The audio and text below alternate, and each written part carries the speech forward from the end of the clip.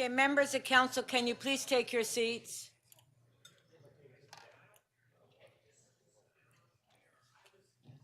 Councillor Bravo, Councillor Burnside, please take your seats so we can make quorum. Thank you.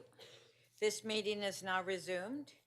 Members, could you please rise, if you're able, to observe a moment of silence in memory of former Mayor and Councillor Bruce Sinclair.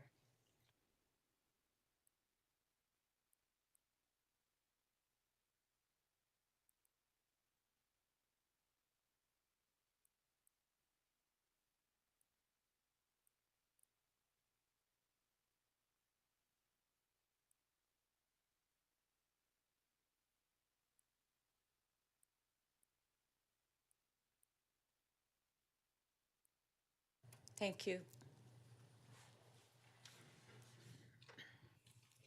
Members, we have a presentation this morning. I would like to invite Deputy Mayor McKelvie to speak. Well, good morning, everyone. As Deputy Mayor, it is my honor to represent the City of Toronto as we welcome members of the Toronto 6 women's hockey team, winners of the 2023 Isabelle Cup.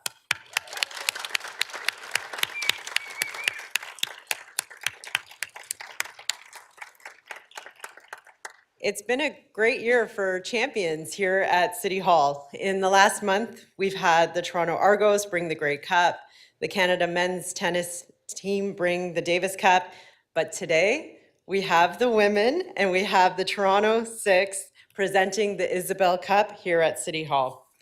Representing the team at City Hall are President Sammy Jo Small, General Manager Angela James, and of course, we have many of the players in attendance today. The Toronto 6 is one of only 2 Canadian teams in the Premier Hockey Federation. And this past Sunday, the Toronto 6 made history as the first Canadian team to win the league's top prize, the Isabelle Cup.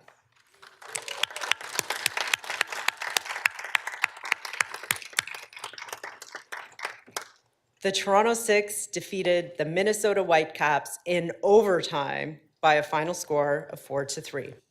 It was an exhilarating game that capped off a historic season.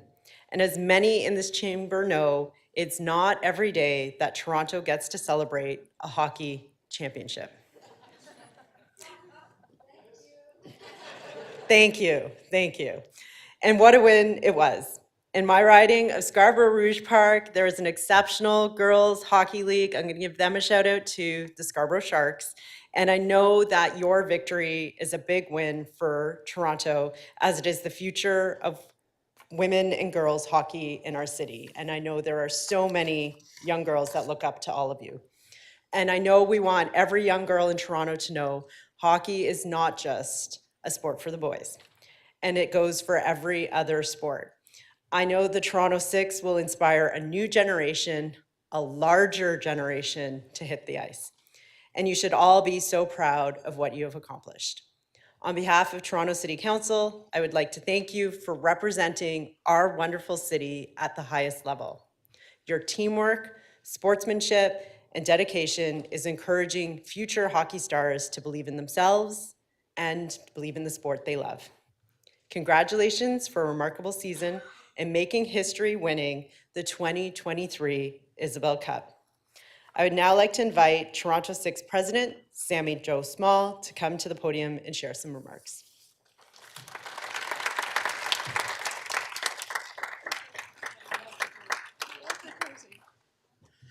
The jersey looks really great on you. Thank you so much. That's incredible.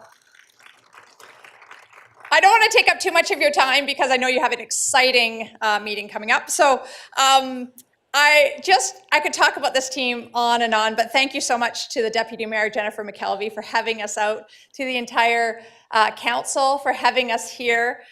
This team really represents the best that is Toronto. These women are incredible leaders. They come from right across the country, from Halifax all the way to Vancouver, and international as well. We actually have 2 players that are playing for the Czech Republic team in the World Championships coming up in Brampton. So not only cheer for Canada, but cheer for our players as well. This season has been a tumultuous ride for these players, up and down. But through it all, the resilience that these women showed was incredible. If anybody saw the semifinal series, we actually lost the first game, came back with an incredible goal by Emma Woods to score in the second game to even keep our hopes alive. We went on to win that series, travel down to Arizona, and then in Arizona, I mean, the final game, I think for those of us in the administration, it was so tough to watch because we were just on the edge of our seats the entire time. But these women just never, ever gave up. And they came back and they battled. We were down 3-2, scored to send it into overtime. Teresa Venesova, our star from the Czech Republic, scored in overtime. And it was mayhem at that point. It was just absolutely incredible. The way they won, I just really think shows what these women are all about. The hard work, the effort that they have put in over a lifetime to be in this moment. These women are real professional women's hockey players, and most people in the city don't even know that we exist. So this is just the start, and I want you guys to know that we so appreciate the support to have us here. As the Deputy Mayor mentioned, it is not often that we get to celebrate women. And I think that that is so important, not only here, but across the city as well. This is the first Isabel Cup that has ever been brought back to Canada. This is the only women's professional hockey league in the world where these players are paid a full salary. Next year, the salary cap is $2 million for these women, which is absolutely incredible. For their entire lives, they have toiled away in obscurity, but that is no more. They are now basking in the limelight of this victory, being celebrated by an entire city and by an entire nation, and they certainly do deserve it. They are incredible leaders in their community. I could talk on and on about each one of these players, but I do want to highlight them because they are here and they are the ones that really made this happen. So starting on the left, we have Carly Jackson, who has backstopped the team, a goaltender on the team the entire season, and really just the heart and soul, and we call her the keeper of the cup. Next to her, Soroya Tinker, who is a defenseman on the team, a native of the GTA as well, and started the Black Girl Hockey Club here in Canada, and is really a real role model and mentor to so many across the country. Next to her, we have Lindsay Eastwood. Lindsay is a defenseman on the team and one of the original members. Has her original first puck that was ever scored by the Toronto Six in the Hockey Hall of Fame. Brianne Wilson-Bennett, I think, really the embodies what this team is all about, that guts and that resiliency and the grit. Emma Woods next to her, who scored that big goal to even keep our dreams alive. And then Emma Greco, who is just an incredible defenseman that, as myself as a former goalie, we love defensemen like them that just are the unsung heroes of the team. Brittany Howard next to her, our all-time, or our scoring leader for the entire season, had the most points for the Toronto Six, and really was the real star of our team this year, led the team the entire season. And then last but not least, we have Taylor Woods, who 2 weeks prior to us going to the championship, won the Arnold Schwarzenegger Strongest Woman competition before even going and winning this Isabel Cup. So you can imagine she scored a big goal for us in that final game. And then last but not least, Angela James, who I think everybody in this room should know. If you don't already know who Angela James is, we are so fortunate. Yes, give her a round of applause. So fortunate to have an incredible leader like Angela James, and we couldn't be more proud to call her a member of the Toronto Six. And I think that everybody in the city should be so proud of this team. Thank you guys all so much, and I look forward to an incredible relationship with this city council in the future. Come out to a game.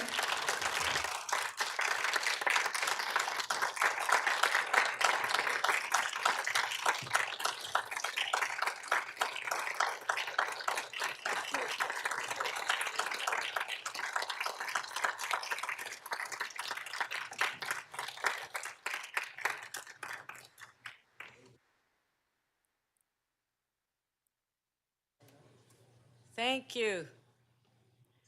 And congratulations. Power to women, eh?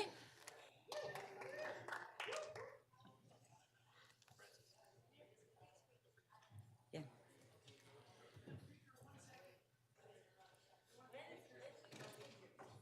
Okay, yes, we'll wait to take a picture.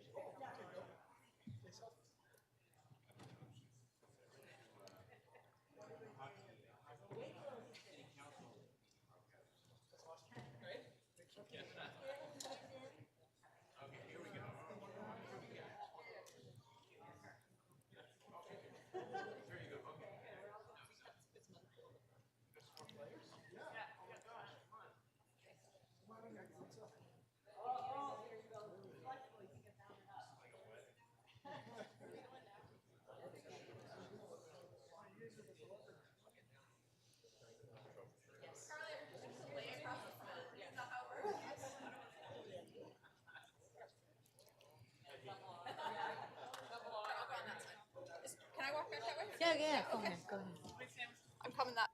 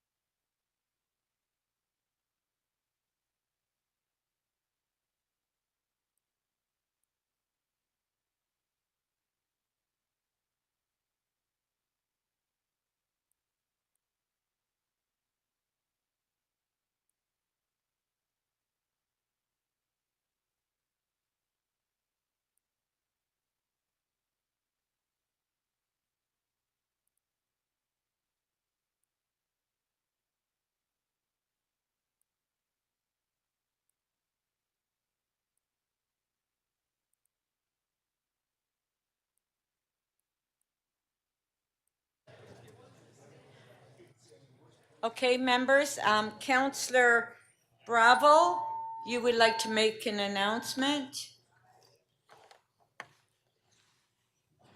Thank you, Speaker. This is on Wednesday in my ward, a residential fire occurred at around midday near the intersection of DuPont and Edwin Avenue. I'd like to thank the quick work of first responders who attended the fire and who helped those affected with emergency accommodation. Several people were rescued from inside the building, and with one individual going to hospital. And later that day, we unfortunately learned about the one individual's passing. It's a horrible tragedy for my community of Davenport, and a reminder of the importance of life and how precious it is. And I request we observe a moment of silence to remember the Torontonian who passed away on Wednesday in these very tragic circumstances.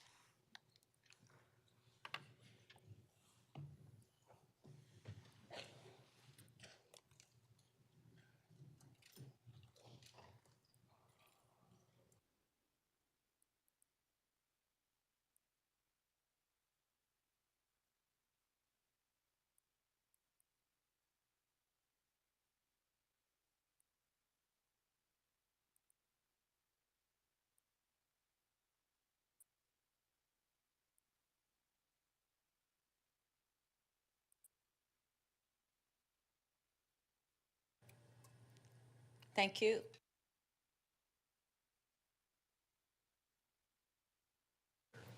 You're good. You're good. Counselor Thompson, you have a point of personal privilege. Yes, thank you very much, Speaker, and good morning.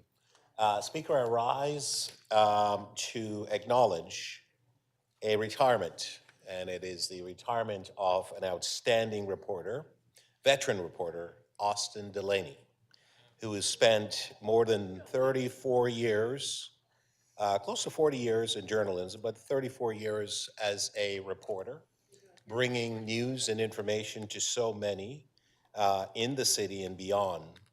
But Austin has been a consummate professional, and I don't know if all of you have been interviewed by Austin, but if you have not been Delaneyed, you have missed a great opportunity to witness someone who has tremendous integrity as a reporter and someone who brings out the story and helps those that he's interviewed to be very calm and focused.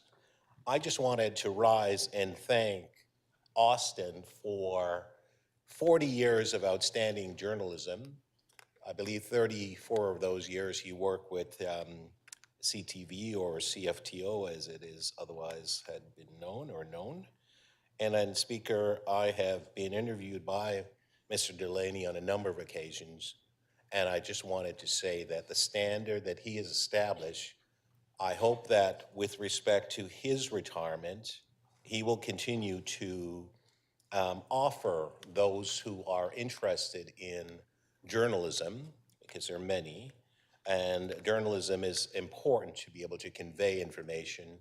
Mr. Delaney has been an outstanding professional in this area, and we will in fact miss him.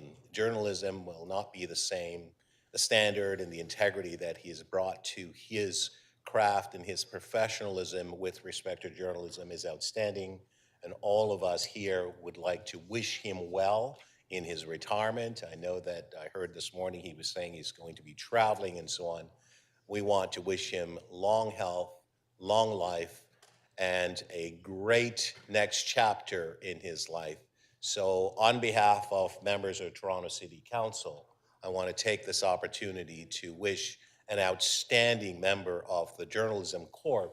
Many of journalists are here in the chamber, but those who are out, to simply wish Austin Delaney an amazing retirement and all the best. Thank you very much, Speaker.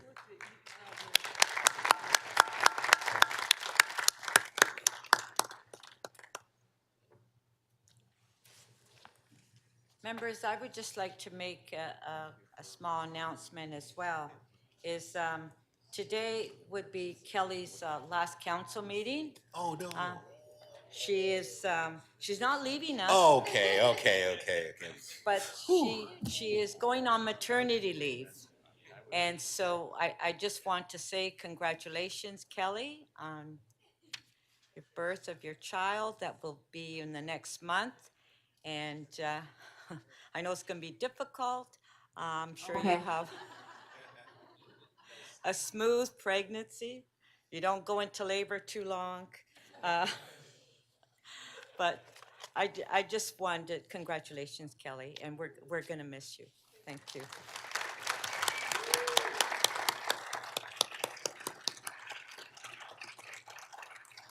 I hope I didn't embarrass you.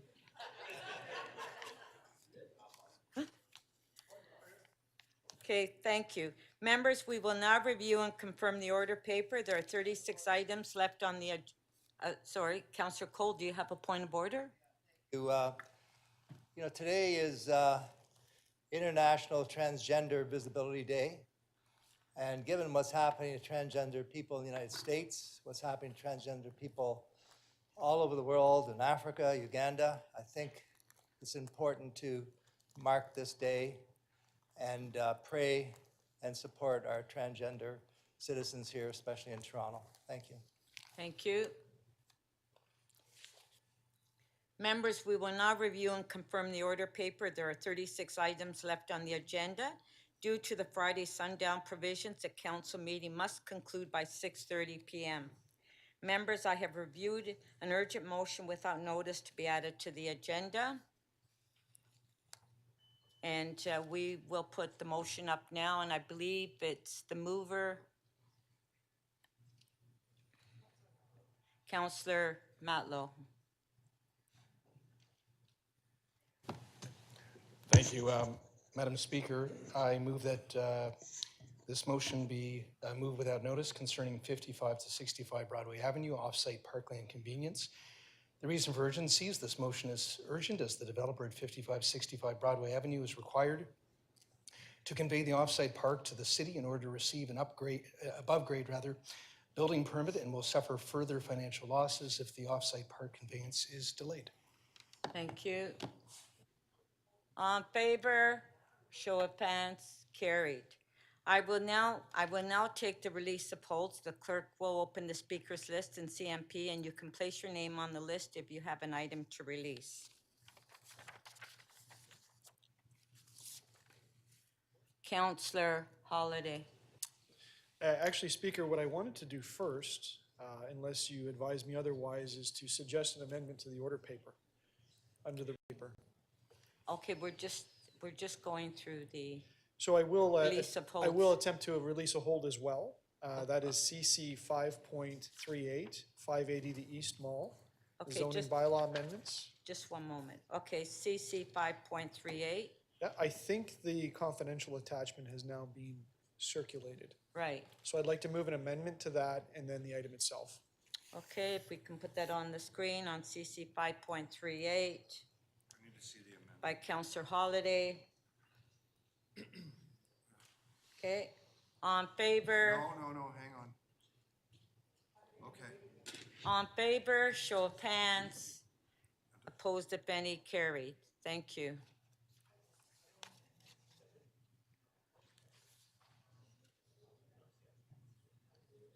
Councillor Pasternak. Oh, sorry. Okay, yes, sorry. Yes, item as amended, on favor, show of hands, carried. Thank you. Councillor Pasternak. Oh, just one moment, Councillor, okay? Thank you, Madam Speaker. Mine is an order paper item. Yesterday, as part of Which item, Councillor? NY 3.31, it's not a release, it's an order paper item. It was supposed to be the third item yesterday. We agreed to remove it from that position as long as it was dealt with first thing this morning, so that would be my suggestion. Okay, we're not doing that now. We're going through quick releases. We didn't agree to that. Yeah. But we're just doing quick releases right now.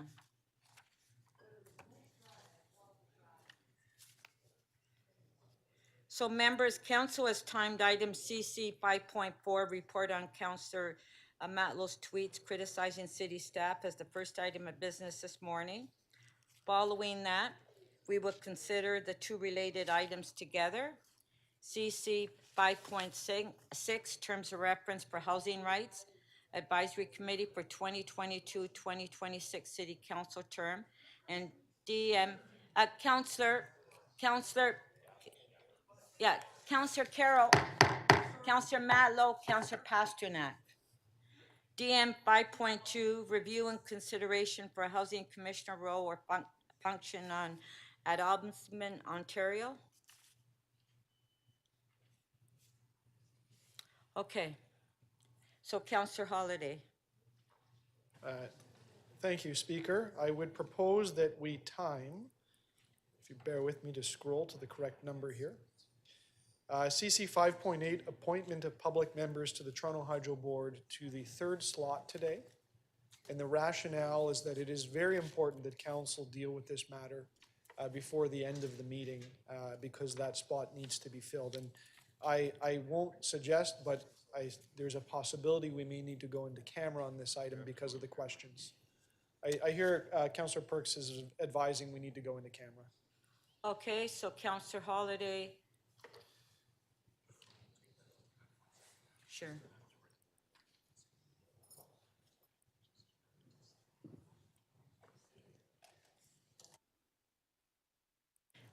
So Councillor Holiday, that will be the fourth item because the third item will be the encampment issue that we haven't dealt with. Understood. Thank you. Okay, on favor, show of hands, carried.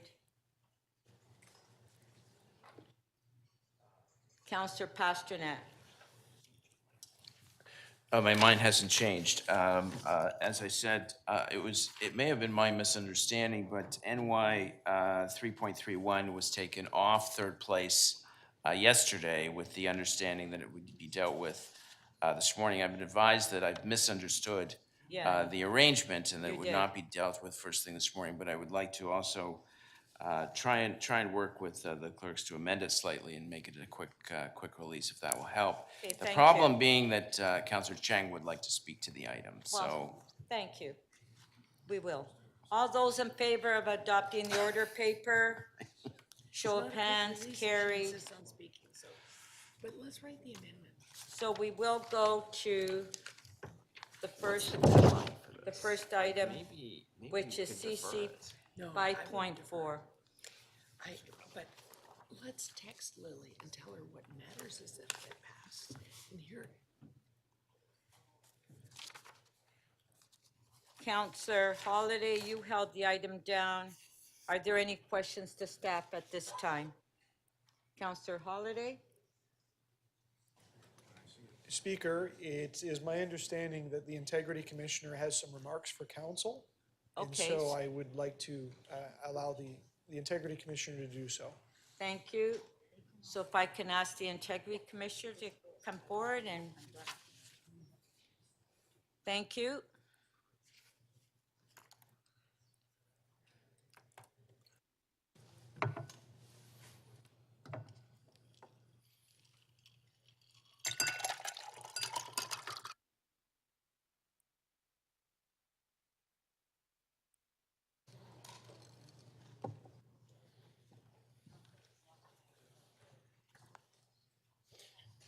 Thank you. You can go ahead. Speaker, good Yeah, morning. Thank you.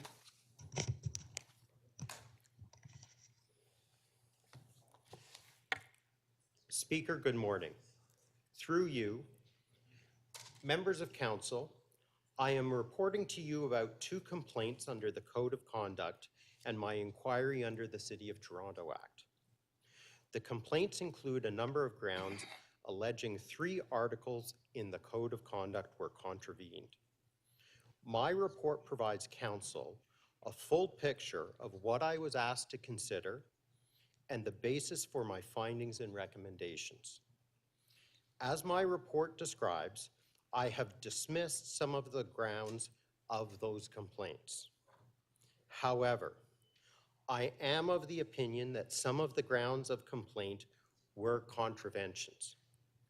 I find Councillor Matlow violated Article 12, Conduct Respecting Staff, when he publicly accused a member of city staff of lying to him. I find Councillor Matlow's intended personal rebuke of 2 members of city staff in social media violated Article 14, discreditable conduct. Additionally, singling out someone for rebuke to make an example of her because Councillor Matlow alleges other city staff have misled council is a violation of this article.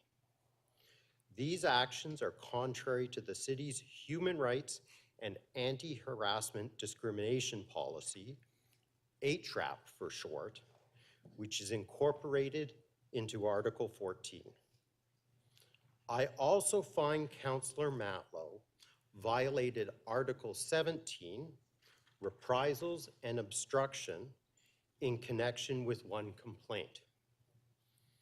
After he received my proposed findings in relation to that complaint on March 1st, 2023, he engaged in a reprisal against the complainant at a committee on March 3rd, 2023.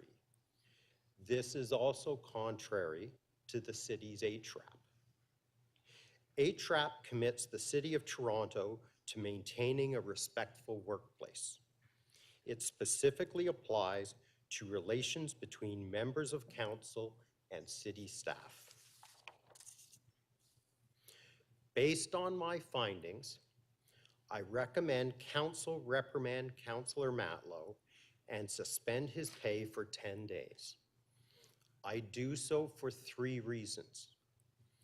First, This inquiry concerns 2 complaints involving the same subject matter, and Councillor Matlow had been advised of my investigation of the first complaint almost 3 weeks before he engaged in the conduct described in the second complaint. Second, Council has twice decided that Councillor Matlow has contravened the Code of Conduct for similar behavior. The last time this happened, no apology was offered and Council imposed a reprimand. Third, reprisal is serious misconduct. It is specifically unfair to a complainant and generally undermines the integrity of the Code of Conduct's complaints process. To conclude, Speaker, I note the following. Members of Council have the right to ask probing questions to hold the Mayor and City staff to account. As with the exercise of all rights, reasonable limits apply. In this case, what is reasonable and the process for determining what is reasonable is found in the Code of Conduct and HRAP. The health of the relationship between Council and staff is in the public interest. Members of Council should not treat members of City staff as either their political adversaries or allies. Concurrently, City staff have an obligation not to treat members of Council as either their adversaries or allies. Where a member of Council has a concern about this, to maintain the health of this relationship, it must be pursued in a manner that is consistent with HRAP. Speaker, these are very serious matters. Page 3 of my report for action provides some advice for Council as to how members decide such matters. Thank you, Speaker. I welcome Council's questions. Thank you. Okay, questions to the Integrity Commissioner. Councillor Holyday, you held the item down. Do you have questions? No? Okay. Are there any questions? Councillor Robinson, questions? Yeah, thank you very much, Madam Speaker. I guess to the Integrity Commissioner, that was a helpful summary that you just unfolded, and the report comprehensive. I guess my question is, in these cases where it's a public domain like social media, specifically Twitter in this case, but there's a number of options for our people to communicate things publicly now. We're in a very different world than we were years ago. But if city staff read these tweets about themselves in this public domain that's quite frankly global, can they defend themselves in these scenarios? Can they tweet back and clarify or state their position or tell their narrative, their side of the story? Are they permitted to do that, to defend themselves? Speaker, through you, Councillor, I appreciate the question, and it's a very good question. I do not have jurisdiction over city staff, so I do not have jurisdiction over the Toronto Public Service Bylaw. So a question like that may be best formally and comprehensively answered by the city manager or the city solicitor. But what I would say is this with respect to the general duties of a public servant. And it relates to what I talked about in terms of the relationship between staff and elected officials. Staff are not to engage with members of council as their adversaries or their allies. And where that issue arises, that is a performance issue and is something that is best addressed through the disciplinary process. But the norm would be that public servants do not tweet out or adversely comment about elected officials because it's inconsistent with their duties as a public servant to be politically impartial. I don't know if the city solicitor or the city manager has anything that they wish to add to that. Does anybody want to add any comments? Just to clarify, Madam Speaker, am I being asked to comment on whether it would have been appropriate for a staff member to respond to a tweet?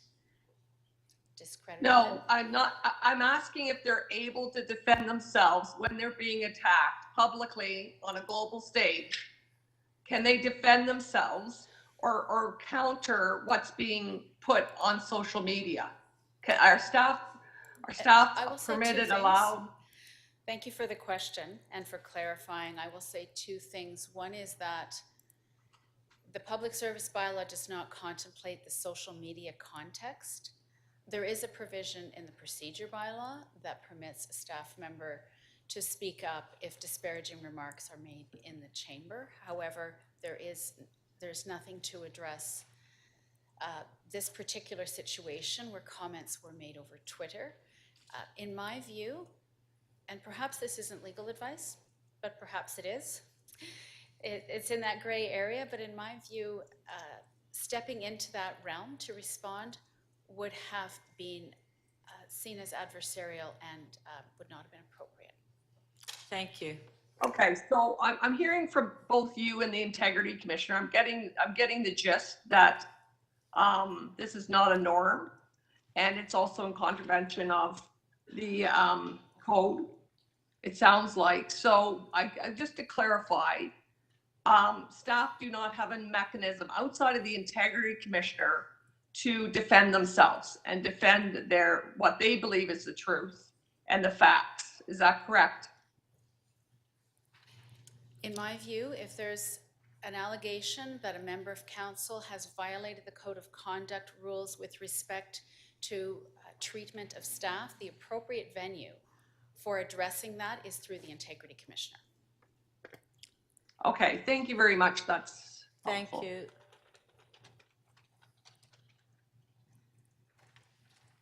Councillor Burnside, question.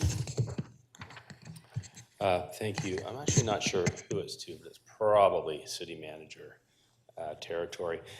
Would you say that what differentiates the Toronto City Public Service from the federal and the provincial public service is that our public servants are, well, very much in the public? So through the speaker, yes, that is one of the differences. Staff are available at committee meetings and at council meetings for direct questions and are often engaged in a different way than at the provincial or federal level. Thank you. Now, if a staff member thought that a councillor lied to them or wasn't appropriate in their position as a councillor, they shouldn't be a councillor, would the staff member, the Toronto Public Service, anyone, what would happen if they went public with that? Are there any, do they have that ability to go public, whether it's an interview or tweeting or whatever? So who's that question to, the city solicitor or the city manager and the Integrity Commissioner? Through you, Madam Speaker, in my view, that would be contrary to the public service bylaw. Thank you. So would you say then there is a power imbalance? Because we're very concerned in the city about the imbalance of power. Does the Integrity Commissioner want to? Thank you, Speaker. Yeah. I entirely agree with what how the city solicitor has characterized the Toronto Public Service bylaw as working. The reason I want to answer this question is because, and you heard this in my remarks, my jurisdiction is the appropriate relationship between staff and members of council. And when I am considering matters, I take into account the full context. Sorry.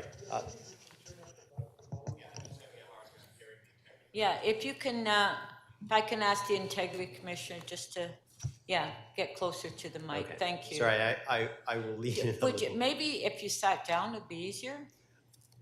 No? Well, Okay. I can hear him. You I can hear prefer- now. I prefer not to sit down in the presence of council. Okay. It's fine now. Okay, Okay. thank you. I'll make sure to speak into the microphone. Thank you. Speaker, to you, Councillor, my jurisdiction is the relationship between city staff and elected officials as governed by the Code of Conduct. And that's why my remarks talked about the relationship between them, and the health of that relationship is important. And when dealing with matters like this, I always take into consideration the context. So if there was a sharp exchange between a member of city staff and a member of council on social media, and that had been initiated by staff, for example, I don't think I would be standing before you dealing with a matter like that. Okay. Is that of assistance? It's helpful, but I'm just trying to understand the power dynamic between the public service and council. And I wouldn't know who could answer that question. So And you partially did. Okay. But I mean, and then Councillor Robinson touched on the fighting back aspect, like defending oneself, and that doesn't seem quite possible. But I'm just saying that my impression is, some people as councillors seem to have a lot more latitude than the public service to express their thoughts. Yeah. My apologies, I can more directly answer that question. Yes, there is a power balance. Thank you. Between members of council and between members of staff, and that has been upheld in jurisprudence in connection with such matters. I hope that's of assistance. Thank, Oh, yeah, thank you. thank you.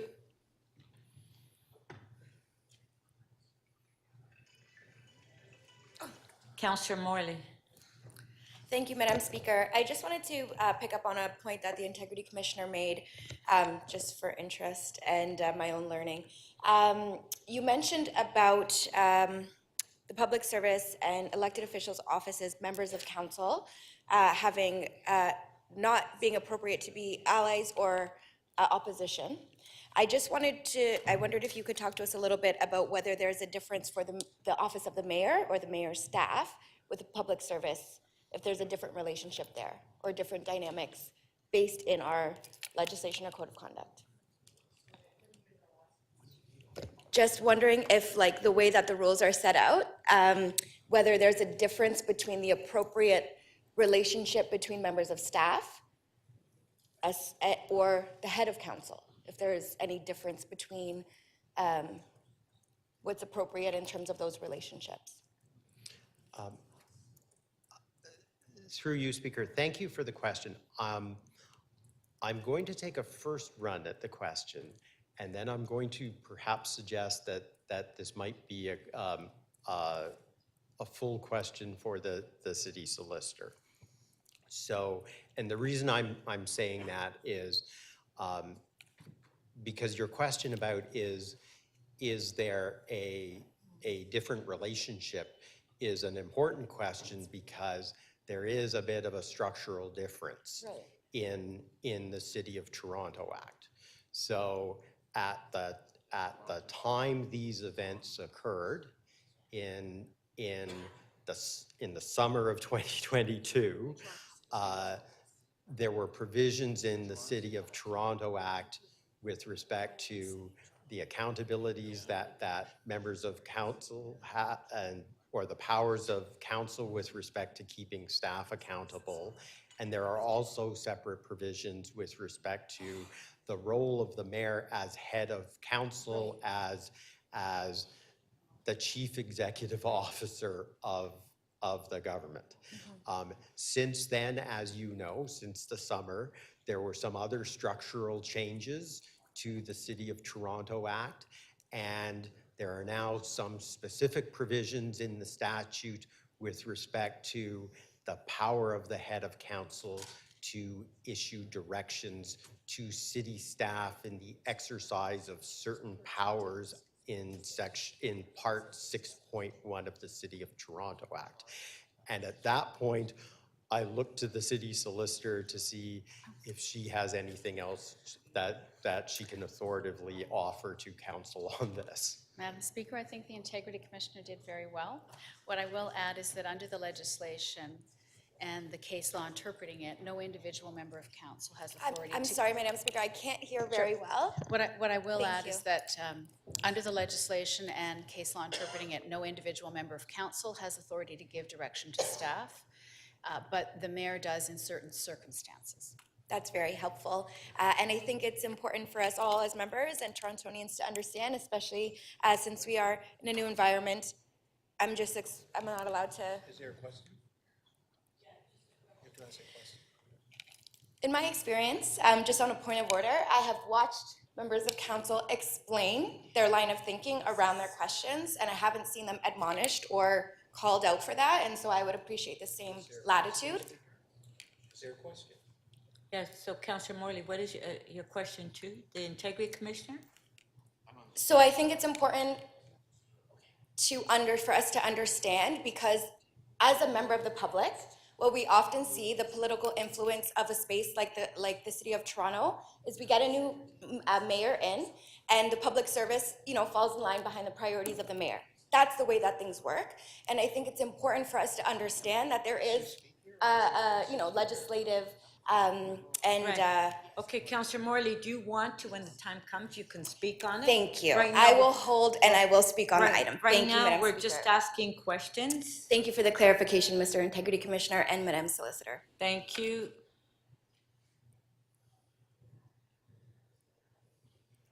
Councillor Carroll, questions? Yes, I wanted to ask our commissioner if he evaluated, in coming to a conclusion here, if he evaluated policies in both the public and private sector with regards to what we're tantamount to a board of directors. So did he look at practices across the board?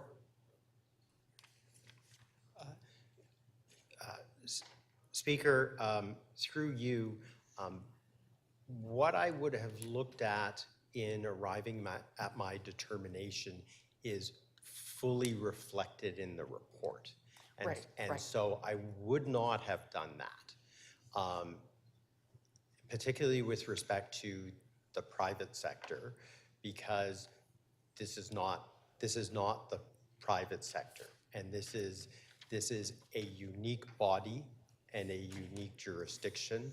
And while it is helpful to sometimes refer to analogies, and so the one example, for instance, where I did look for an analogy with respect to the application of the test for reprisal, because that's not being considered by my office before, and I didn't see it being considered by other integrity commissioners. And that's why I referred to the Human Rights Code in that respect. Is that helpful?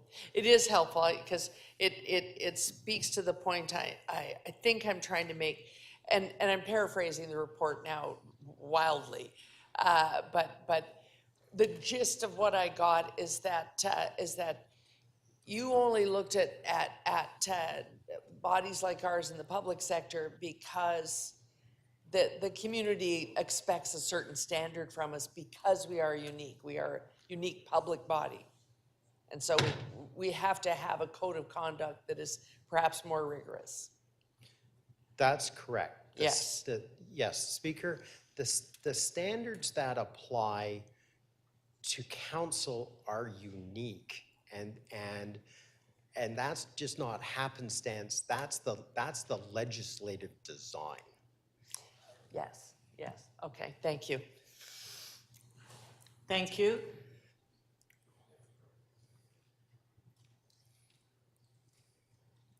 Councillor Fletcher, questions? This is just, and I understand your report is really clarifying the social media, which is very broad, as Councillor Robinson said. Now it's worldwide. Everything that you say on social media, it's not personal. It's not as if I would say to somebody directly, oh, so-and-so, I didn't like what they did.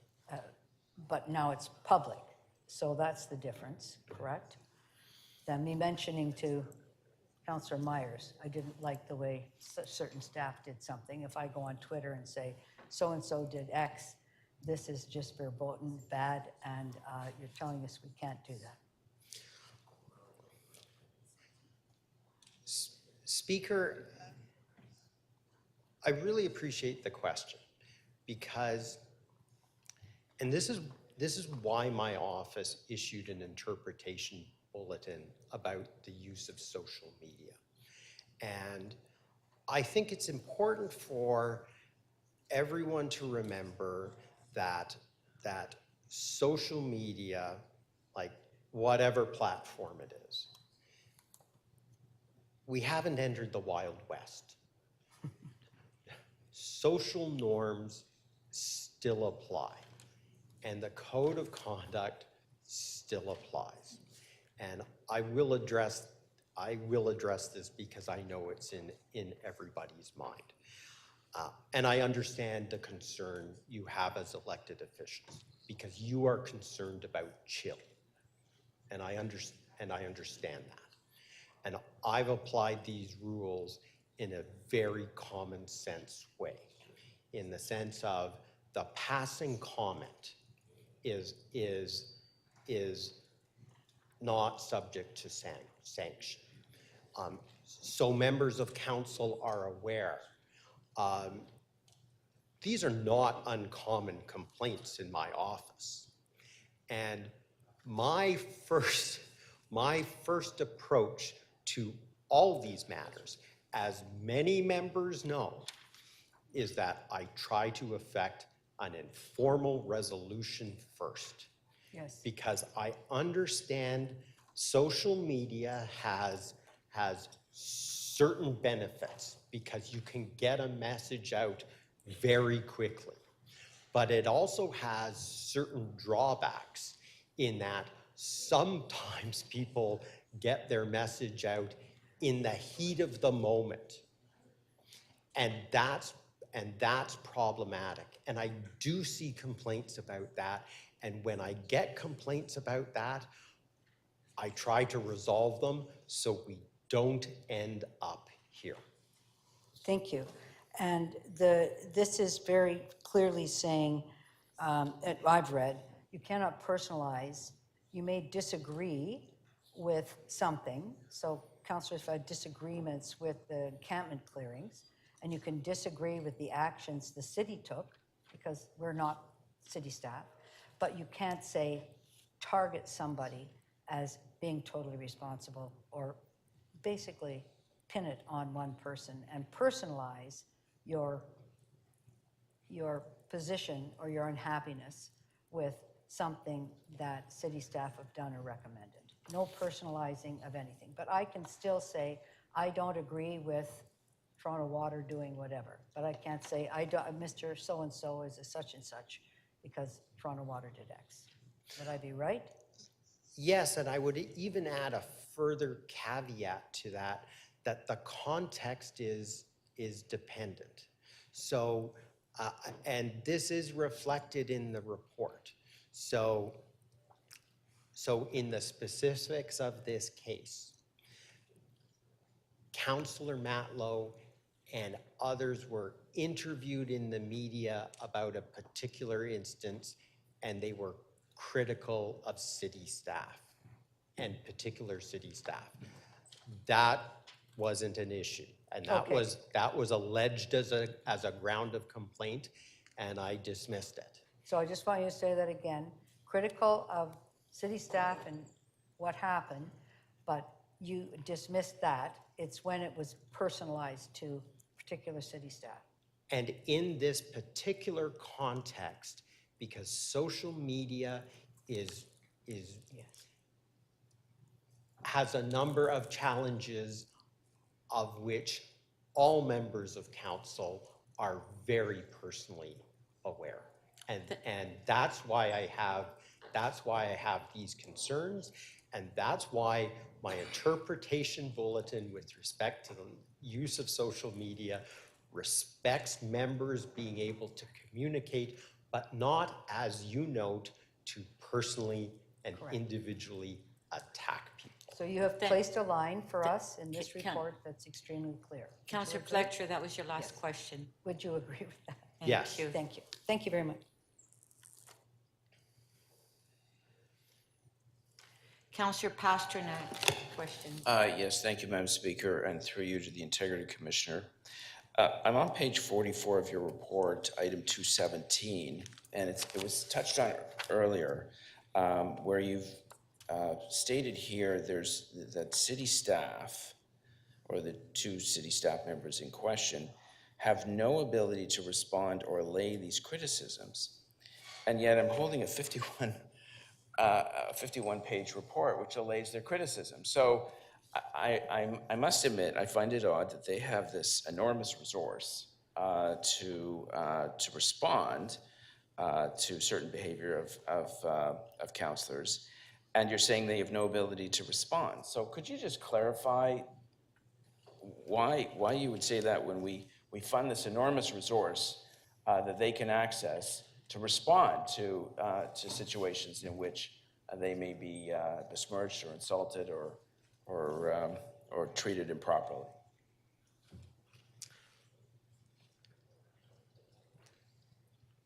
So reading my report, when I'm saying that there is no ability to respond, that's referring to responding in the moment to what they see as, and I think reasonably see, is a personal and direct criticism of their personal behavior. Yes, staff have the right to come to my office to make a complaint, but it's not a rubber stamp function. So I exercise judgment with respect to the complaints that come forward and whether they are made out. So what I'm talking about in that paragraph is their ability to respond in the moment. So your position is the damage is done, and that we may get a report a few months later, but the damage is done. Speaker, I think that is an important thing to note. That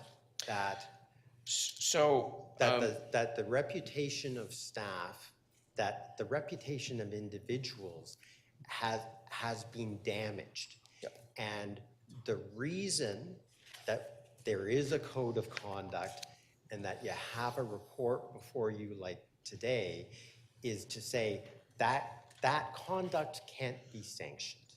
That conduct can't be approved or let to pass.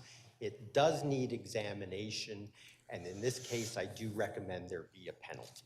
Okay, no, fair enough, and I'm quoted in your report that I agree the comments were not acceptable at committee, and they shouldn't be acceptable anywhere else. I'm going back to page 8, and I keep reading this email you've quoted from Ms.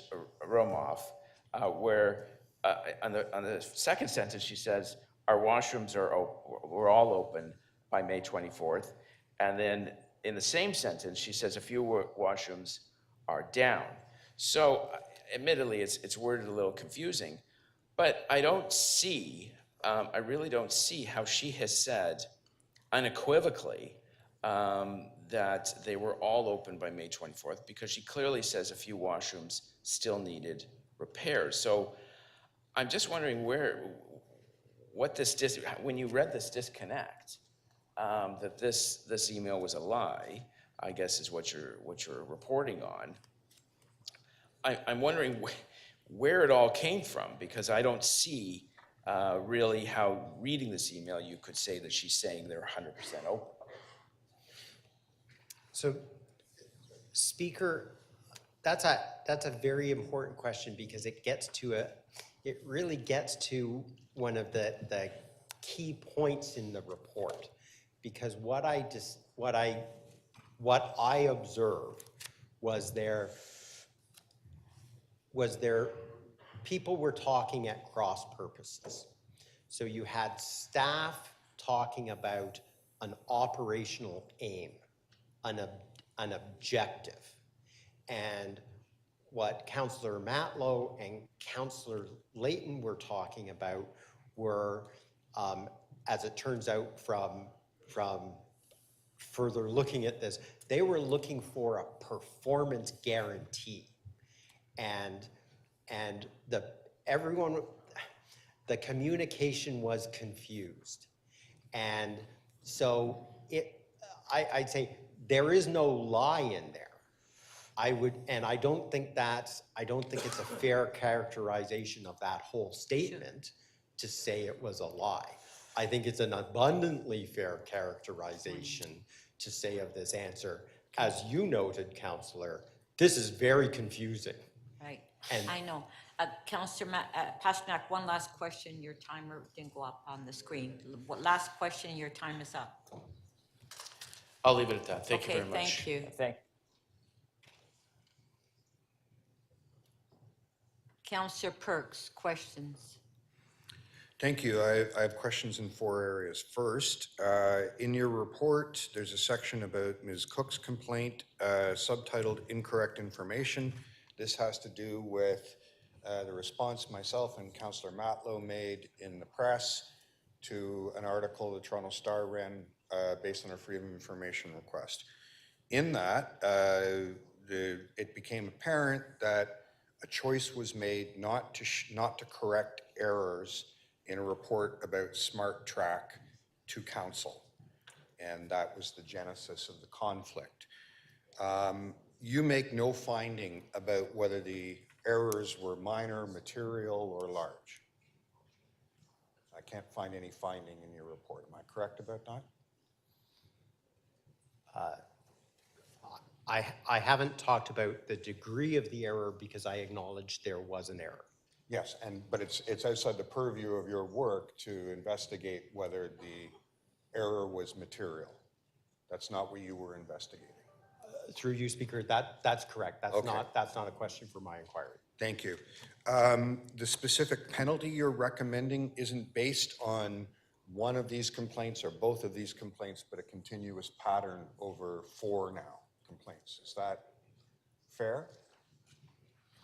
You're not finding that based on what Councillor Matlow said about, say, Ms. Romoff, that we censure and reduce the pay. What I heard you say in your explanation is that in a previous instance, there was a finding and no apology came, and then you grouped them because it's part of a pattern. So the recommendation you're making for the specific discipline you want us to impose, I guess we could call it progressive discipline. Is that fair? Speaker, through you, yes, I would characterize this as progressive discipline. Okay. I do want to caution, I have very specifically not used the word pattern. Okay. Because there was an allegation of a pattern in connection with one of the complaints, and I did not find there was a pattern. I see. In connection with that complaint. So the better term is progressive discipline. That better captures what. That's okay. correct. All right. Yes, Councillor. One thing that you said during your presentation, I think, helped to clarify something that I couldn't quite see as clearly in the report, which is this issue around reprisal. So there was a meeting at a committee. I was in attendance, Councillor Matlow was in attendance, and a question was asked about, and I'm paraphrasing here because my memory isn't perfect, but basically, in the past, you haven't given me correct information. What incorrect information are you giving me today? Something like that. But that's the specific wording isn't the issue. The fact that you found this to be a reprisal, I've been contemplating that. And I'm wondering if it is fair to say that the concern is if someone brings an integrity commissioner complaint, members of council should not be in a position to somehow make the person who's made the complaint feel like there's a risk in making complaints. In other words, we shouldn't use our office to chill future complaints. Is that fair also? Through you, Speaker, yes, because, and I do want to spend a moment on the reprisal. If you could just, I have one more question. Maybe if you can answer that one quickly, you'll have some time on the other. Something that I think I read in your report, I want to make sure that I've got it right. You asked Councillor Matlow if he could provide any evidence that Ms. Romoff lied, and he did not provide you with any. Or rather, there was no evidence that Ms. Romoff lied provided to you by anybody. Rather, there was evidence that there was something confusing or maybe incorrect information, but no, you have no evidence that there was a deliberate lie told to this council. Speaker, through you, the reason I want to be very careful about this, yes, and it's in fairness to Councillor Matlow. So Okay. I want to be really clear about this. And if this requires extra time, I would like extra time to be afforded this answer. So my concern about one of the references in the premise to the question was no evidence of a lie. Okay. And Councillor Matlow provided me extensive submissions and a great deal of evidence. So in fairness to Councillor Matlow, I do not want to leave the impression with anyone that he did not provide me a lot of evidence. The nuance to the answer is Councillor Matlow had no direct evidence that there was a lie. Thank you. He suspected there was a lie, and that's one of the reasons why in his response to the complaint, he specifically asked me to go out and investigate the underlying circumstances, which I did, and which is contained in this report. Thank you, Councillor, for that time. I appreciate it. No, it's the speaker gave you the time. I'm just sitting here. Thank you. Thank you.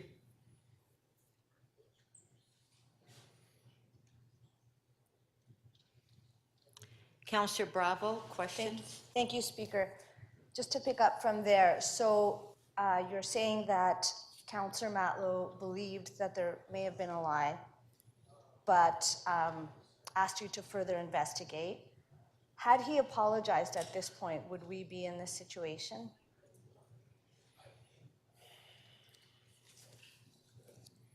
You reference you've referenced that he didn't take up the opportunity to apologize.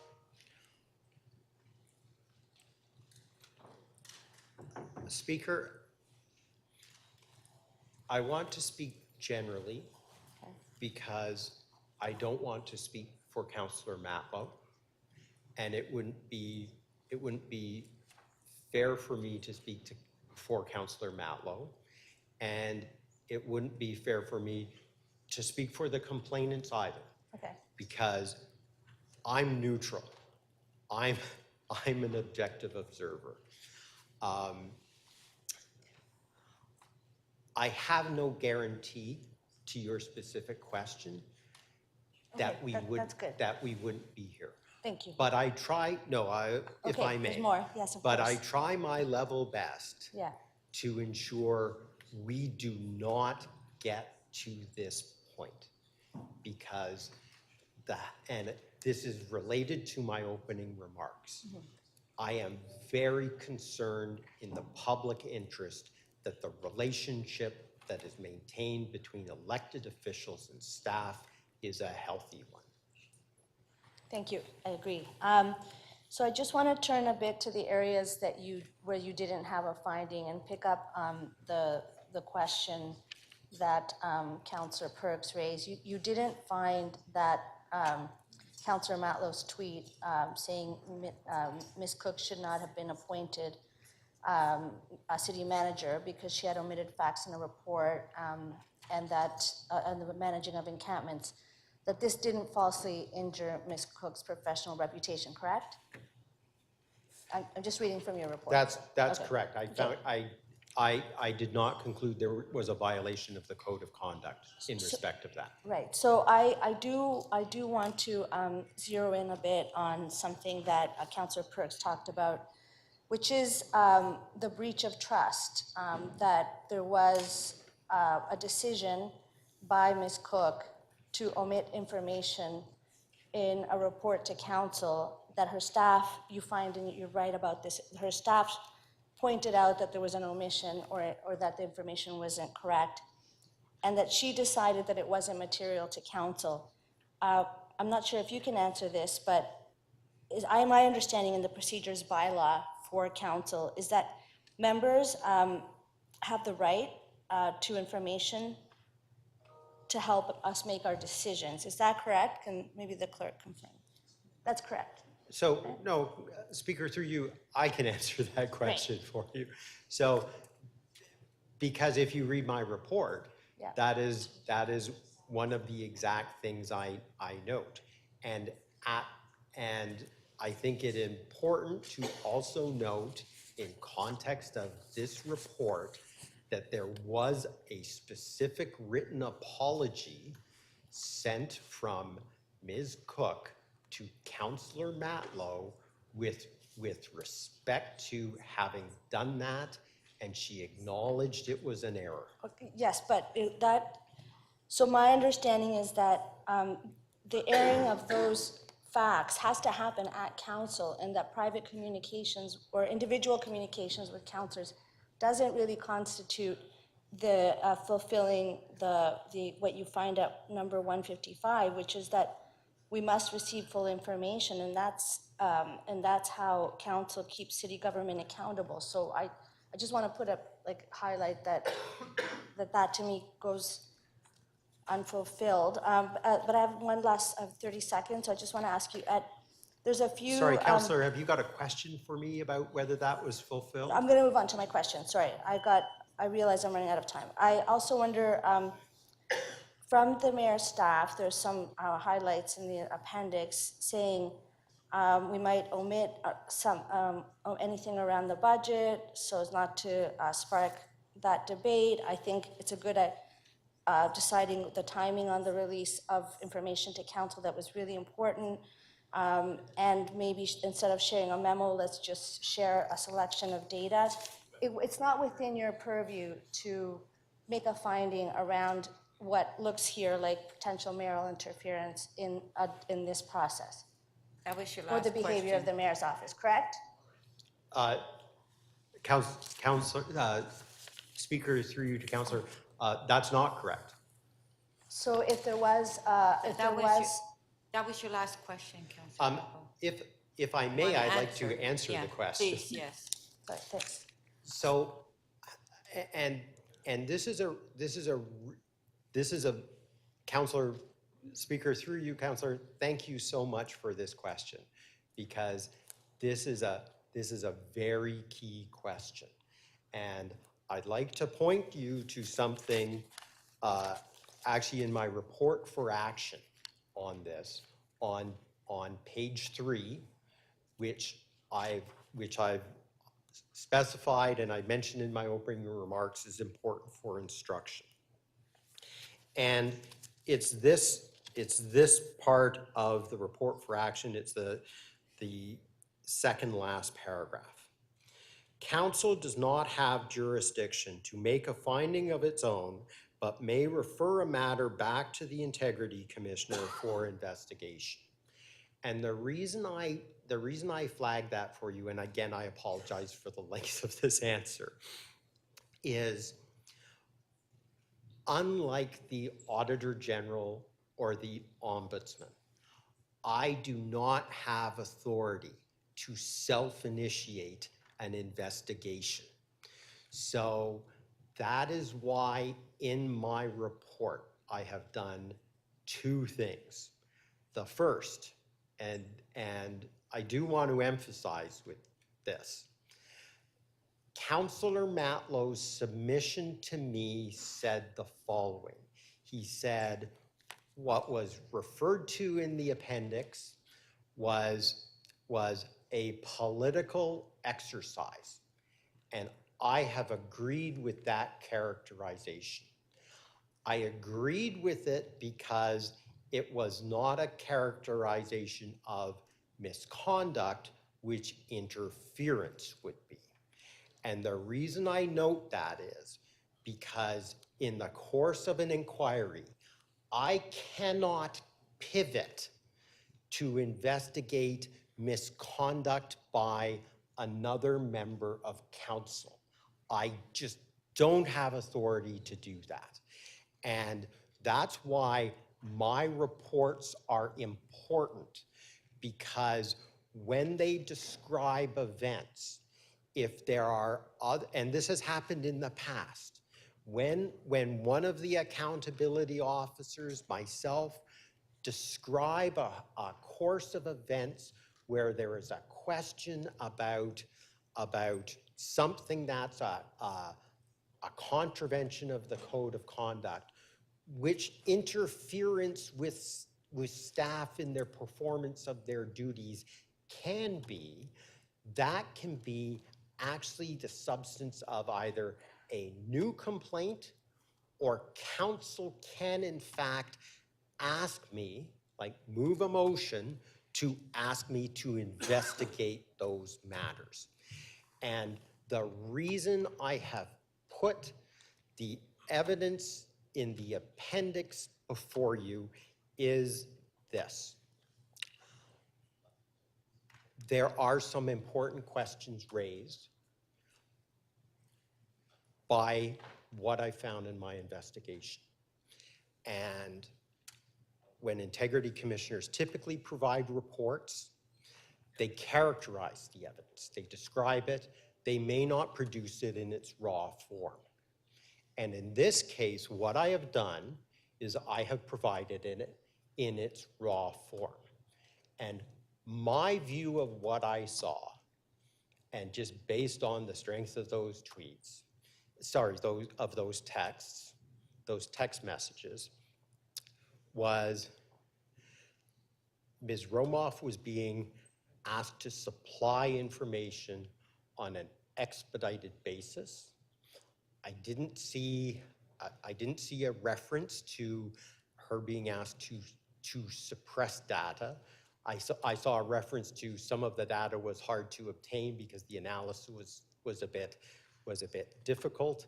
And I also saw in that Ms. Romoff telling her staff that they better get ready for a report because they might be asked to do that. So what I saw was some really hard work on the part of some very dedicated public servants. And that's what I take from that material. Others may have a different view. Others may want me to look into this, but that's not a question for today in the context of the findings and recommendations of my report. Thank you for that time, Speaker. Thank you.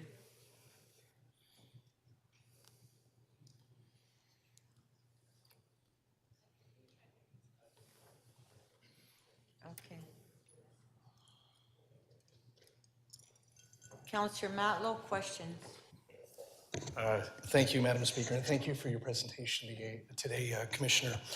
I just have one question for you. Really influenced by the last response that you provided to Councillor Bravo. You stated when you were referring to the text that you revealed through your report from the Mayor's office to Ms. Romoff in advance of the vote regarding the park bathrooms. You just stated, I believe, and I'm paraphrasing you, but just to my memory, that that you only saw them ask for information to be provided in an expedited way. Is that fair? Yes, those are some of the words I used. Okay, yes. I'm paraphrasing, but Yes. that's okay. That being said, though, you yourself, in your report regarding my actions, revealed that the text, in fact, from the Mayor's office to Ms. Romoff, suggested that they wanted to kill the conversation, meaning the conversation about what I was trying to do about improving standards on park bathrooms. And they were asking specifically for only the information to come to light if it would make them look good, or that it would be positive information. Is that not fair?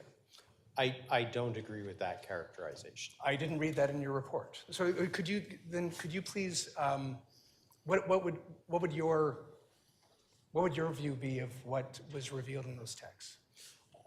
So my view of what was revealed in those texts is what I actually just answered Councillor Bravo about.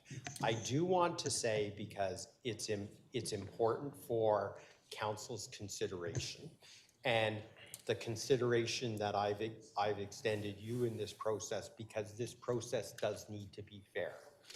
I am of the view that those texts are not actually directly relevant to the findings with respect to your conduct. But I have put them in and I have included them in their raw form because I understand, I mean, I didn't need to be told, but I would generally understand that you would want to use them in your defense in council. So just to follow up, so you don't interpret the direction from the Mayor's office to senior staff to kill the conversation, to only include information if it is positive. You don't believe that's material in any way to the, well, frankly, with regard to Councillor Bravo's questions, how is that simply asking staff to expedite information? Is it not more? Speaker, through you, Councillor, I appreciate the question, and this also relates to my answer to Councillor Bravo. When you're asking me to find more, you are asking me to make a determination about somebody else's conduct under the Code of Conduct. And that's just something I just simply cannot do in the context of this report. So I understand your argument, and I understand your argument for justification of what you did. I don't agree with the argument, and that's why I have made the findings and recommendations I have done. But I wanted to make sure that I afford you the full opportunity to make your defense, as it were, in this council. Because I did not want this to be a conversation where, because you have seen all these texts and you saw them in my proposed statement of findings. And I could have, for the direct relevant purposes of my report, I could have just excluded them. I didn't need to include them, but I have included them because I did not want to be accused of not providing you an opportunity for full answer and defense in this council. I appreciate that. Thank you.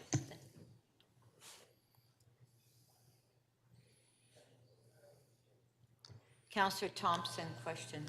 Thank you very much, Madam Speaker. Through you to the Integrity Commissioner. Mr. Integrity Commissioner, you have on occasion dealt with complaints regarding Councillor Matlow and Twitter, is that correct?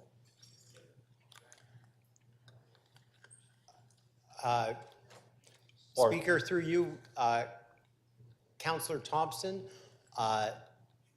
there is one matter where I have reported to council with respect to Councillor Matlow's use of Twitter, and I found there to be no violation of the code of conduct. Thank you for that. With respect to this particular matter that we're discussing, though, am I correct that you received submission from Councillor Matlow that suggests, am I correct that you received submission from Councillor Matlow that would suggest that the actions that he took in this matter were trivial or committed through inadvertently or an error in judgment and or were made in good faith?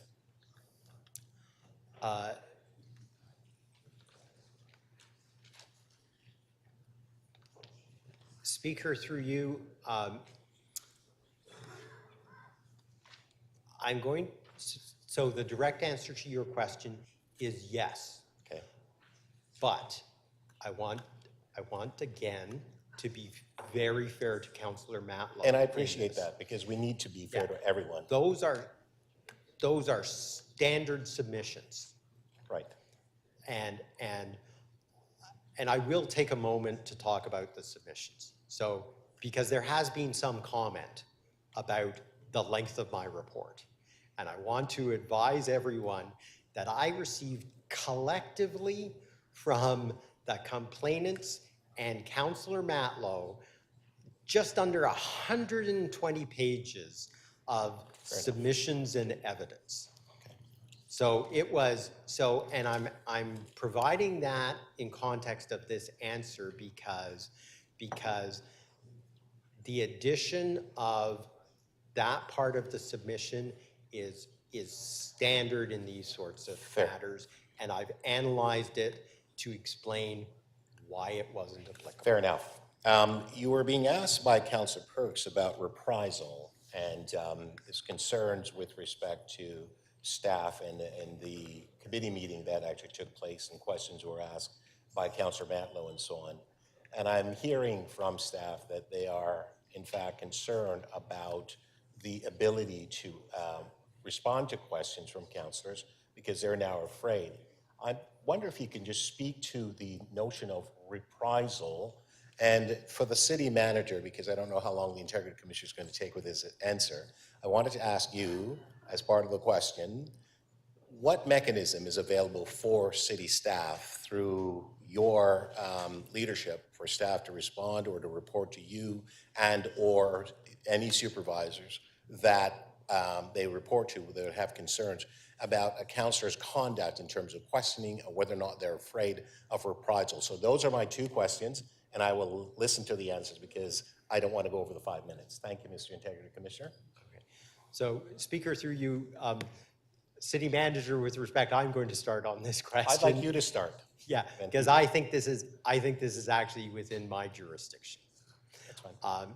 Because I am here as a resource for staff, and the Toronto Public Service Bylaw specifically talks about reprisals and specifically talks about reprisals between members of staff and from elected officials, and it specifically speaks to, and when that occurs, they are to come to my office to make a complaint.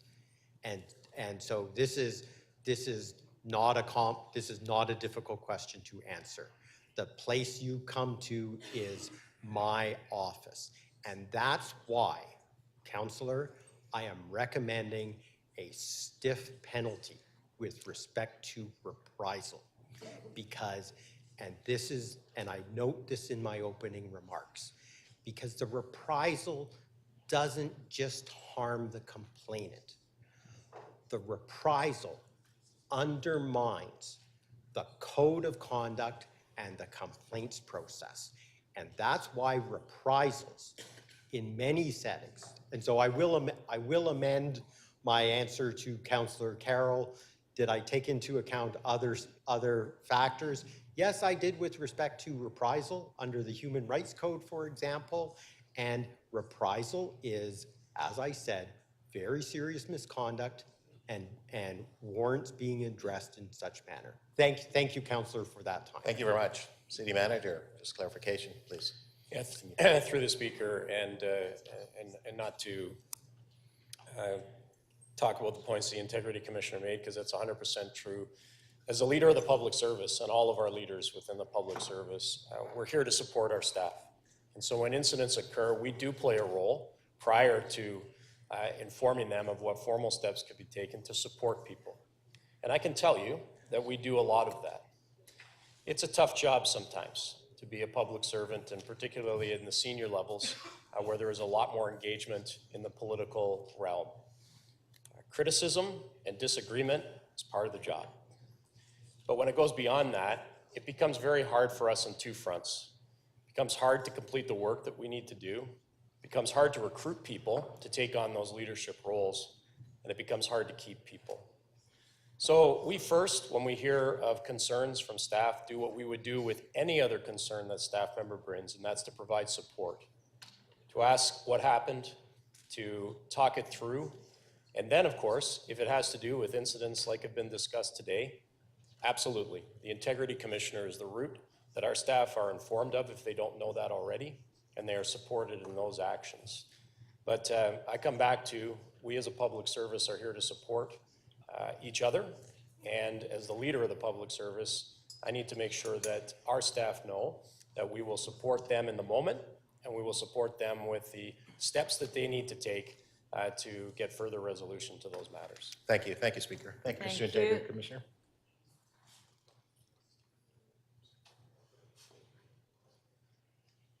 Councillor Myers, question? Thank you, Speaker.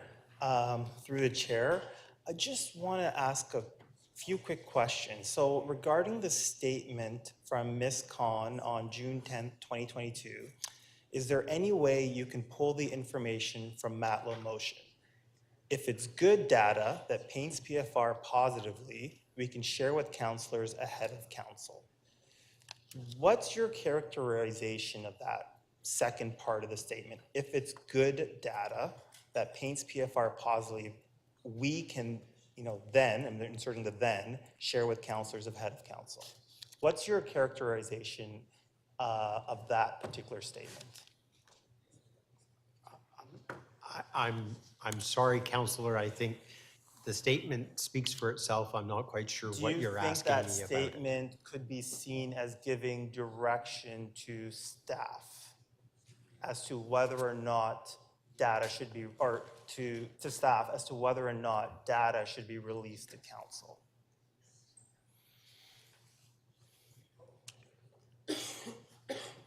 Again, through you, Speaker, this is something that I have a little difficulty with, because I think I'm being asked to make a finding about something which isn't within the scope of this inquiry. Do you think a statement like that might be grounds for an inquiry?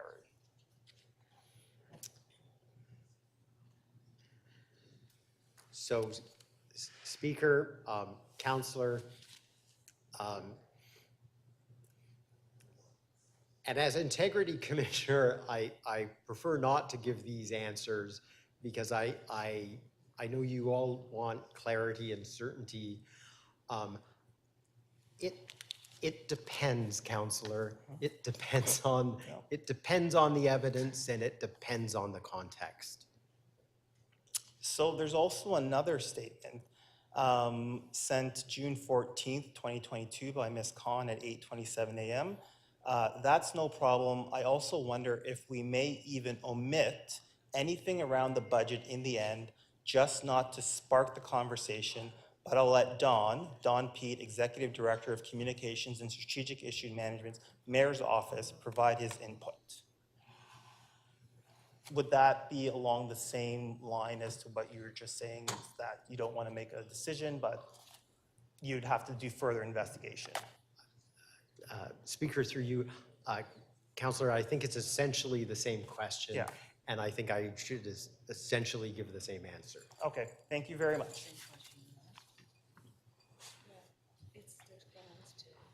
Thank you.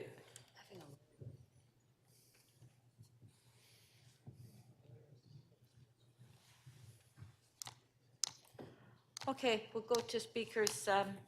Councillor Holiday, you held the item down. Go to the speakers list. Councillor Holiday. Thank you, Speaker. Can you put, okay, yeah, okay, go ahead, thank you. Thank you to you and to the Integrity Commissioner and to the members of council. Because it's very evident from today's discussion that attention has been paid to this matter. This matters a lot to me.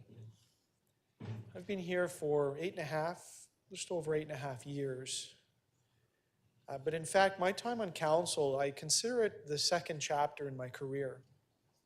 The first chapter of my life was spent 15 years as a public servant. And I know that there's other members of council that have done something similar to that.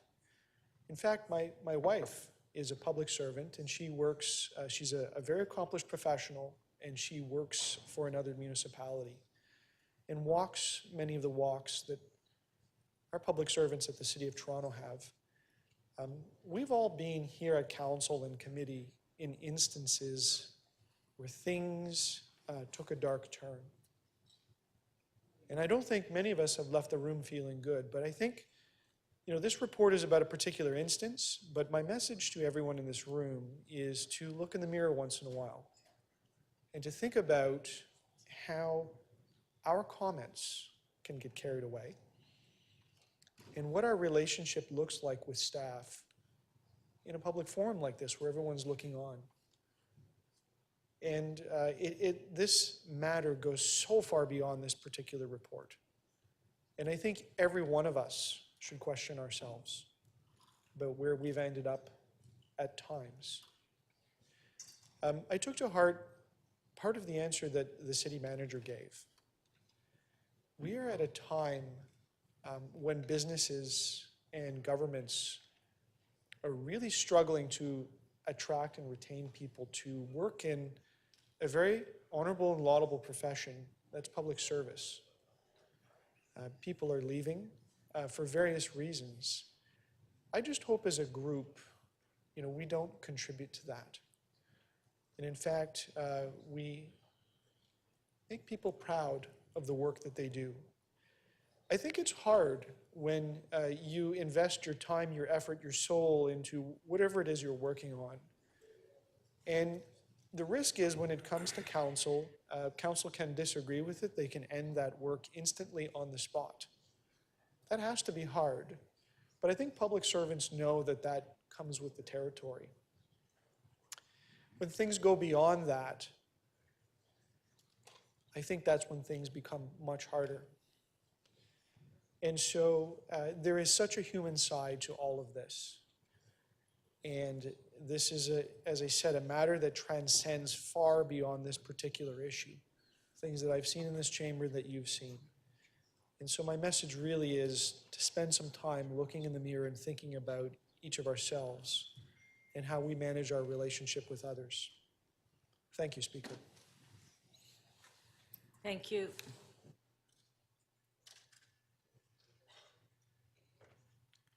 Councillor Pasternak to speak. Yes, thank you, Madam Speaker. I have a motion, if we could put it on the screen.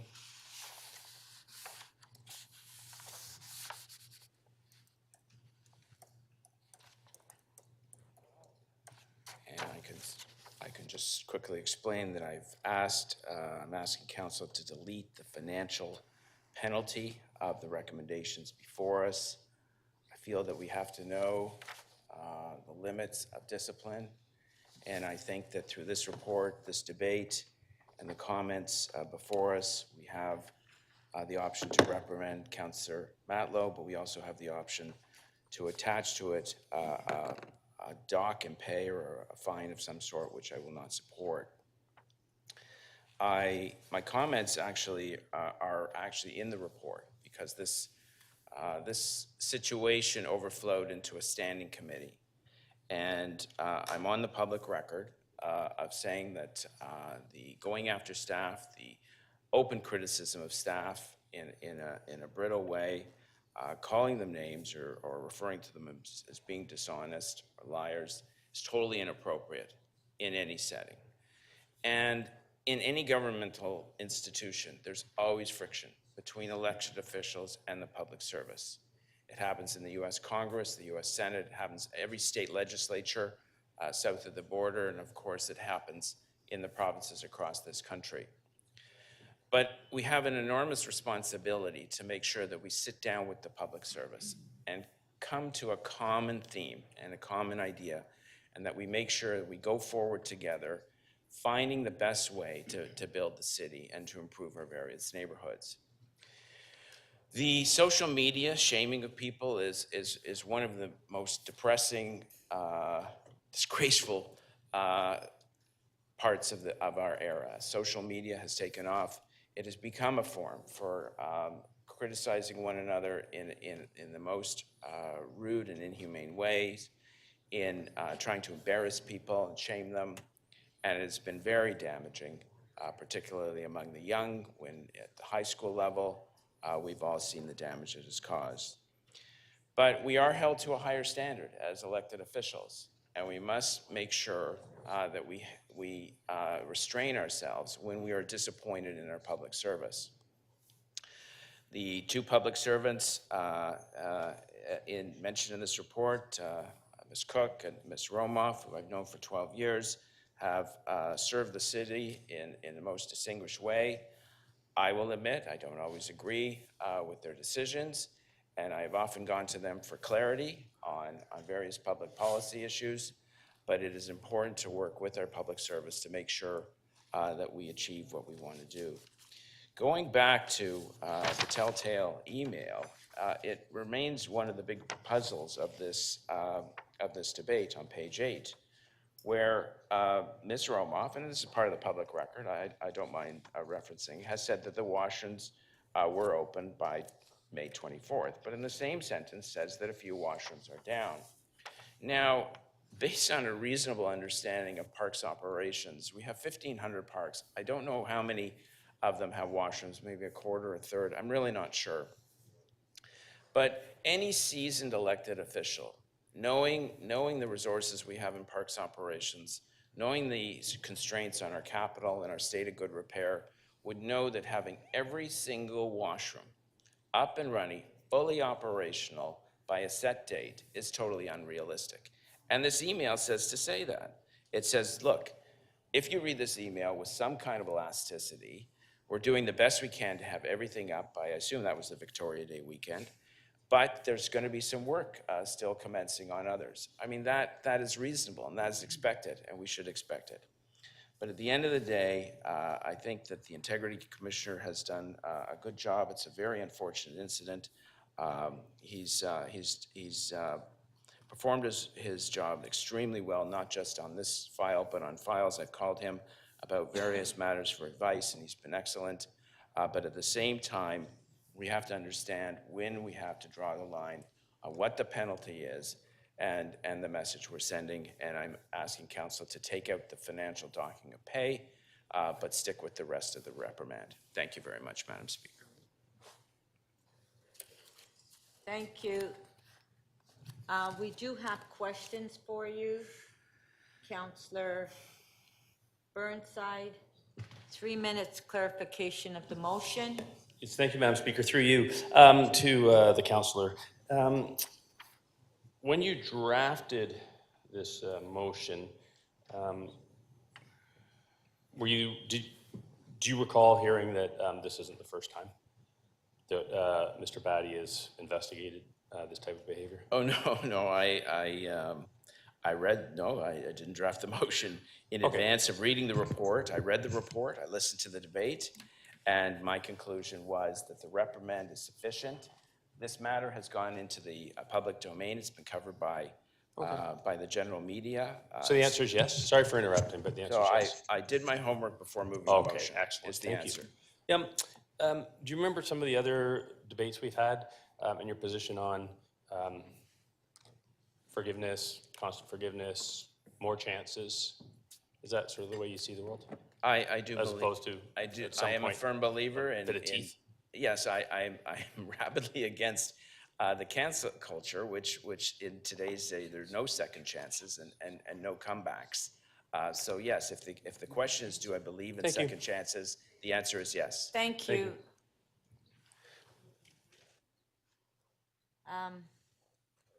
Councillor Burnside to speak. Thank you, Madam Speaker. I've sat here, I wasn't obviously privy to all the goings-on in the last council session. But sitting here today, it seems like a very sanitized discussion. Some very technical questions. It seems so clean, almost not real. But this is real. As Mr. Batty said, this is about human rights. It's about anti-discrimination. And it's about an unequal power balance. But to me, it's also about bullying, plain and simple. It's about bullying people who work tirelessly for the city and for all of us. It's about punching people in the face who can't punch back. I don't need to think of my partner, kids, or otherwise, if they were on the receiving end, to know that this behavior is wrong. Thank you, Councillor. Councillor Perks is next. Thank you. There are a few thoughts. I've been struggling with this one. There are a few thoughts that I've sort of got. I think it's important that we understand the context that this happened in. I am deeply alarmed that a member of the mayor's office sent a text to a member of the public service saying, if there is good news, share it with all of council. If there is good news, share it with all of council. That's not what the relationship is. The relationship is share the news with council and they decide what to do. Nobody working for the mayor of Toronto, who is the voice of the mayor of Toronto, should be telling the public service what we should know. That's just wrong. And I think we have to take that very seriously and continue to pursue that. I think we have to remember the context. This was done even before the strong mayor powers came in. What kind of government are we going to be having years from now? We have to keep our eye on that ball. We also need to remember that this is in the context of 12 straight years of Parks, Forestry, and Recreation being told to constrain their budget to zero. 12 straight years. Find all the savings within. You know what finding the savings within means? It means there aren't enough people to go and make sure all the bathrooms are operating. That's what it means. It means that some individual is being asked to do the job of what used to be 4 different people. And errors will creep in. And that is not a consequence of the behavior of a particular member of the public service. That is a consequence of decisions made by members of this council. We created that circumstance. I think we need to be mindful of that. But I want to turn to the substance of the moment. It is just wrong to go out in public and say that a member of the Toronto Public Service lied to you when you don't have any evidence of that. It's just wrong. It's bad behavior in any circumstance, but it's worse behavior when we ask the public service to provide us with accurate information, when they are legally constrained about getting engaged in politics. As Mr. Batty said, no member of the public service should see themselves as an ally or an opponent of any member of council. So they're restricted from going back on Twitter and saying, Councillor Matlow's the liar. And thank God for that. Councillor Pasternak was talking about, you know, how it goes in the States. Really? Really? When every government in the United States politicizes everybody down to the sheriff? When people are hired and fired based on whether or not they have supported the existing government? When the whole purpose of government down there seems to be a war against all, of all against all the time, and the public has no idea what's true and what's not true? When fabrication and dissembling is just the law of the land? We have to have these constraints. We have to have these constraints on the public service, but we also have to have these constraints on elected officials. We have to have some boundaries. Absolutely, we've got a duty to our constituents to get to the truth. As Mr. Batty said, to ask probing questions, to put in admin inquiries, to push hard, to make stuff public. Absolutely. But to call members of the public service liars when you have no evidence that they're lying, that leads us down the path to the ugly government in the South, to the south of us. And I will not let that go. And finally, I think a very important notion in figuring out how to deal with problems like this is the notion of progressive discipline. If this was one instance, if someone had lost their temper and done something dumb and they stood up and apologized for it and retracted it, we're all good. It's behind us. We learn the lesson, we don't do it again. That's not what's happening here. It's the fourth time. We have censured Councillor Matlow before, and that didn't prevent where we are now. So I'm not going to be supporting Councillor Pasternak's motion. Thank you. I think we have to impose the penalty that the Integrity Commissioner has recommended. Councillor Morley.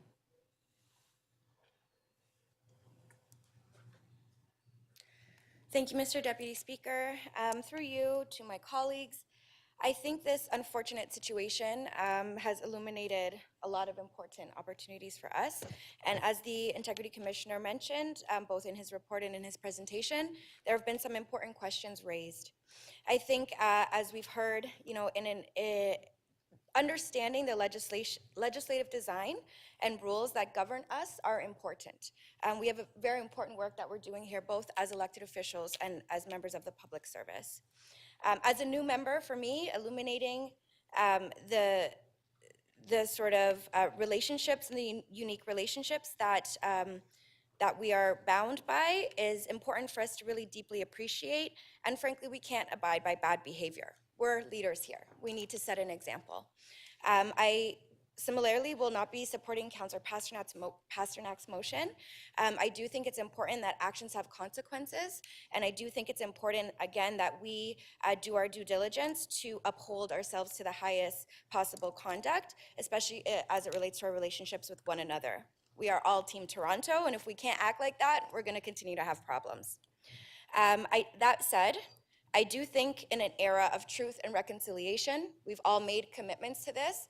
We cannot abide by manipulation of the truth, and we cannot move forward with confidence if we can't all have confidence and trust within each other. So I think, as was mentioned, it's an especially challenging power dynamic, which has been also highlighted, and frankly puts, I think, members of the public service in potentially unfair situations when the head of council and their political priorities are able to be influenced on staff and putting them in a precarious situation with members of council. And so I think that it is important for us to, again, ensure that we are understanding the fulsome context of this so that we can make appropriate decisions and hold ourselves accountable on all ends going forward. So those are my comments, and I thank the Integrity Commissioner for his work. Thank you, Councillor. Councillor Bravo to speak. Thank you, Speaker. I think there are two things for me that are true at the same time as this report comes before us. Reading this report, I have very serious concerns about making sure that the procedures that govern our rights as councillors are actually upheld, that information should be available to council as a whole, not selectively, and that we ensure that when we are making decisions, that the reports that are coming before us have all of the information, and that is not up to an individual public servant to determine whether the information is material or not. That is of concern to me, but that wasn't something for the Integrity Commissioner to report on. I think it's important to remember that centralization of power, it diminishes the voice of the people, because we're not just here to speak for ourselves. We are elected by the residents of Toronto, by the citizen voting members of our community. And when our voice is diminished, when our ability to understand the complexity of problems is diminished, we're actually diminishing the capacity of the people that we serve to be heard and to be effectively represented. I'm disturbed to hear from the Integrity Commissioner that in fact there are grounds to actually make an integrity complaint here over mayoral interference, the office of the mayor's interference. The political interference was guiding the availability of information, the timing of information. Is it going to be positively received or not? We're not here to only look at or make decisions that are politically popular or that make a particular political point of view more palatable in the public. We have to receive all of that information, and this is before Bill 3. In fact, I think that the governance of the city being open and transparent level of government is something that is incredibly valuable and that we have to protect and stand up for. At the same time, I am concerned that we receive this report as it was presented to us. These accountability officers are a check on our power as members of council. They were created to ensure that our behavior is governed by a specific code. And for all of those reasons, I will be supporting to receive these recommendations. And because we can't just judge the report based on what's in it, whether we like it or not. We can't say the Ombudsman's report is excellent because it outlines the situations and clarifies circumstances like that the violence in the eviction of encampments was wrong, and then decide that the Integrity Commissioner's report isn't something we like and we're not going to accept. So I won't be supporting Councillor Pasternak's amendment because I think we have to receive the recommendations as they are. But I think that we need to walk away with a very sobering understanding of the fact that this environment in which a member of the mayor's office can be directing how information comes to council is something that is toxic to the democratic culture and the practice of our duties as councillors. And we have an obligation to be very clear about that and to make sure it doesn't continue and it doesn't happen, because democratic governance at the municipal level is absolutely essential to ensure that people trust, that they trust that what is being told to them is actually fact-based, that they trust that the decisions that we are making happens with the full information. And what this report tells us is that there was interference in that, and in fact that it didn't happen. So let's recommit coming out of this, that we are going to make sure that we are exercising our rights of members of council as outlined in the procedures, and that we do not accept as a group that somebody else will manage what information we can receive. That's our duty. Thank you. Thank you, Councillor.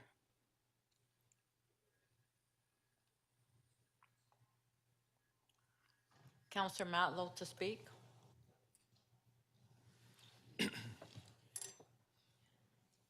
Thank you, Madam Speaker, and thank you, Commissioner. So this comes down to two tweets that I posted. One was regarding a vote specifically on whether or not we are going to be appointing the interim city manager. And I was the lone dissenting vote on that decision. I received a number of inquiries from residents as to why I chose not to support Ms. Cook's appointment, and I explained my vote. I believe that it's my responsibility, I believe it's our responsibility, and I believe that accountability when we vote is necessary. I was candid, I was honest, and the only reason that Ms. Cook's name was there is because that was actually the agenda item. It wasn't a vote, it was a nebulous vote. It was a vote on whether or not we were appointing that individual as the interim city manager, and I could not, in good conscience, support that decision. And I explained it. The second tweet, I believe I should have used a different word. And I recognize that. To describe my disbelief in the discrepancy between the information that I was receiving from city staff, prompted by the mayor's office, in the midst of a debate at council, to make an effort to kill the conversation that I was intentionally trying to bring to committee to raise standards on park bathrooms that were closed. And the discrepancy was between the information that was provided and all the information that we were receiving from Torontonians. I didn't believe it. And I wish that I had trusted that I had a better tool as things were unfolding at council to make my disbelief known. I should have used a different tool, and I should have used a different word. But what this did reveal, as some of you have noted, is what happens far too often behind the scenes, where there is interference by the mayor's office into the kind of information that we receive, that the public receives. And I'll just say that my relationship with city staff is something that I care deeply about. I believe that the vast preponderance of our staff are honorable, they care about public service, and they do it really well. And I believe that the vast majority of the senior staff who sit here each council meeting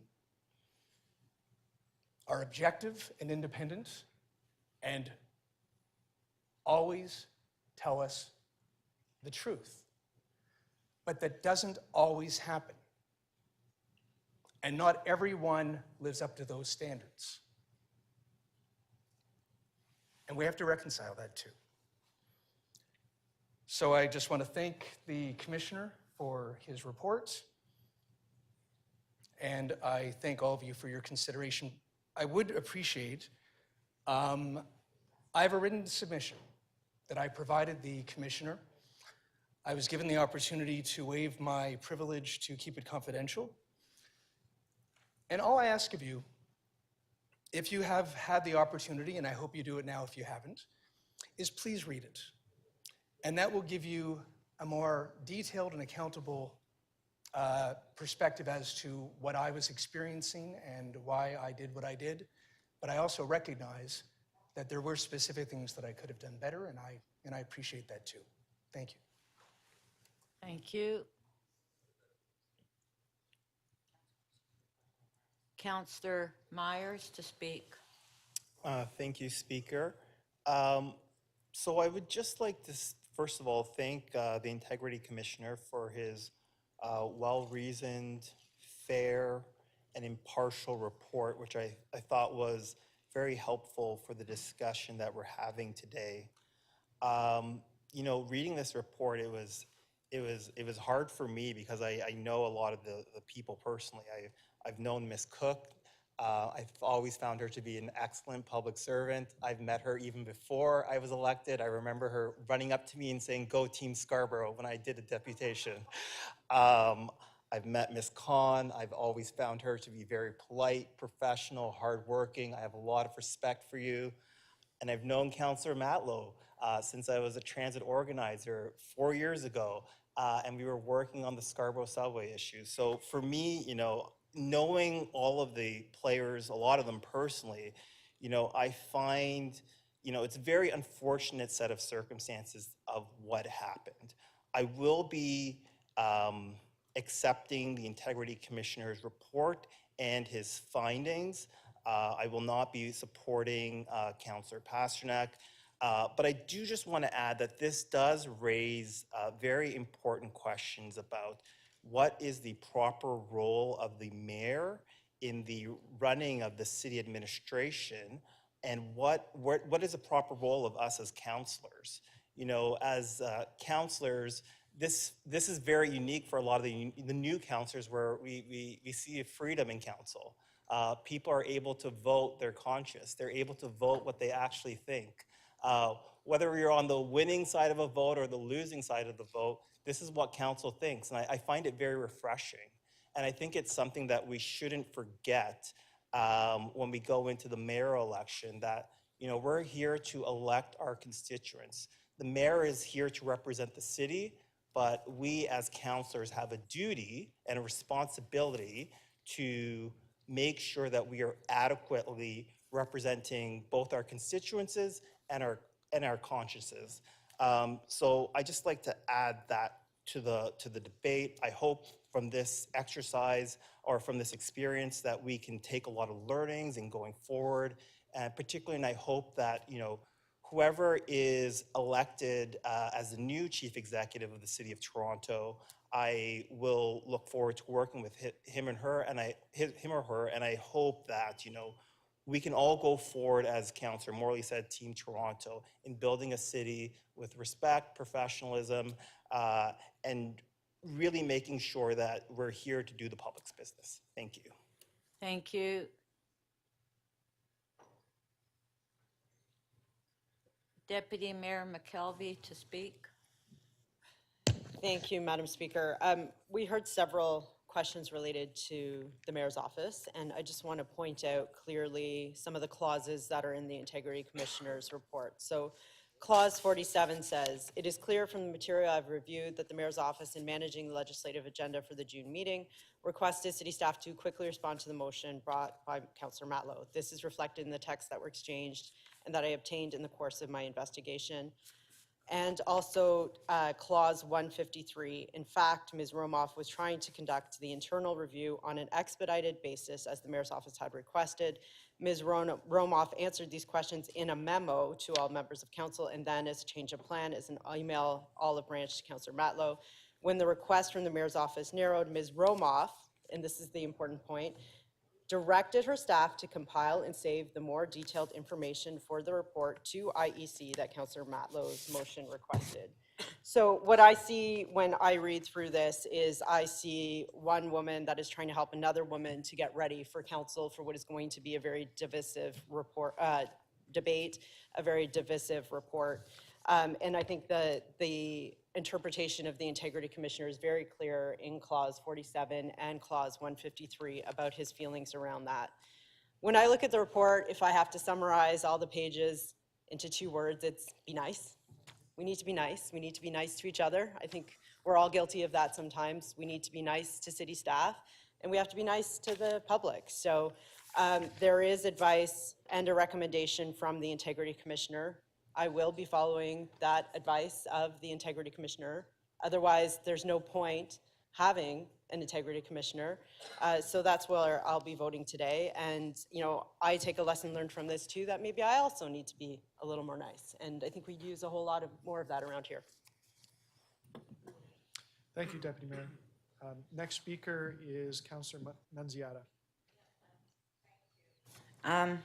I'm just going to briefly just make a few comments. First of all, I want to thank the Integrity Commissioner for his report and all the questions that were asked by members of council. But I just want to make one point, is that it's very important that members of council respect city staff. It's so important. And what we don't do is tweet and call our staff liars. We don't do that. When we're in council and that happens, we ask members of council to apologize. And member of council usually apologize. And so it's really important that we do respect staff, but as well as I think it's important that we respect each other. We may not like each other, but we need to respect each other. And that's so important because we're working together. And I think it's so important that we don't tweet out negative comments about each other or staff. It's not the right thing to do. And let's work together. We're a team. And let's get the agenda completed. Thank you. Thank you. Councillor Bradford. Thanks very much, Mr. Speaker. I will be brief. I come at this from the perspective of being a former civil servant, and I certainly appreciate the challenging positions it is to work in the public service. You kind of take it from all sides. Sometimes the public is upset. Sometimes you have challenges within the bureaucratic silos and the different divisions. And then sometimes, you have challenges at council. But as we heard from the Integrity Commissioner today, as we heard from City Legal, they're not necessarily in a position to advocate for themselves, certainly in a public arena, when somebody takes a shot at them. And I think that this whole exercise, as painful and uncomfortable as it has been, it is an important reminder for all of us about conduct, how we treat each other, how we treat the professional civil service that does incredible work here on behalf of all of our residents in the city as a whole and council. We need to work together. And when we undermine that trust, when we undermine that professionalism, go out and blast people, light them up on Twitter, they don't have a chance to defend themselves, that actually undermines the public's confidence in the service that is being delivered here in the city of Toronto. And it's been said here by others, I think it is such a slippery slope for us to go down. And in the weeks that have followed, doubling down, tripling down on a bad take is so damaging. And you see that commentary, and you see people buying into that, celebrating it. That's not what we want to do with the public service. That's not what we want to do the city of Toronto. And the point has been made, when you look at other governments, federal government, provincial government, core to this foundation is a strong civil service, providing their best impartial professional advice. Do they get it right all the time? No.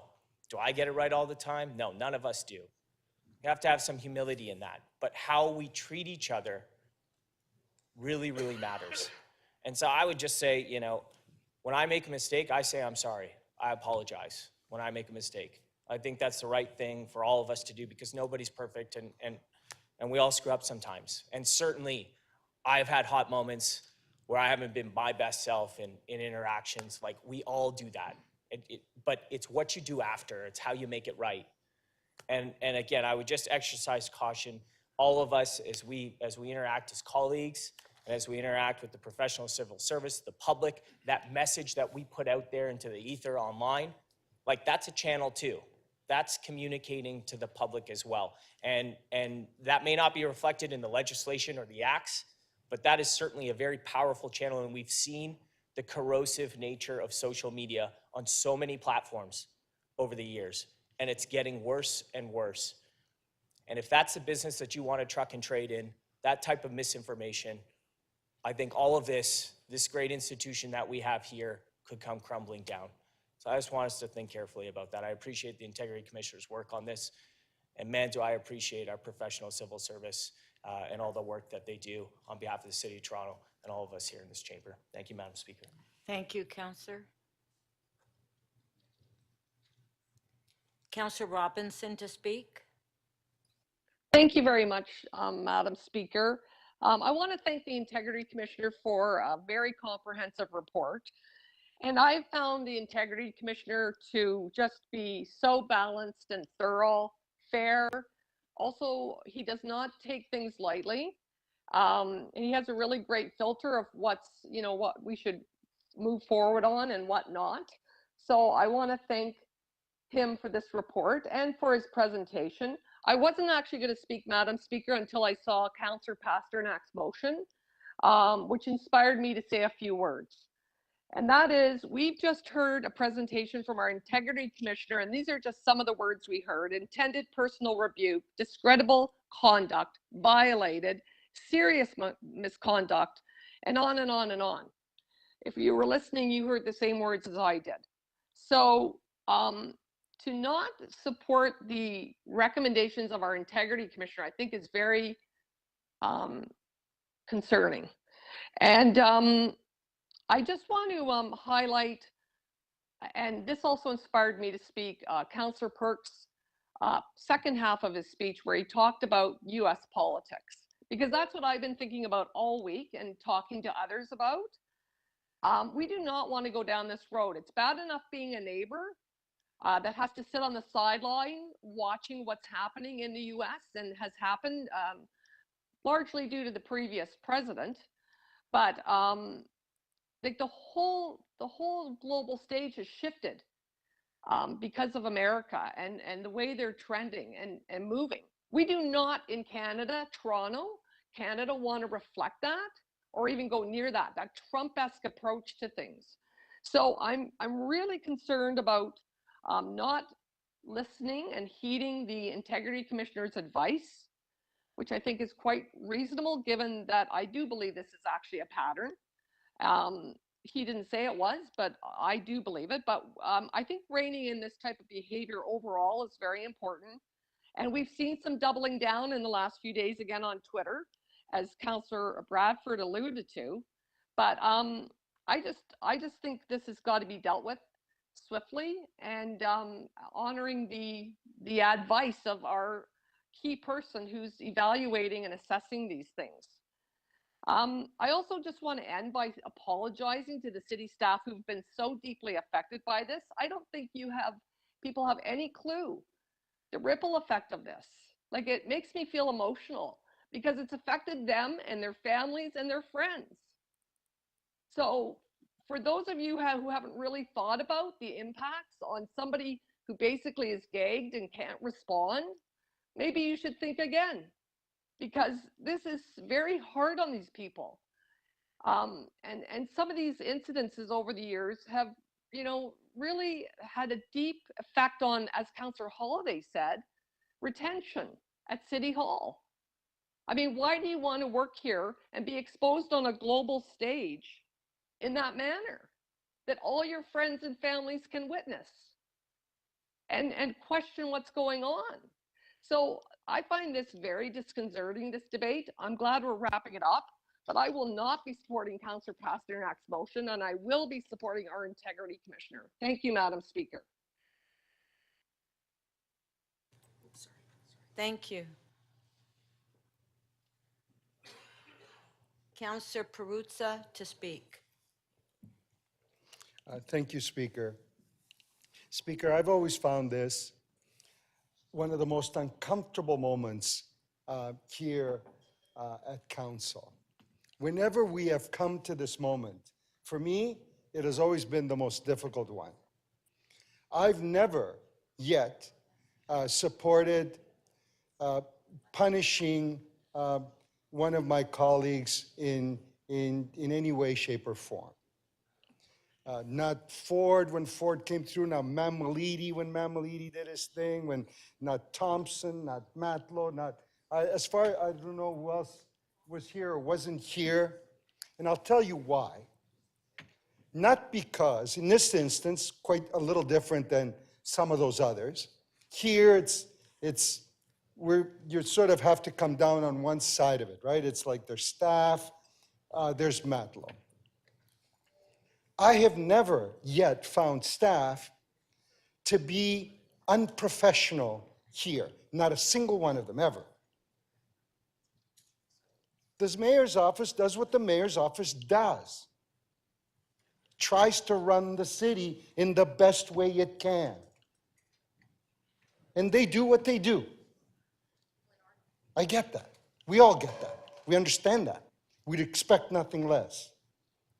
The staff do their best in response to that. Always their best. Never found that to be otherwise. What I find difficult, and I've never spoken to one of these before, by the way, because I don't think that you can win it one way or the other. Shape it or move it one way or the other. What I do find difficult, though, is that we have been put in this position to cast this judgment. We are so woefully unequipped to do that.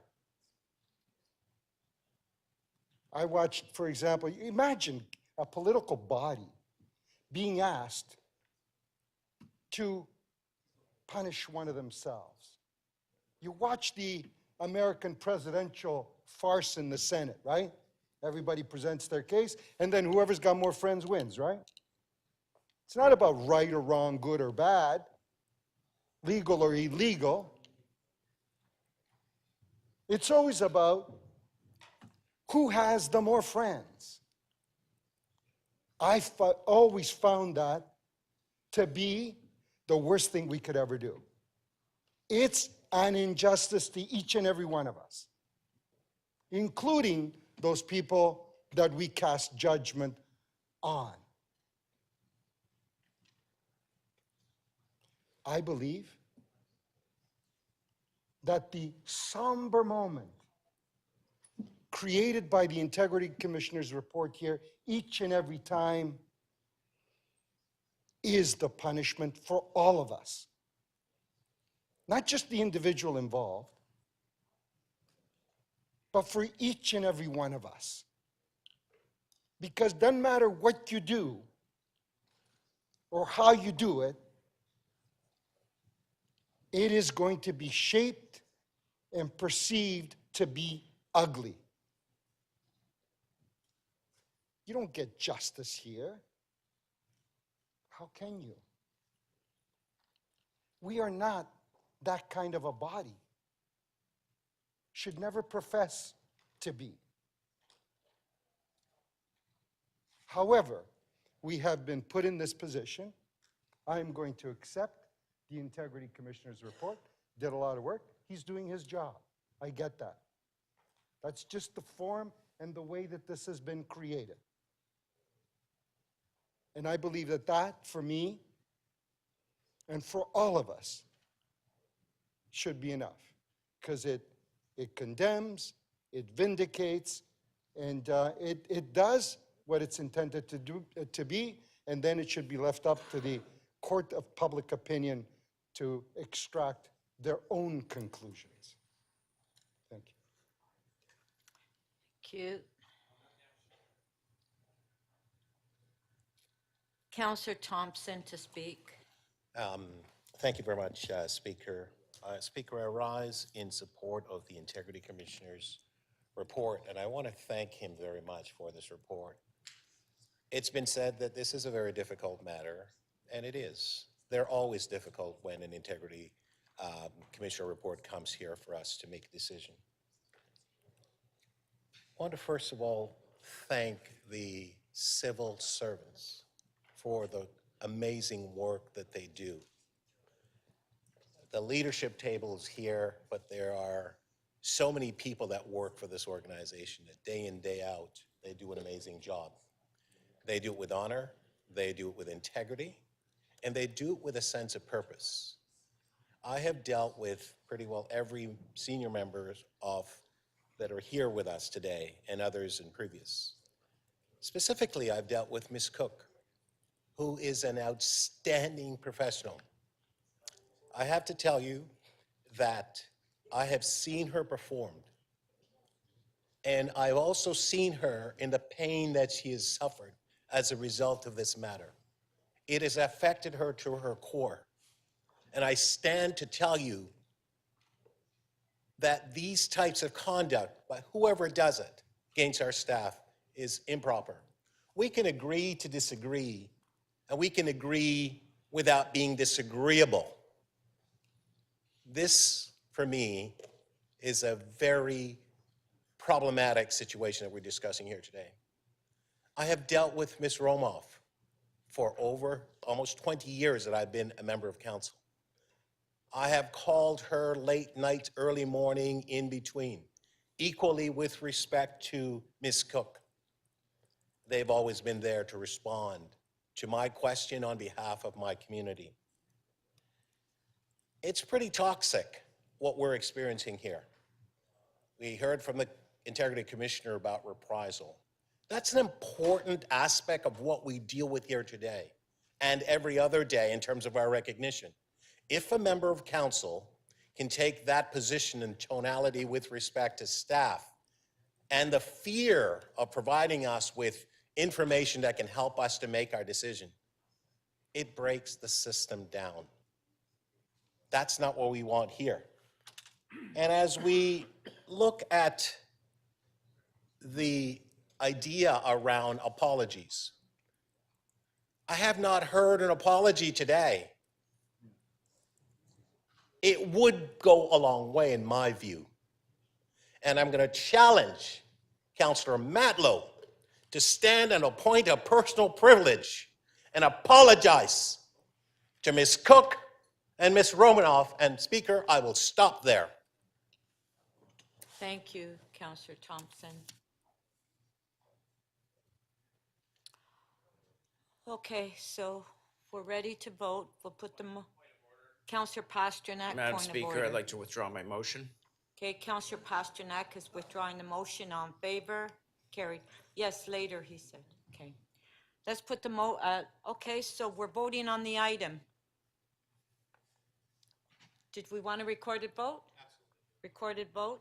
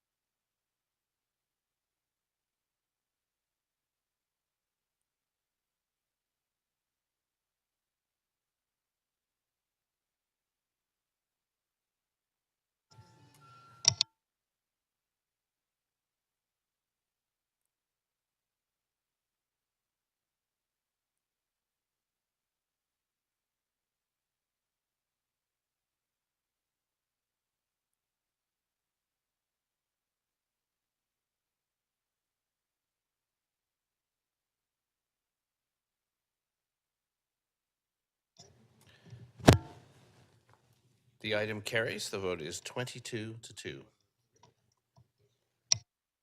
Okay, and you know, I want to apologize to Tracy and Janie. It's really sad that we have to be here today, and thank you, Tracy, for all your hard work and what you've done for members of council. The city manager now. Madam Speaker, I okay. apologize for the interruption, but I believe Councillor Matlow was prohibited by law from voting on that motion.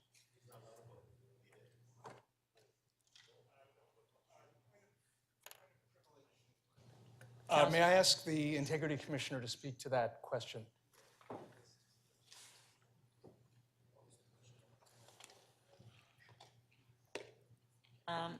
The question was asked. Yeah.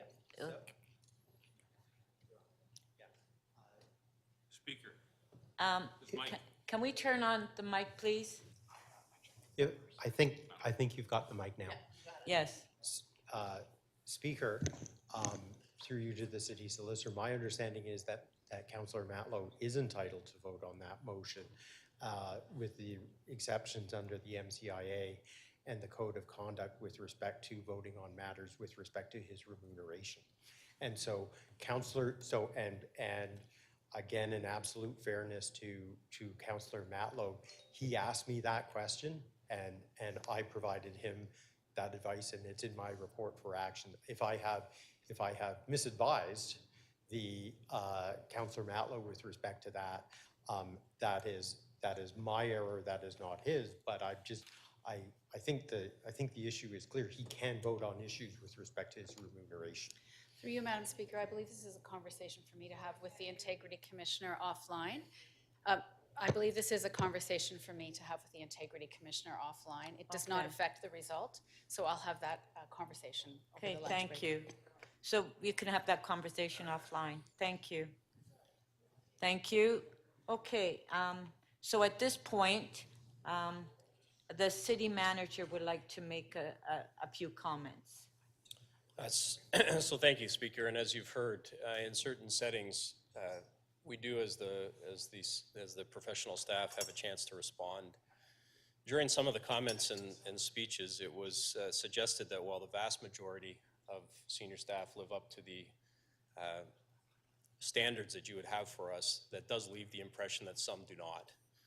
While no one was named, I don't know whether that is myself or whether that is any other member of the senior staff, it's troubling. It's these types of comments that stick with us. It's these types of comments that make it tough for us to do what we do. I hope moving forward from today that you know that I care very deeply about the performance of the public service. That's my job. I'm willing to have tough conversations with our staff and have tough conversations with you. If there are concerns that need to be addressed, I would be the first to address it. Because this city only progresses if we have that proper balance of the professional civil service and yourself as our governing body. So I hope moving forward, you will come and engage me. If there are things we need to do and things we need to address, I will do that. We can use the formal channels, we can use the other channels that are available to do that. But I don't want anyone to leave today with the impression that somehow there are members of our senior staff that don't each and every day live up to that standard. There is simply nothing underway, an investigation or otherwise, into any other members of our senior staff. Thanks, Speaker. Thank you.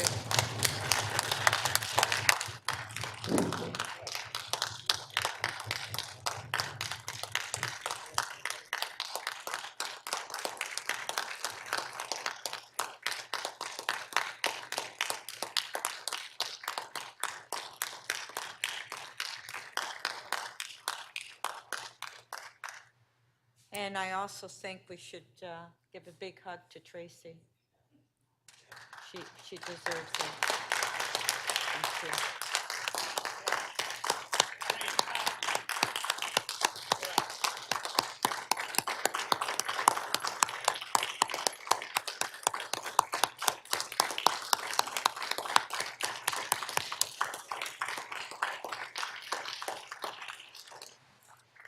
Okay, thank you, members of council. Now, our next item is DM 5.2 that we're going to deal with CC 5.6. Councillor Fletcher? They're just about to conclude their conversation. If they are, then that would wrap this item up, correct? Oh, I'm sorry. Huh? Well, the item is done. I have the right to do this. Thank you.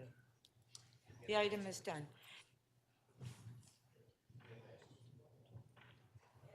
Councillor Fletcher, the item is done, so I don't think it's going to. If somebody, no, we agreed that, anyway, I'm sorry, Speaker.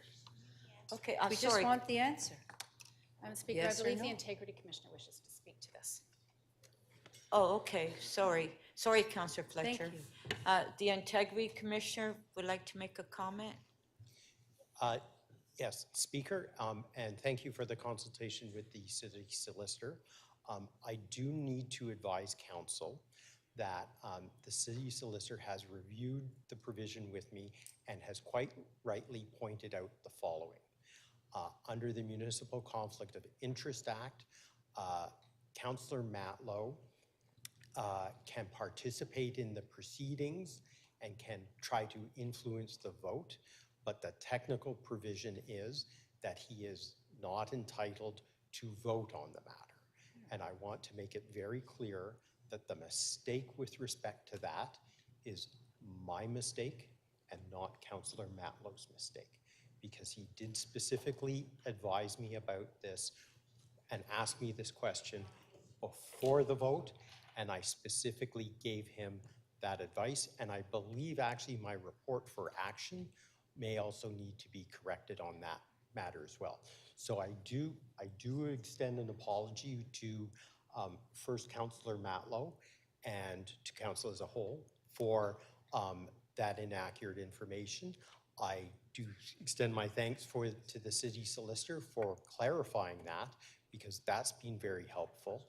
And if the question arises, because of Councillor Matlow's reliance on my advice, which was provided in writing about this, this is not something that I would investigate or receive a complaint about under the Municipal Conflict of Interest Act, because this error is mine and it's not Councillor Matlow's. I appreciate Councillor Matlow's raising the question for me and letting me address council. As Speaker, I thank you for addressing council on this.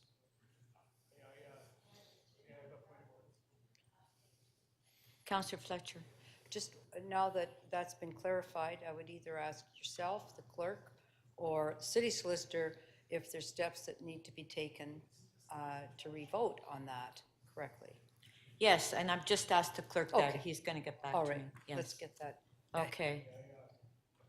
Councillor Matlow? Yeah, if I may, given that, as the Integrity Commissioner rightfully said, I was going based on the advice that I sought, may I just seek clarity about what I do now? In other words, do I declare an interest? I did speak to it, so I don't understand where I stand with respect to the rules right now. We will get back to you, Councillor Matlow. So, Speaker, if I may on that point, and it's subject to what the city solicitor would say, is and perhaps the city solicitor will want to specifically refer to the provision, you are entitled in the statute to participate in the proceeding in terms of asking questions and speaking to the matter and speaking to your colleagues about it in terms of trying to influence the matter. Is that correct, Ms. Wahlberg? That is correct. And I believe now the clerk wants to make a comment, so we can have clarification here what the next steps are. Clerk? Speaker, my recommendation is that council may wish to take a second vote on that to allow Councillor Matlow to not be part of that vote, but I will point out that under the City of Toronto Act, I'm required to record the proceedings of the meeting, so both votes will appear in the minutes, but they will also be annotated with this point of order, recorded as a point of order, with the explanation that both the solicitor and the Integrity Commissioner have made, so that it's clear to the reader of the minutes about the proceedings here today. Okay, so Councillor, Deputy Mayor McKelvey, you want to move that we reopen? Okay. Okay, Councillor Matlow, we're going to vote now. Okay, Councillor Matlow. Yes. I really am trying to follow every Right. letter of the law here.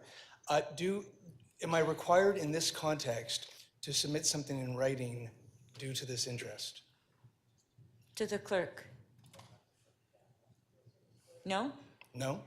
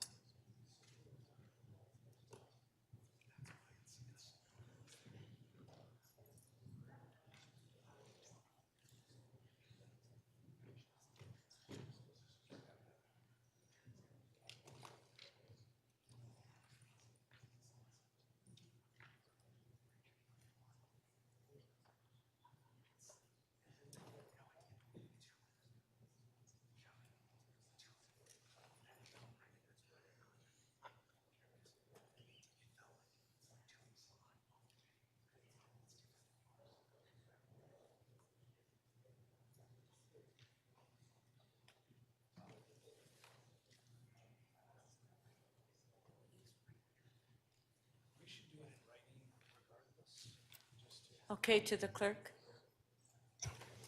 Speaker, after consultation with the Integrity Commissioner and the City Solicitor, there's no requirement for the member to make a declaration in this meeting context as he would normally, at the start of a meeting. The MCIA says that the member shall not participate, so the member should not participate in the vote, but there's no obligation to file something. Okay. And as I mentioned, all of this will be recorded in the minutes accurately. Right. So the deputy mayor has moved that we reopen the item. On favor, show of hands. Let's have another recorded vote. Is everybody in the chamber? Where's Jamal? Counselor Bradford. Okay, we're having a recorded vote. Just stand by for the vote to open, members.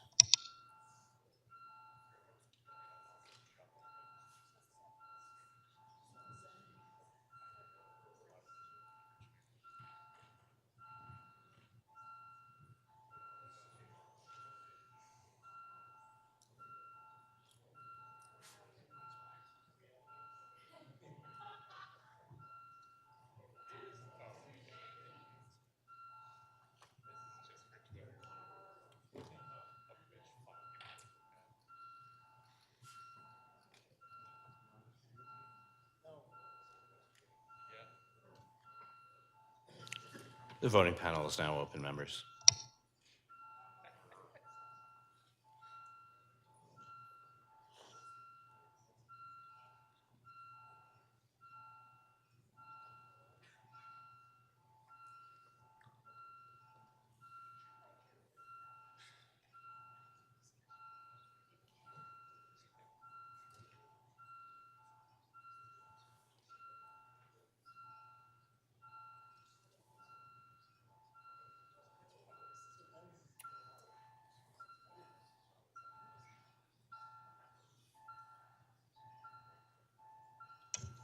Councillor Carroll, your vote, please. And Councillor Fletcher, it appears you have not received the vote, so could we have your vote verbally, please? Thank you.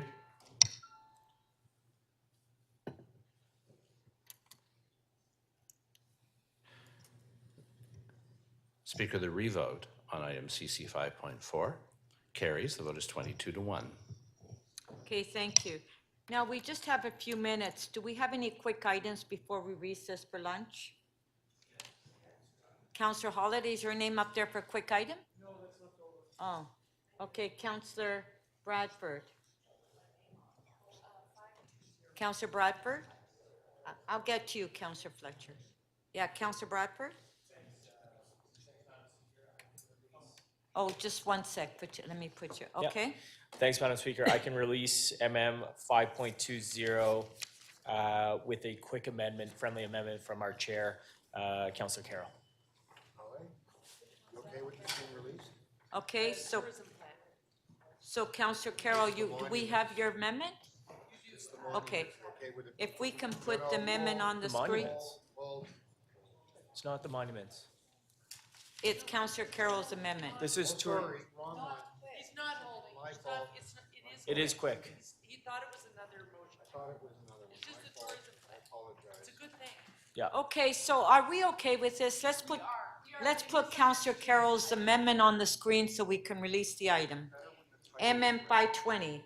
There it is on the screen. The amendment by Councillor Carroll. Pardon? Okay. On favor, show of hands. Opposed, if any, carried. Item is amended. On favor, carried. Thank you.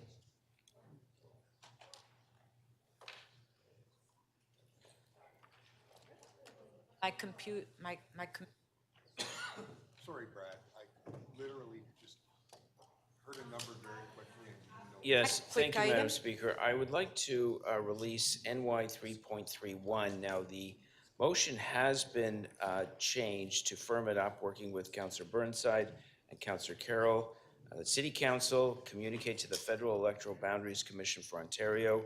The Toronto City Council strongly objects to the plan to reduce the number of ridings in the City of Toronto, as it will potentially reduce the representation of all Torontonians at all three levels of government, even though Toronto residents are already the most Okay, under. Councillor Pasternak, does the staff have your motion? Because we don't Yeah, have time. well, they do. Okay, so let's just put Well, the I'm motion surprised it's on. not on the screen. I was just, Yeah. Okay, because we only have 2 minutes. So this is a Toronto for all. Right.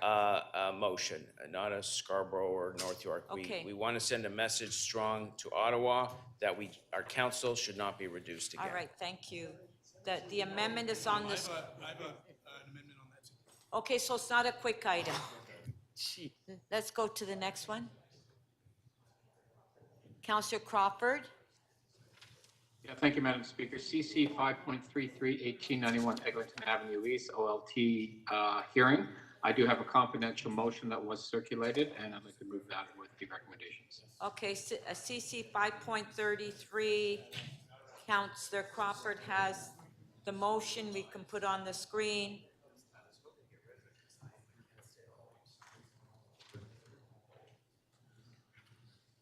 There it is. On favor of the amendment, opposed if any, carried. Item is amended. On favor, carried. Thank you. Councillor Carroll, quick item. Well, actually, Madam Speaker, when I put my name on, I was last on the list. I was simply going to move a motion that we reduce lunch to 60 minutes. I can wait until after you finish Okay. releases. Yeah. Okay, the next one. Hold on. Who's the next one?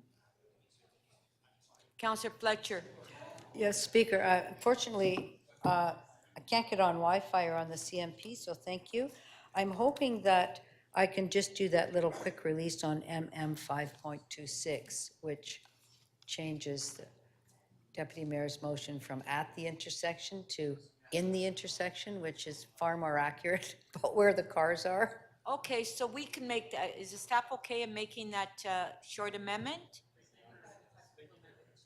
Oh, Deputy Mayor McKelvey, you have a technical amendment? There's a technical amendment on it, plus Councillor Fletcher's, and both are fine. Is staff okay with that? We have both? Okay, on the amendment by Councillor Fletcher, on favor, carried. Amendment by the Deputy Mayor, on favor, carried. Item is amended. Huh?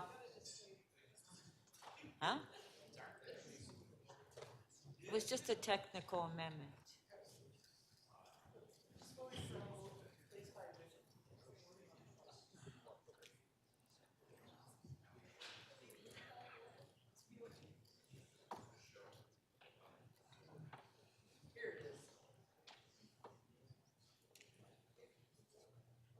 Okay, the motion is displayed.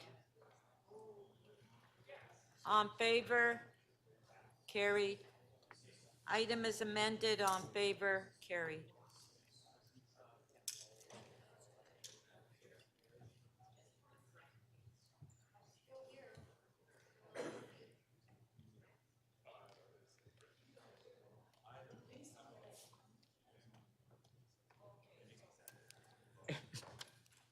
Council, I think we're going to need a few minutes to extend to finish the quick items.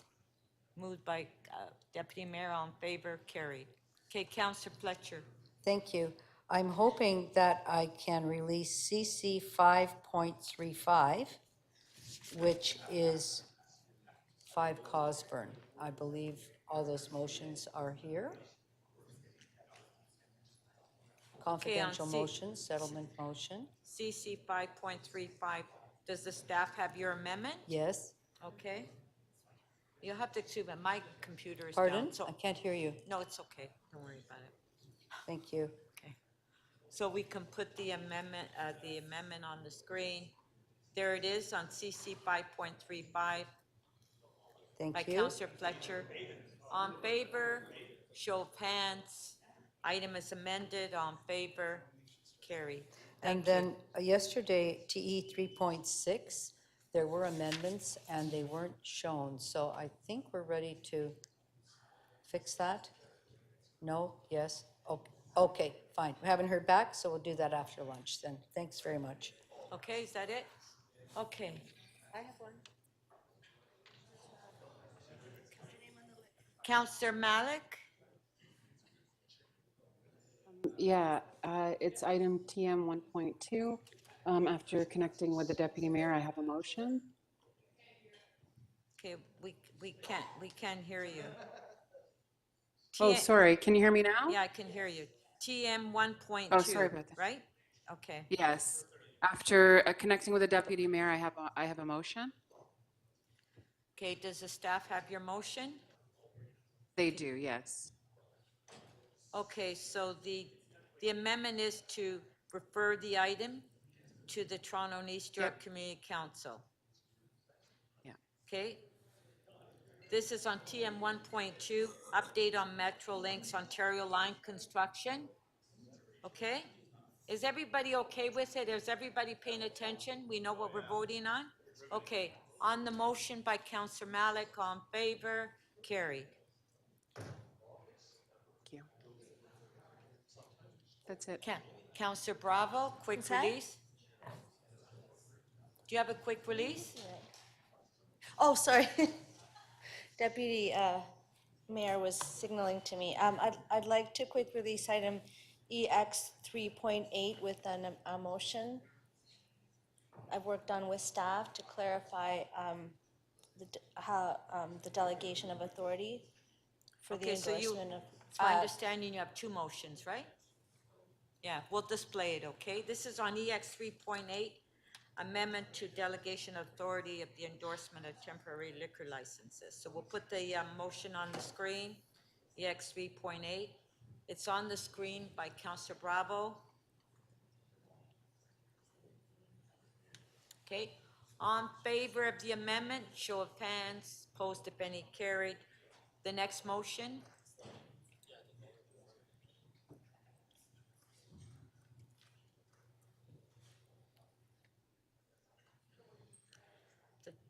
The next motion is on the screen as well.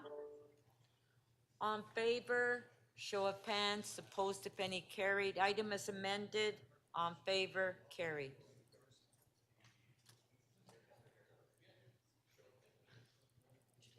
Councillor Cole, quick release. Yes, in regards to CC 5.34, the 500 duplex development confidential agreement, I have an additional motion to add some affordable housing to the agreement. Okay, so we have the motion, I Councillor Cole? circulated yesterday. Okay, so on CC 5.34, we'll put the motion on the screen.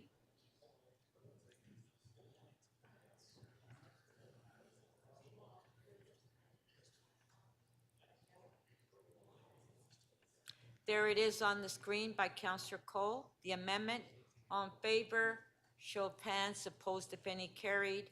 On the item, on favor, carried. Thank you. Councillor Morley, you have a quick release? It's actually for Councillor Pasternak. He was having trouble getting on the list, so I'll pass it over to my colleague. Now, that's what you call respect. Thank you. Councillor Thank you very Pasternak. much, Councillor Morley. That was most gracious of you. I have spoken to Councillor Matlow, and he does not have an amendment to the quick release on item NY 3.31. I don't think I have to read it again if we want to put it on the screen. This is a strong message from City Council to the Federal Electoral Boundaries Commission for Ontario that we object strenuously to any boundary changes that reduce the size of council. Okay, so let's put the motion on the screen. This is on, A recorded vote. Recorded vote, please. yes, NY 3.3.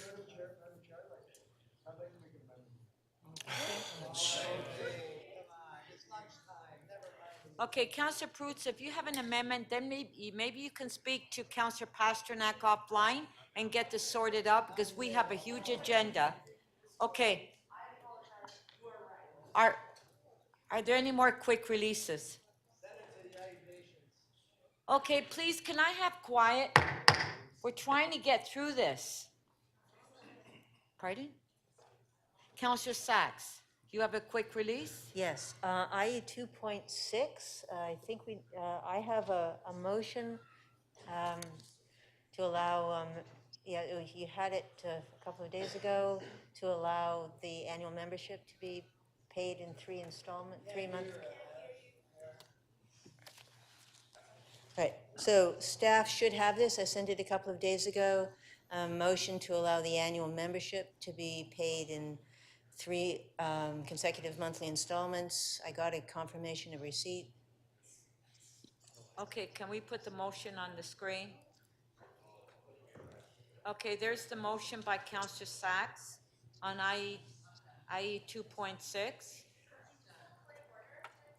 Yes? I also have a motion on this item. Can I move it after Counselor Sacks, or what? What, does the staff have your motion? Yes. Okay, so let's show Counselor Morley's motion, and then we'll vote on Counselor Sacks first, and then Counselor Morley. Okay, let's put Counselor Morley's motion on There's the just the screen. first one, sorry. Yeah, the long one. The longer one.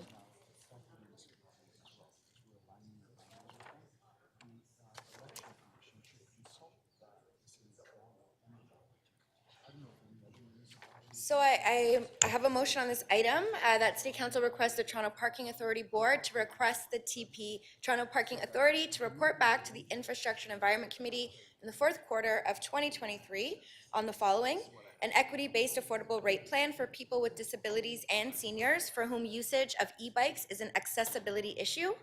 B, a proposal for Okay, just- subsidizing. Sorry, Counselor Morley. Counselor Perruzza and Counselor Pasternak. Counselor Morley is trying to speak, and we can't hear.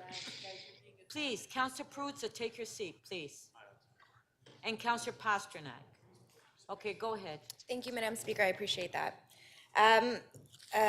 B of the motion reads, a proposal for subsidizing the bike share program's expansion and user rate structure with increased on and off-street parking levies.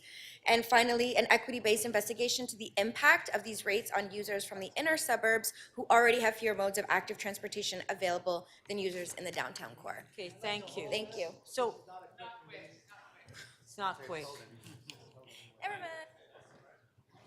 No more? Okay, members, we will break for lunch. Oh, Deputy Mayor? I just would like to point out to colleagues, in the interest of time, there's motions that we do have prepared, like we can advance circulate. I always try to advance circulate. I think people can get stuff advance circulated over lunchtime. It can help speed things up later on. And again, staff are available to us to answer questions. So just recognizing how many items that we have to finish by 6:30 today, I'd just like to ask maybe we all give a little thought to that. Thank you. Yeah, it's important that members of council circulate the members' motion, so this way we don't have to hold it in the middle of a vote. Thank you. Okay, yes. Okay, just a sec.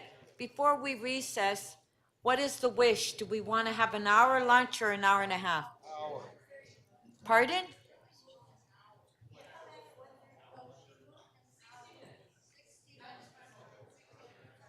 Minutes.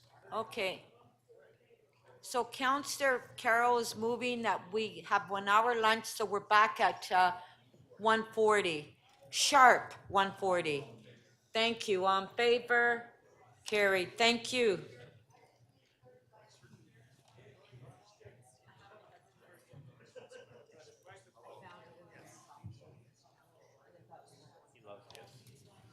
Can we have Clerk's IT on the floor, please?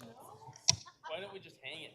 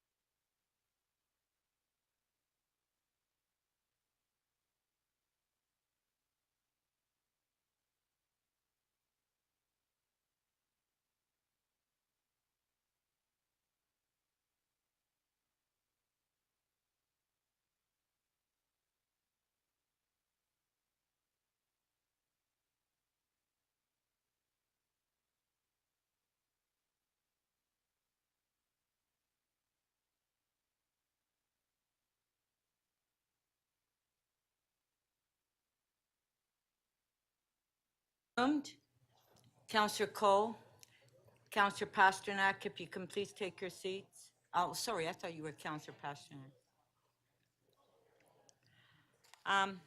Members?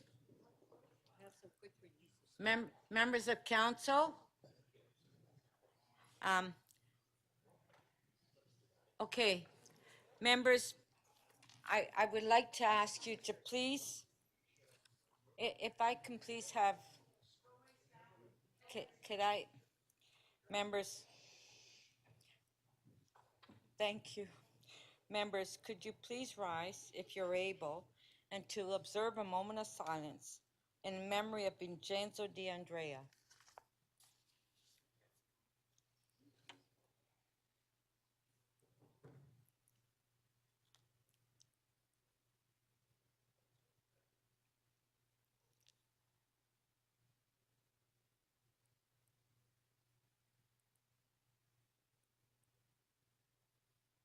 Thank you. So as you know that Vincenzo is the father of Michael D'Andrea. His father passed away. Yeah. So members, before we start the meeting, I just want to make a few comments that yesterday in my ward at the Islamic Center Mosque at 7 Oak Street, which is at West End 401, there was a hate crime and graffiti that was spray painted on the mosque. And my office immediately reported it to 12th Division, requesting an investigation into the hate crime and also requested extra police presence in the area. My office has also contacted various city divisions requesting to donate paint and paintbrushes and rollers to assist them in removing the graffiti. So transportation services has also cooperated and they've delivered as well. They're going there to help them. And we've also received a call from the local MPP. Michael Ford is also assisting with us, and the Deputy Mayor's office as well is assisting us with, cleaning up. And so, I mean, this hate crime that's happening throughout the city, in my ward and the whole city, is we can't tolerate that hate crime. And I'm just hoping that with 12th Division that we're able to arrest the people that were involved in this and that they should be held accountable. And I just wanted to say that, to the mosque, the Islamic Center Mosque in my ward and all the other mosques that are in the city of Toronto that's gone through this hate crime and graffiti over the past few months, that the City of Toronto does not tolerate that, and that whatever action has to be taken, we will take that. So thank you.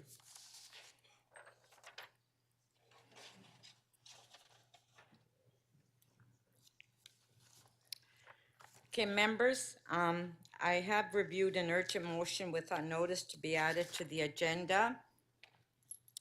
And Councillor Malik, you have a motion that you want to introduce? Yes, thank you very much. It's item CC 5.30. It waived referral and, oh, sorry, this is a different motion.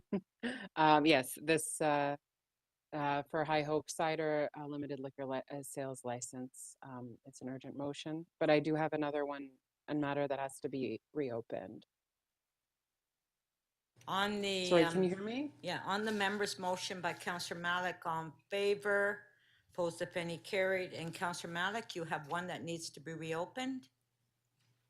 Yes, so that is the one, CC 5.30. I just got information from staff that additional motions had to be included. So if we can reopen it and add those motions and consider the item. So does the staff have your motion, Councillor? They do, yes. Okay, so on the motion to reopen CC 5.30, on favor, show of hands, carried. And the motion that you want to introduce, Councillor Malik, we can put that on the screen. Thank you. And that's the motion in front of you. It's from the city solicitor on this item. Okay, thank you. So we do have the motion in front of us by Counselor Malik. All in favor, show of hands, carried. Item is amended. All in favor, carried. Thank you. And Counselor Fletcher, I understand that you have an item that you'd like to reopen? Does the staff have that motion?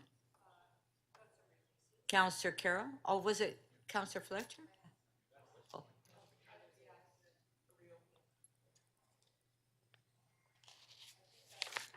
No, I think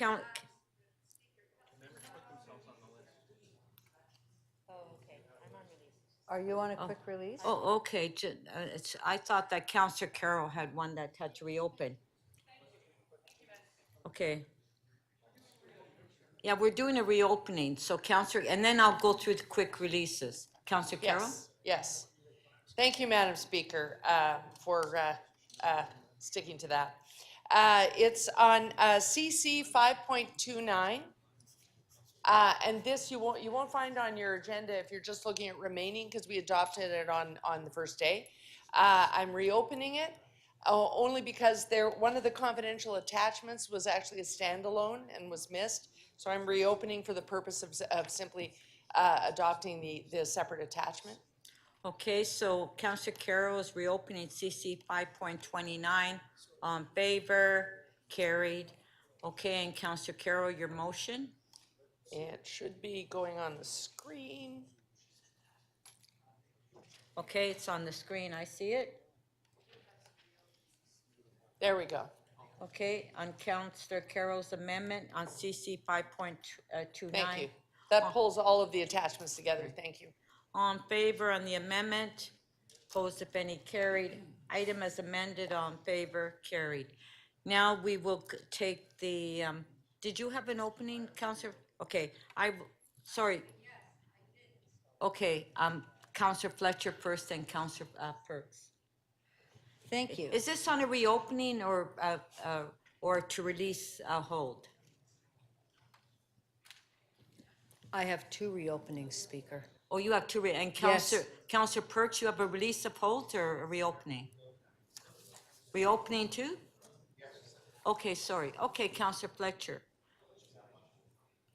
Yes, thank you for that, recognizing my reopenings. I wasn't clear that they all went first. Till Yeah, you sorry. explained Yeah, that yeah, earlier. yeah. Thank you. I'm going to reopen TE 3.6, 975 Danforth Avenue, and adding the motions that didn't appear yesterday. Thank you. TE 3.6, they're confidential, so you won't see them there. It's attachments to the confidential settlement or confidential instructions to legal staff. Thank you. You can look at the report, Councillor. Okay, let's just wait till the motion gets on the screen.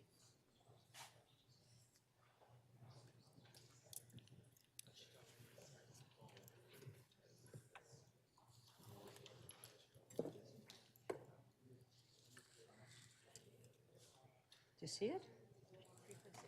975, 3.6.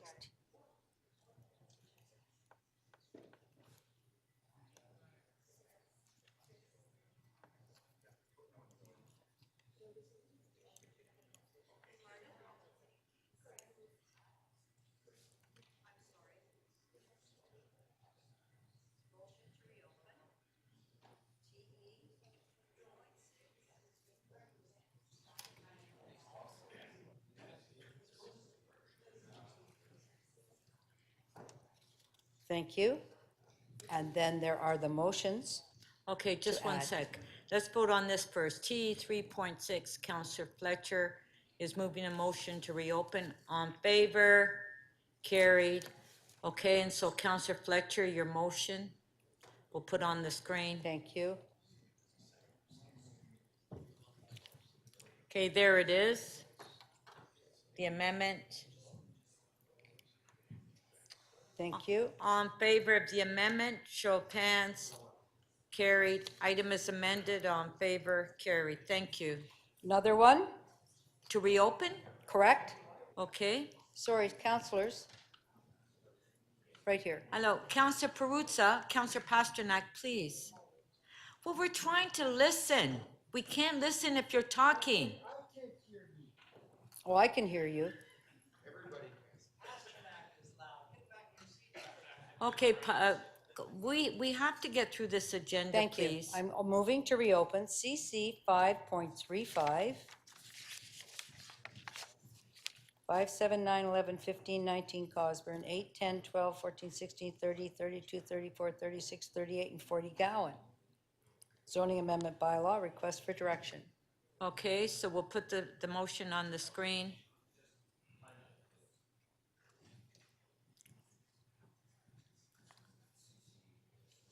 CC 5.35.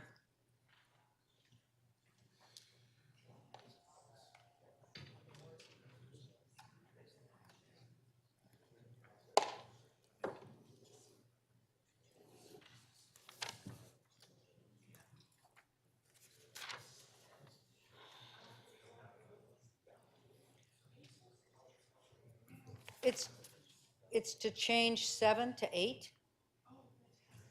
Correct? I'm sorry. Okay, the staff say they don't have it yet, so can we just hold it It's down? just a correction, actually, in the, Yeah, but they don't have the motion, Counselor Fletcher. Okay, let's that's just hold. fine, thank you. Let's just hold it down for a minute. Okay, Counselor Perks, is this in reopening as well? Yes, it is. Okay, I'm afraid I don't have the item number because it was the one, for me? CM 1.2? Yes, I need to reopen item CM 1.2. Just very quickly, the referral instructions were inaccurate and we have to fix them. okay, let's put that on the screen first.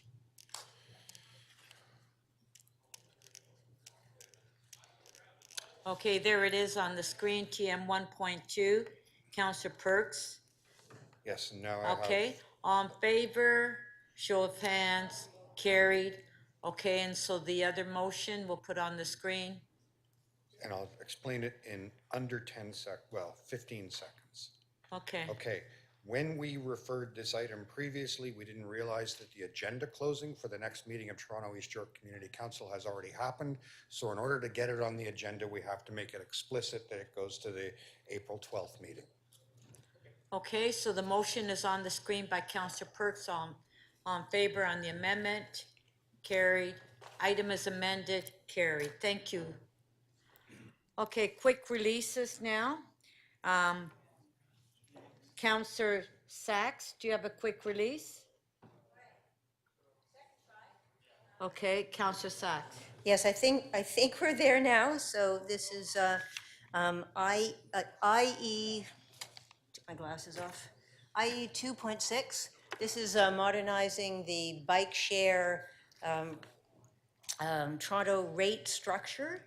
So Councillor Morley and I have motions, and Mr. Cole had asked us to hold this, Councillor Cole had asked us to hold it till after lunch. He's okay that we go ahead now. So I'd ask that we put those two motions on the screen and deal with it now.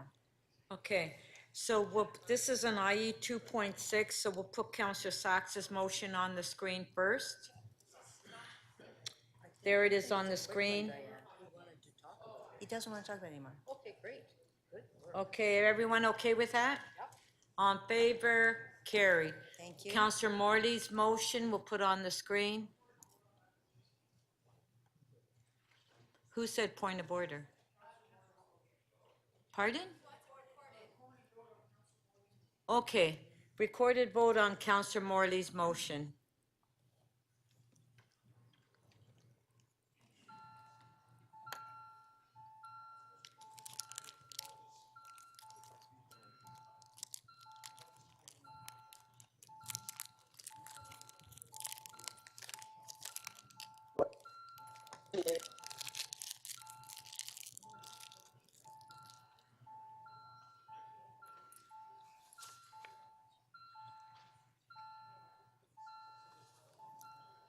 Councillor Perruzza, please. Councillor Crisanti, please.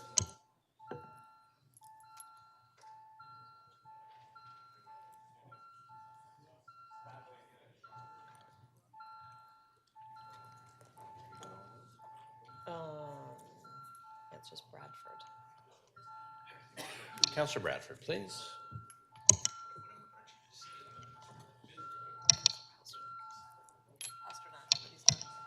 I mean, he's not. Councillor Pasternak, can we get your vote verbally, please?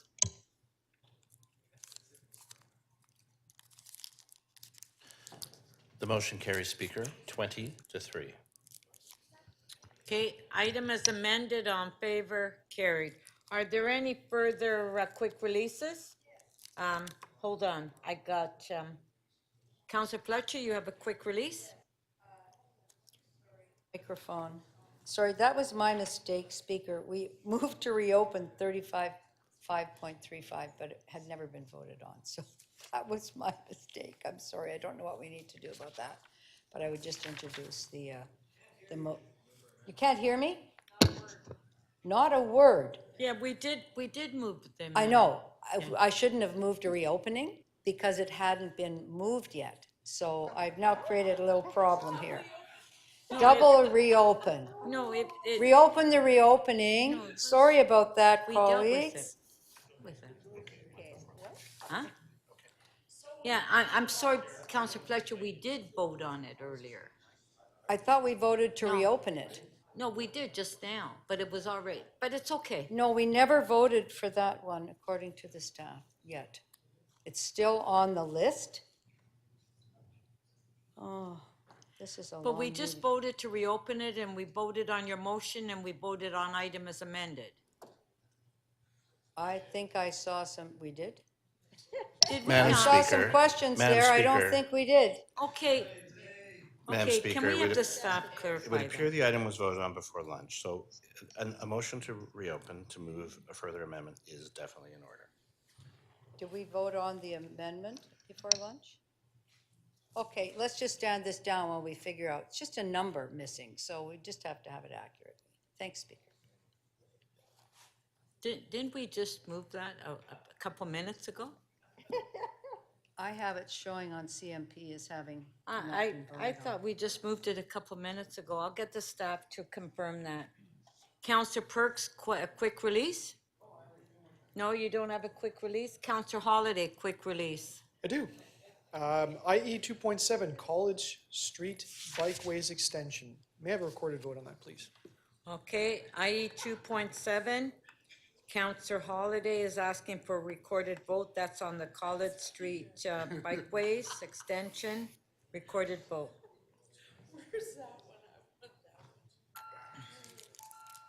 I'll share it with you.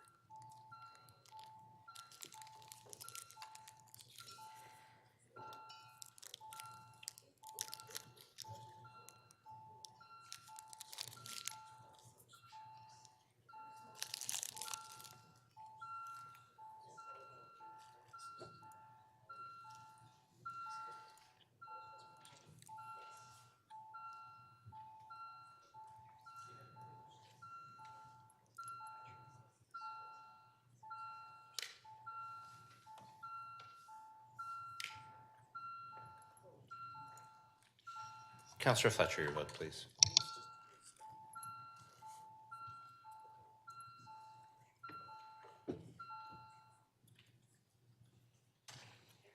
Councillor Pasternak, can we get your vote verbally, please? Thank you. The item carries 23-1. Thank you.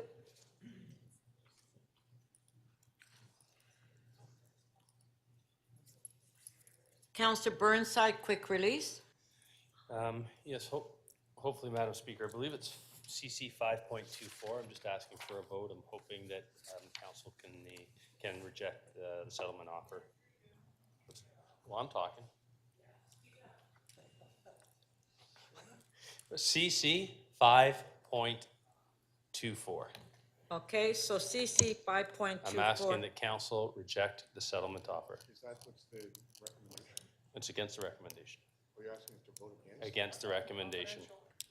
I don't want to talk about it. I've already asked it, unless you have questions. No, but so you're asking council to vote no.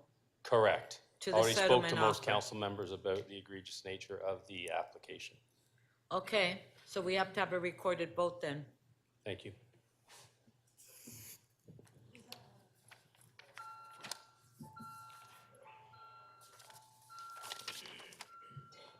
No, you made a mistake. Thanks.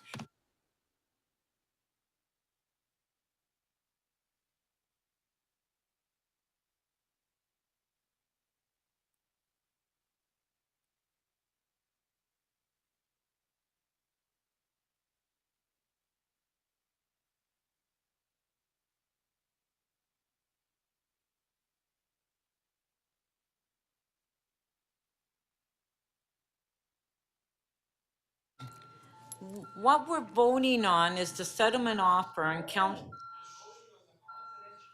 Right.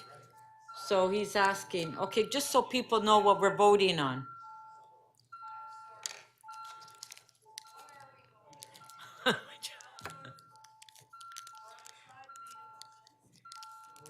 Count.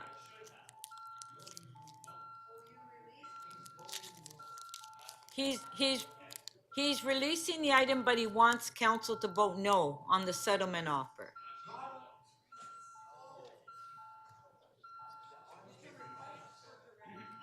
Okay, can you, Councillor Burnside, can you explain what you're doing here? Councillor Burnside. Apparently, it's a request for direction, and I don't want to give direction at this time. So hoping people will vote no.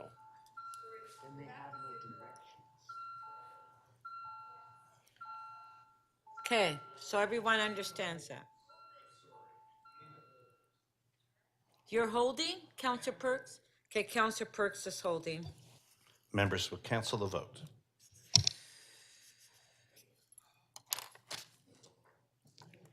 Councillor Thompson. Speaker, I'm not sure why my name is there. I'll remove my name. Remove your name? Yeah. Okay. Councillor Morley. Quick item. It's actually for Councillor Perks. I'll just encourage my colleague to stand. Thank you. Pardon? Sorry, Councillor Pasternak. My apologies, Councillor Pasternak. Is something wrong, Councillor? You don't have.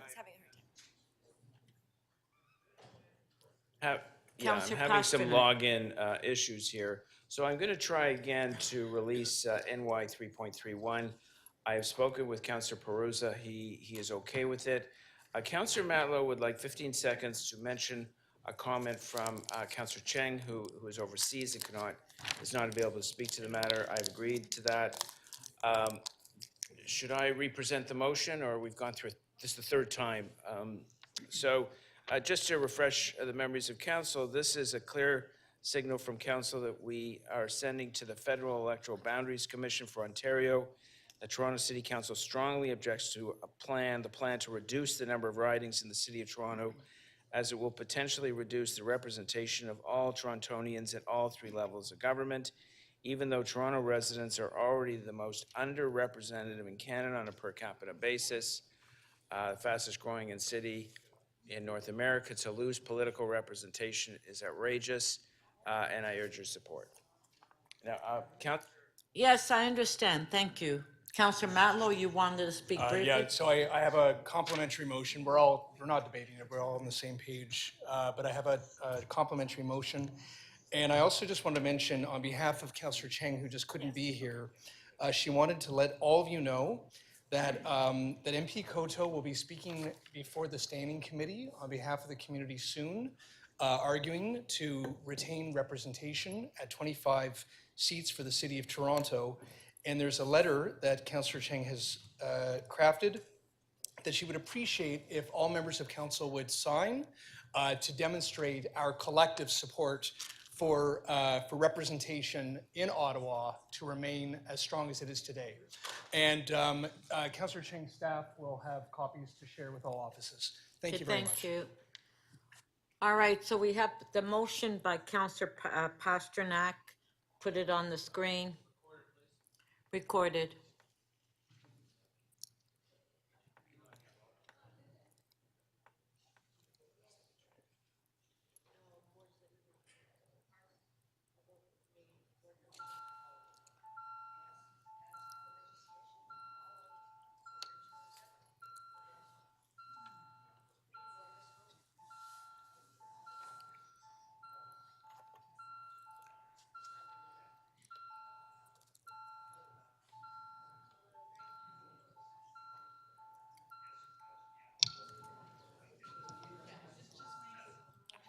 Counselor Bradford, please.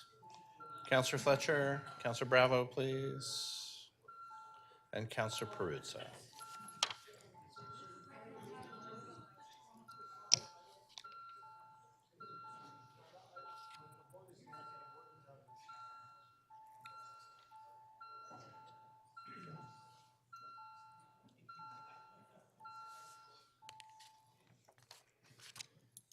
Counselor Perruzza, how do you vote, please?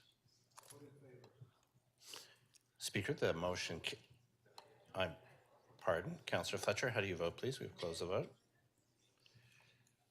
Speaker, the motion carries. The vote is 23-1.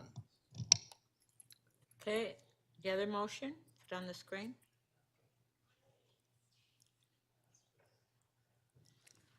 On favor?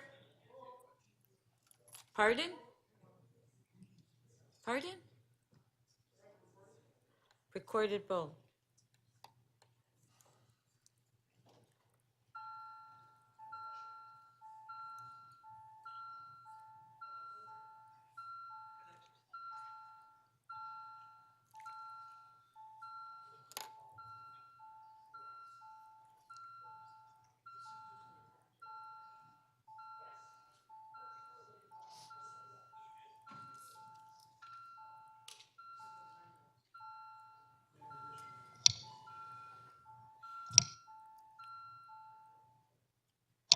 The motion carries unanimously, 24 in favor.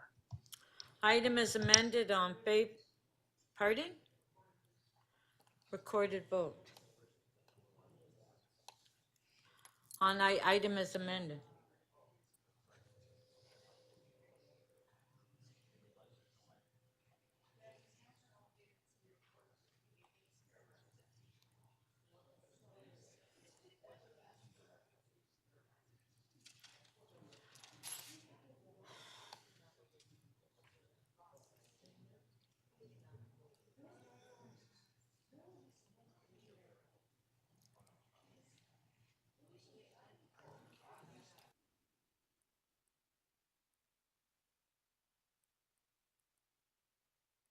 Thank you.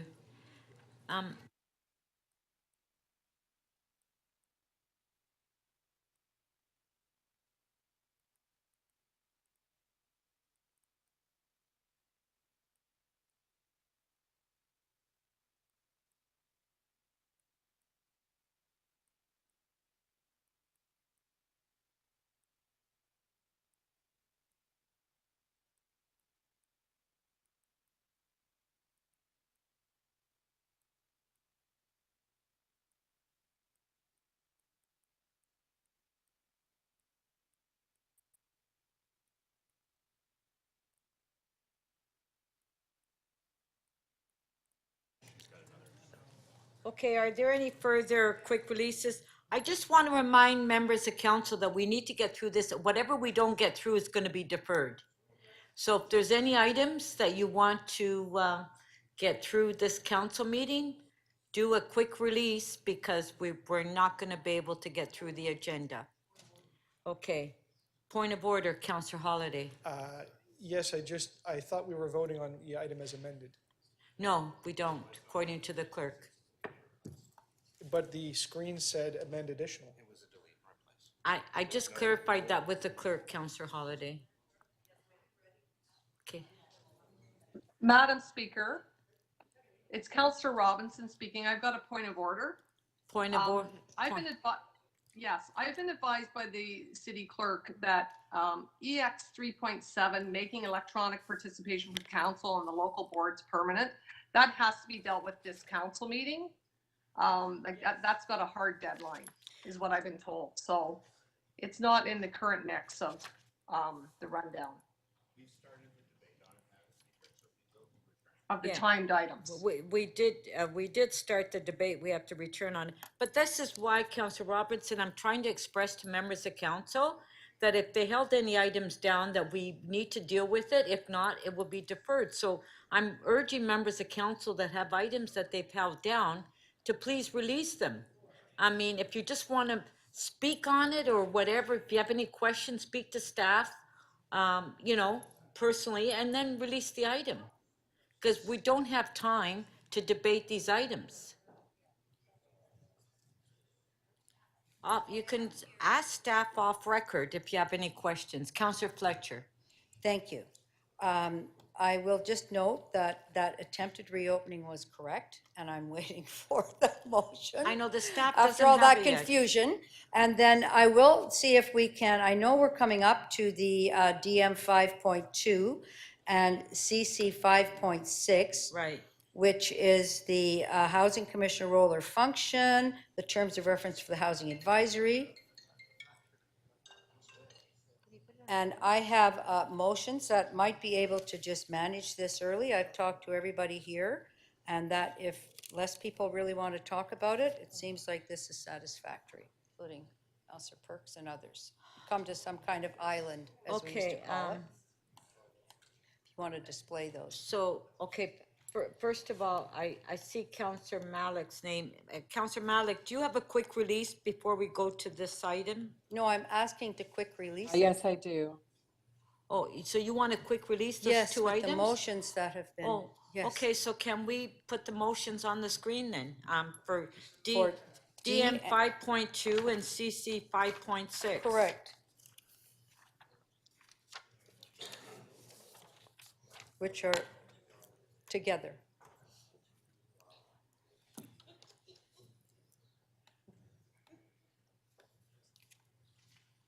That's 5.2. Okay, so a motion for DM 5.2 is on the screen. We'll give an opportunity for councillors to read it.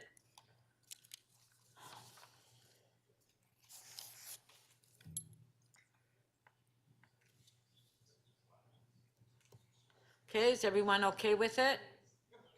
Okay, so on the item by Councillor Fletcher, Whoa, whoa, whoa. all in favor? Yes. Okay, recorded vote.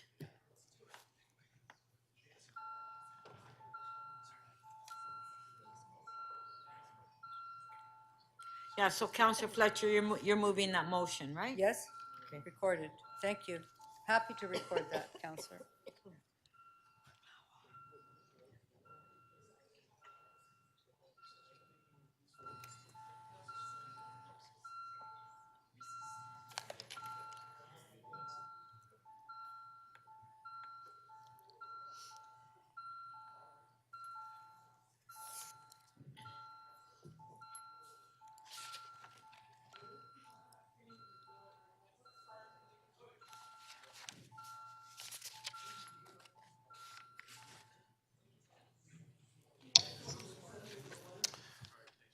Motion, the motion carries. The vote is 22-2. Okay. Item as amended, on favor, carried. Now the motion on CC 5.6, we'll put on the screen. Councillor Fletcher, if you can move it. Remember, both of these are coming here from July 2022. This outlines the role of the chair, et cetera, et cetera. And I'd like a recorded vote. Yeah, motion's up there. Okay, it's on the screen. Recorded vote. Councillor Fletcher's asked for recorded vote. Fix it.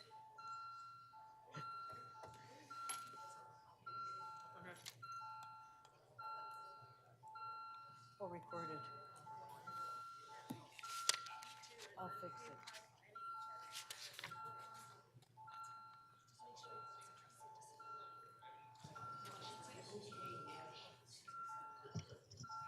Councillor Perruzza, please.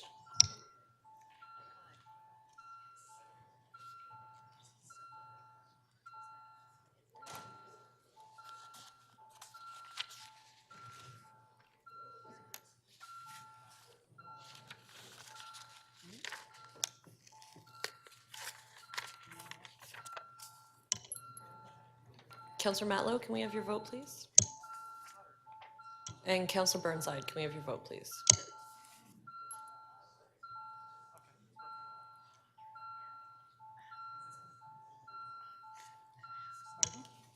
Councillor Burnside, can we have your vote, please?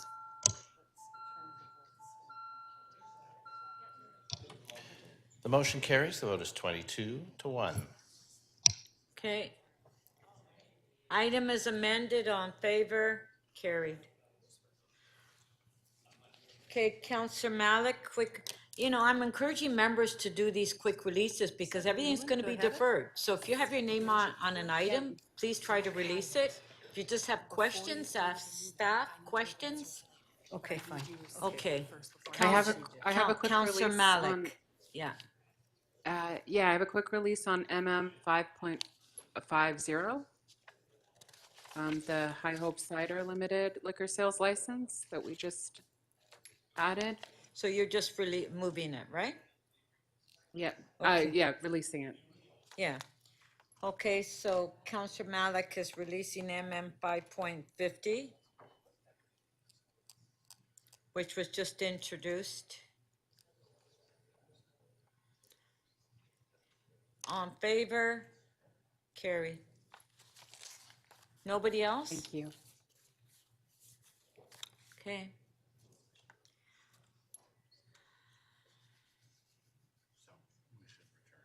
To the top. Yeah. So we're now going to EX 3.7. Councillor Robinson, on the item that you were. Oh, right, right.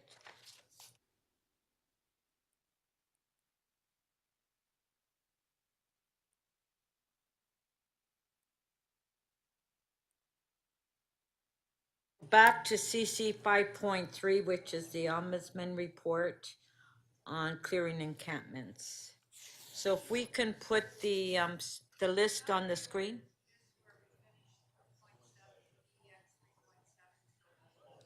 Pardon? Electronic voting, so in case anything, we've extended that. We understand the urgency of that. Just asking your opinion on that. Okay, we're doing the encampments now, and then we I can- understand, but yeah. it could run out the day. Well, that's why I'm trying to get But this is why I'm councillors to- asking Yeah. to advance that, so we can settle that matter and then go, and I don't know if we can do that or not. Well, you can move a motion that we do that item now, but we have the ombudsman here. I am. It shouldn't take too long after last night's carry-on. We should be able to put this to bed fairly quickly, and I would like to give the clerk some certainty because I know they're very anxious, Okay, as you Councillor know. Fletcher, do you want to move that motion? Yes, I do. Okay, Councillor Fletcher is moving that we deal with EX 3.7 before we do the Thank you. encampments. Thank you. Thank you, Speaker. On favor? It's the Electronic voting. participation for council. On favor? Which we started yesterday, asking questions.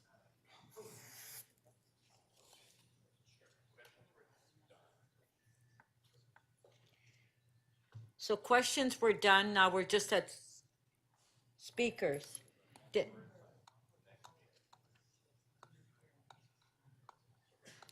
Councillor Burnside to speak. Okay, go ahead. Yeah. Oh. Okay, Councillor Holiday has a question to the Deputy Mayor. Deputy Mayor?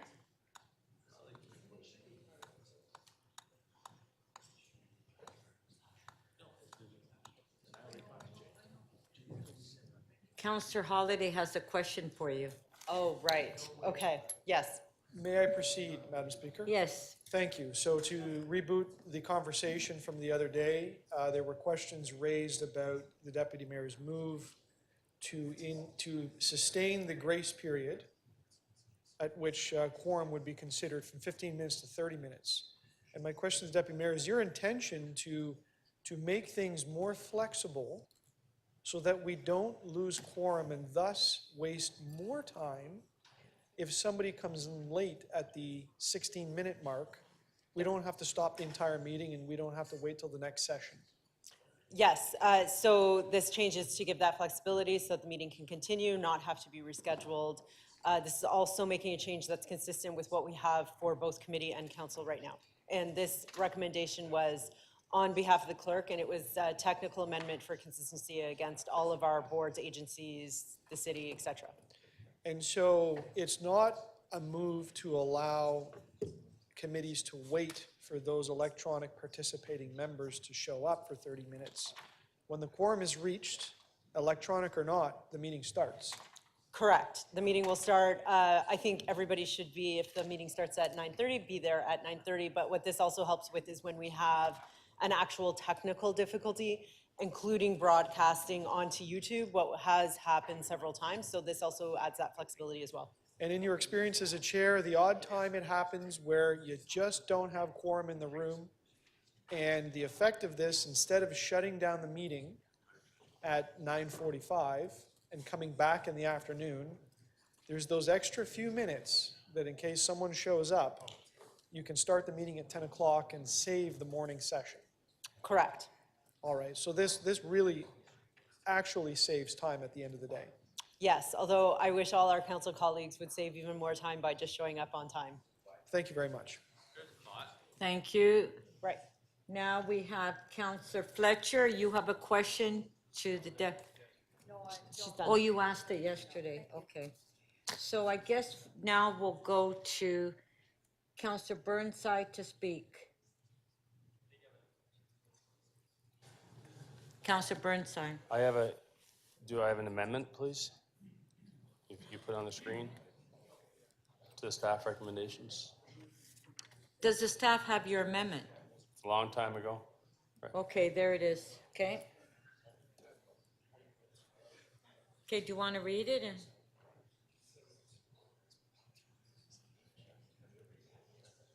Yeah, just speak on it, Councillor Burnside. I'll just make sure they got it right.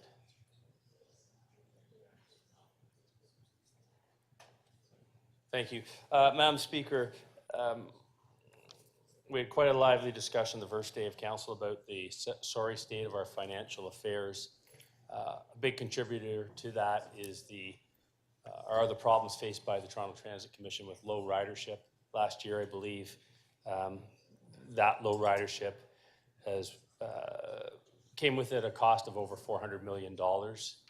And we also understand that the vitality of our businesses in the downtown core are at stake.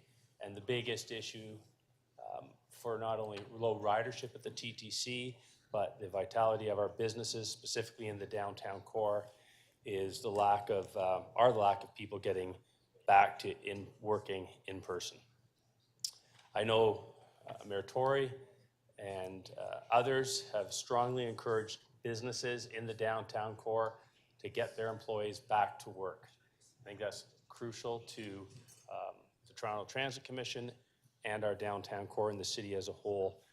However, I think it's very difficult to ask everyone else to come back to work in person when council itself is often working or members are working remotely, which is why I put that motion on the screen, or the amendment. Can you put it back up, please? I just want to, there's a key point I would like to read.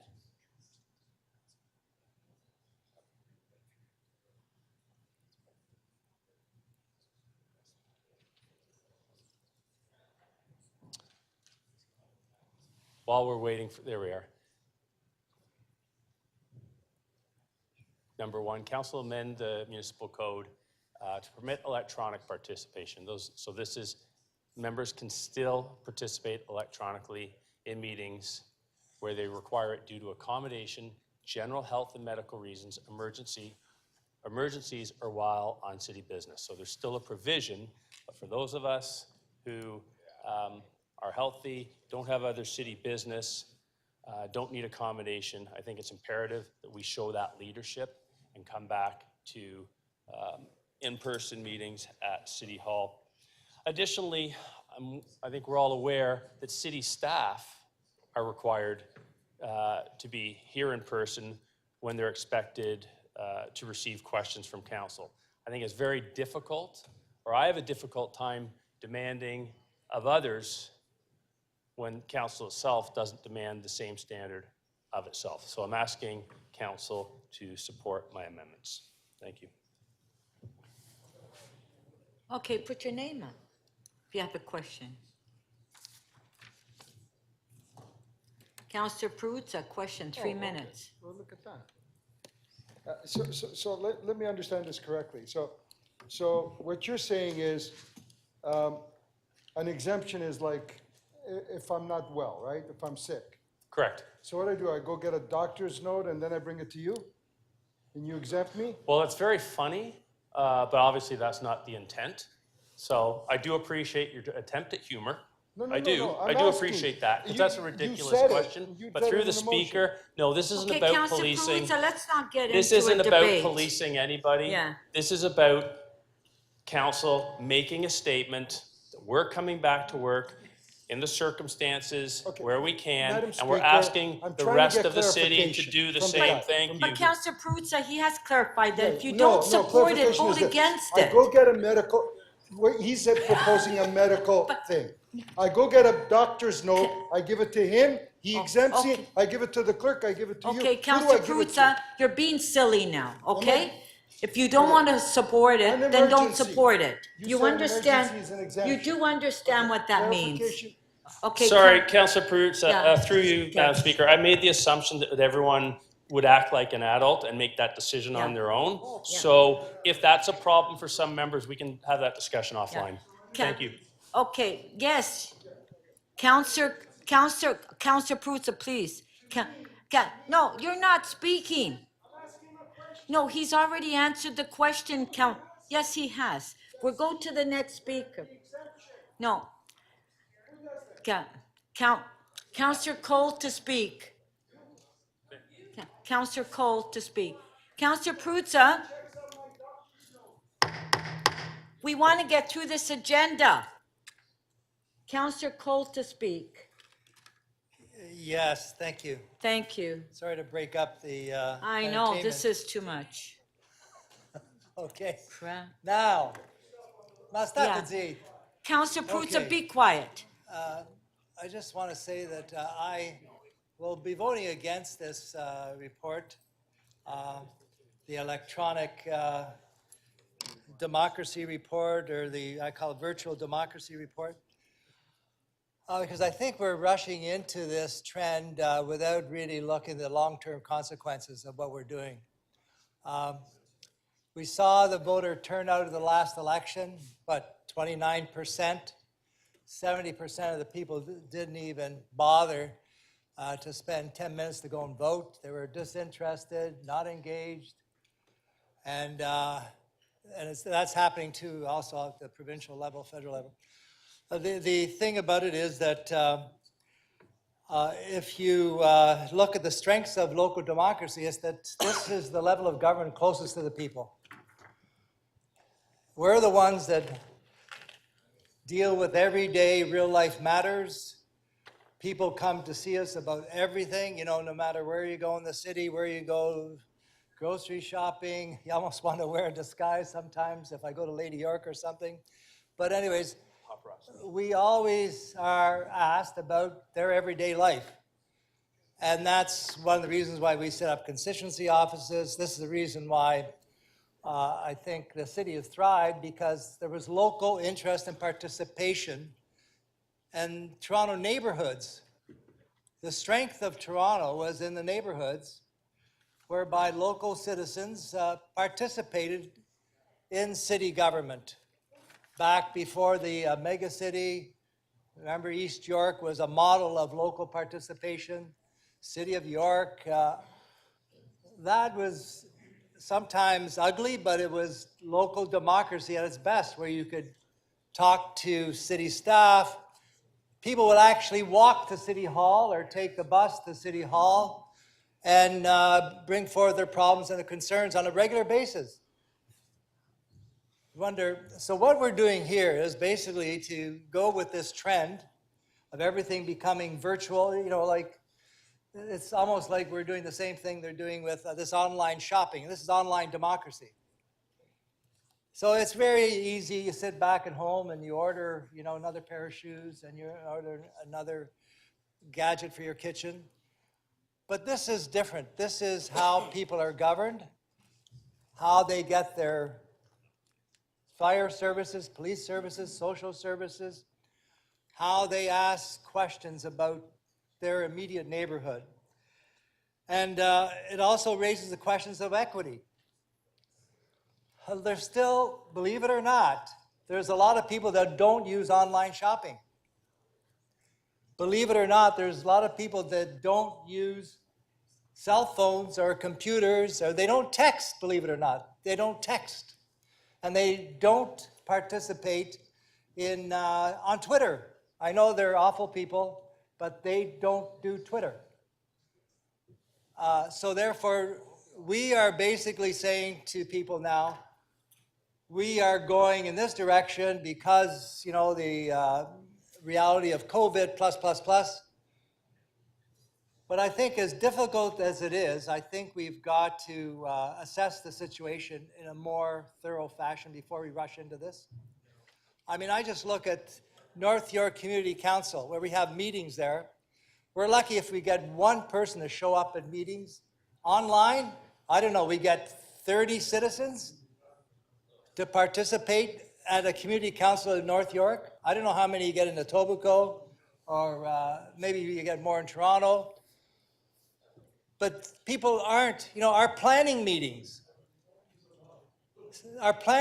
we have, we were overwhelmed with 50 people last planning meeting. We said, wow, what happened? 50 people are online. Usually we get a dozen.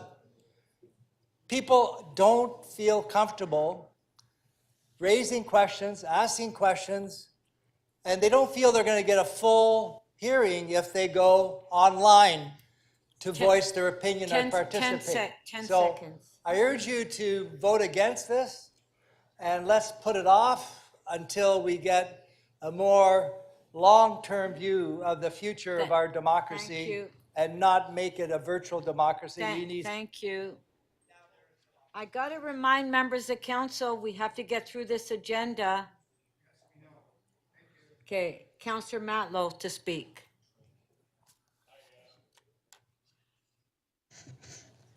Madam Speaker, I believe that allowing for hybrid meetings is going to be very important moving forward for this council. And, you know, I understand, though, where Councillor Burnside is coming from. I personally far prefer in-person meetings. I prefer the engagement. I prefer the ability to have a conversation on the side to resolve differences and figure out motions. I just like being around people. And I imagine most of you feel the same way because I'm speaking to largely a group of people who are here in person. So you must feel the same way, I would imagine. That being said, though, there are some of us who are online right now. It might be because they're sick. It might be because of an emergency or they're on city business. But also, who are we to judge somebody else's life when we don't know what is going on behind the scenes? You know, we see each other sometimes as one-dimensional characters here. But I remember there were days where I was at home. My wife was busy doing her work, and our daughter was away from school because she had to be home, and we had to juggle all that. There are things happening in our lives that don't always fit neatly into a box of an emergency or a medical reason. So I hope that we learn that lesson throughout COVID, that there are things going on in each other's lives that we don't understand, that we should not be judging. And in fact, isn't it remarkable that we have these tools, that we have the ability to have meetings in a functional way, recognizing that there are different needs with different people depending on the context of their lives. Now, I would prefer that the majority of us come to council in person. That's my preference. I'd like to see all of you here.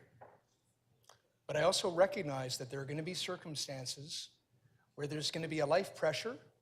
Maybe it's not even physical health, maybe it's mental health. But there's going to be a reason why you can't be here.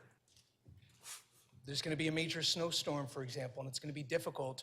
And your vote matters because you're not here just for yourself. You're here for roughly 100,000 people who are depending on you to be able to represent them. These meetings matter to them too.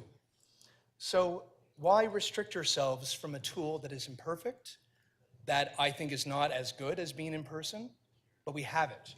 So let's use it when it's necessary. Let's use it when it's helpful. And I encourage us not to create arbitrary restrictions when we have the ability to have hybrid. Yeah. Okay. Councillor Holiday to speak.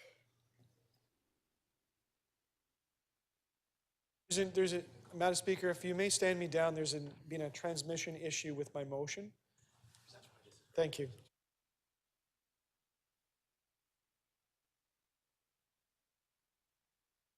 Bravo to speak. Thank you, Speaker.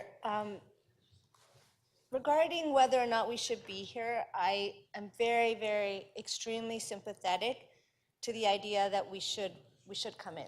I know that there are many, many workers, people who kept this city running throughout the pandemic. Do you have a motion? Oh, yes, my motion, sorry, is to actually delete the recommendations and extend the existing council authority for electric participation in meetings of city council, and for it to come back October of this year at the council meeting so that we can reconsider how it's working and what needs to be changed then.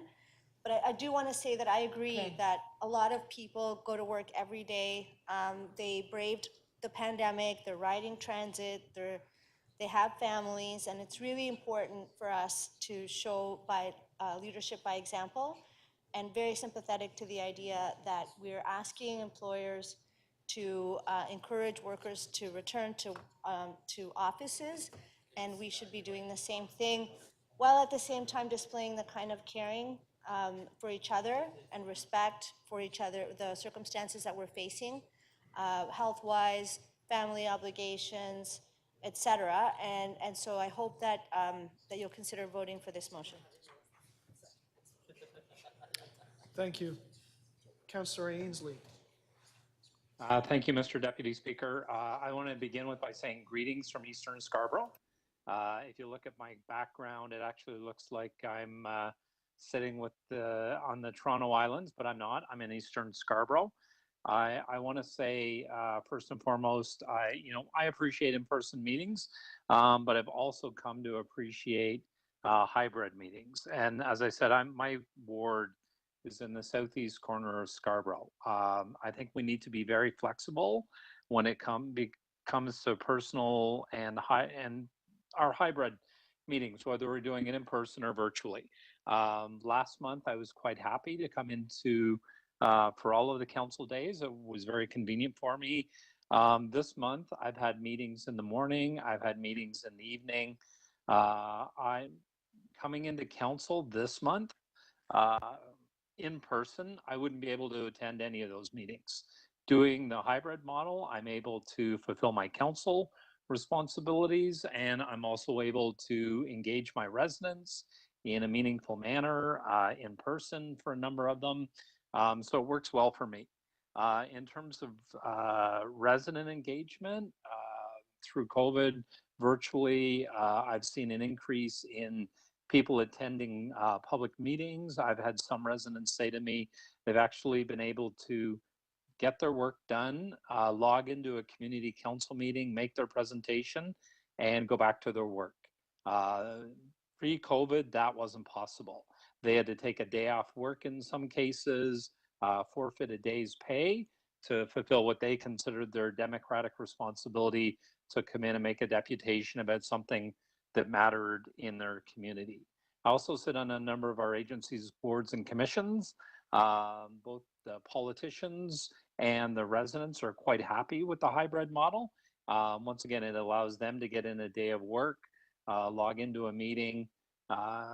In the evening, they can get more family time in. They don't have the commute time. Overall, I like the balance that we have a choice between attending City Hall physically or virtually, and I will be supporting the recommendations in the report. Thank you. Thank you. Councillor Perruzza.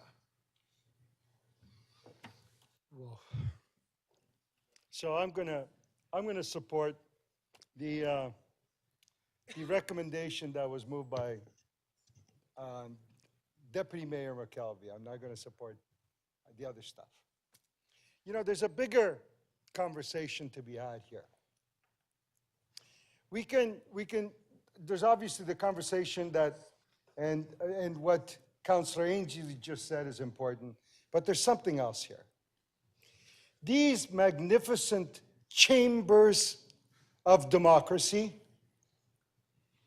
we are the generation, quite frankly, and maybe the one right after us, who will come to know these fantastic chambers of democracy.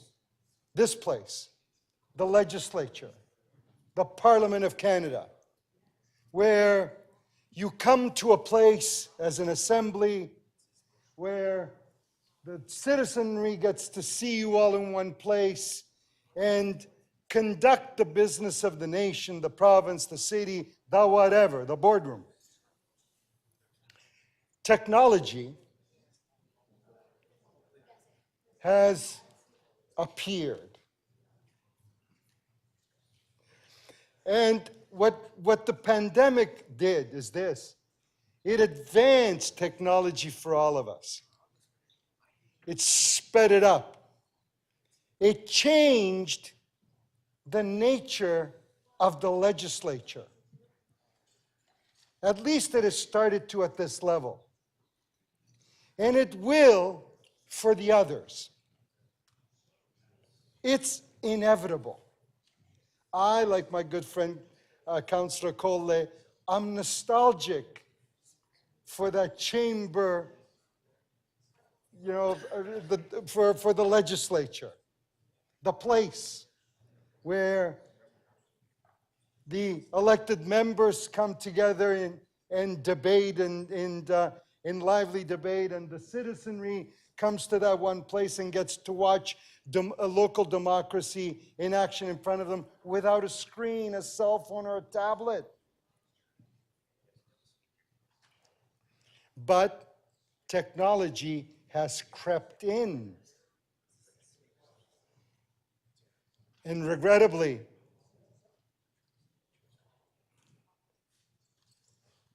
the digital devices will just continue to replicate and expand. And woe to all of us, dead and long gone, when democracy will take place from someone's basement, right? You'll be able to, in the comfort of your basement, be able to log on and participate in the legislature digitally. That's really where that's really where it's going. Hey, who's watched the Captain America movies? You know, not Captain America. You know those futuristic movies where the governing body, you know, is residing on different planets, and they all come together digitally and have a meeting, right? Right. Well, it's kind of headed that way, isn't it? Right. So, am I going to support the doctor's notes? No. Who gets to approve the doctor's note? Come on, silly? Really? Childish? Emergency. Who gets to define what someone's emergency is? Seriously? Silly? Not well thought out? Somewhat childish? I agree.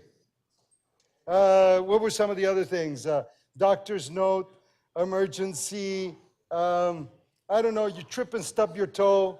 You know, did your toe get stubbed enough? Who decides? Who looks at the toe? Who gets to scope the toe out? So, I would hope that we continue with the hybrid model that we have been moving forward. And I say this, and this is really important to me. Why do I show up here? Because like Councillor Cole, I respect this place. I respect the body that it represents, and I think it should happen from here. And I will always make every effort to be here as long as I'm a representative of the people of the city of Toronto. Thank you. In making decisions for them. Thank you. Thank you. No, this Councillor, Deputy Mayor McKelvey's, her staff told me that there was a typo in hers. Councillor Mantis. Now, the Greeks know democracy. Listen to the Greeks and democracy, never mind the Italians. He likes hanging out in his office and They and started participate it. there. Yeah, I know where it's. Well, Madam Speaker, colleagues, thank you. Yes, I do appreciate democracy, or demokratia, as it would have been in Greek. Now,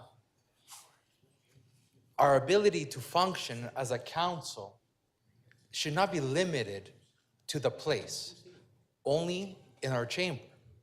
We have colleagues that are online. We have a colleague that is right now in Taipei, but they are being effective in their work and they're able to participate. I myself, not being on city business, have also been able to participate because I was in the other cradle of democracy and I was still able to function at the special meeting that we had for the other council. Now, so I personally, also as the advocate for tech and innovation, would say that we should have our hybrid model, and I support Councillor McKelvey's recommendations, and I will not be supporting Councillor Burnside's recommendation.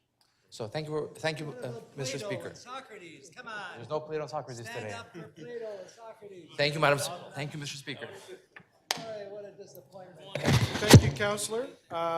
Councillor Nunziata. Yeah, thank you. Do you know, I want to remind members of council that we represent the public, our constituents. Our constituents like to see us working, okay?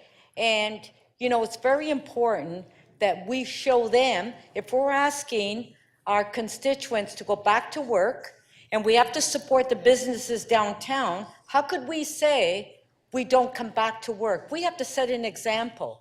And it's time that we came back to work. We're asking our staff to be here. The staff are here. Councilors has asked for staff to be here. Now, yes, if there's an issue where a member of council has a health issue or any other issue that can't be, of course you can be virtual. But this is our job, to be here and do our job, represent our constituents. We're asking our staff to be out there and work, but yet councillors are saying, no, we don't need to be here. We can be on a computer on a little square. Like, how are you representing your constituents? Come on. You know, you can't use the pandemic that you don't need to be accountable to your constituents.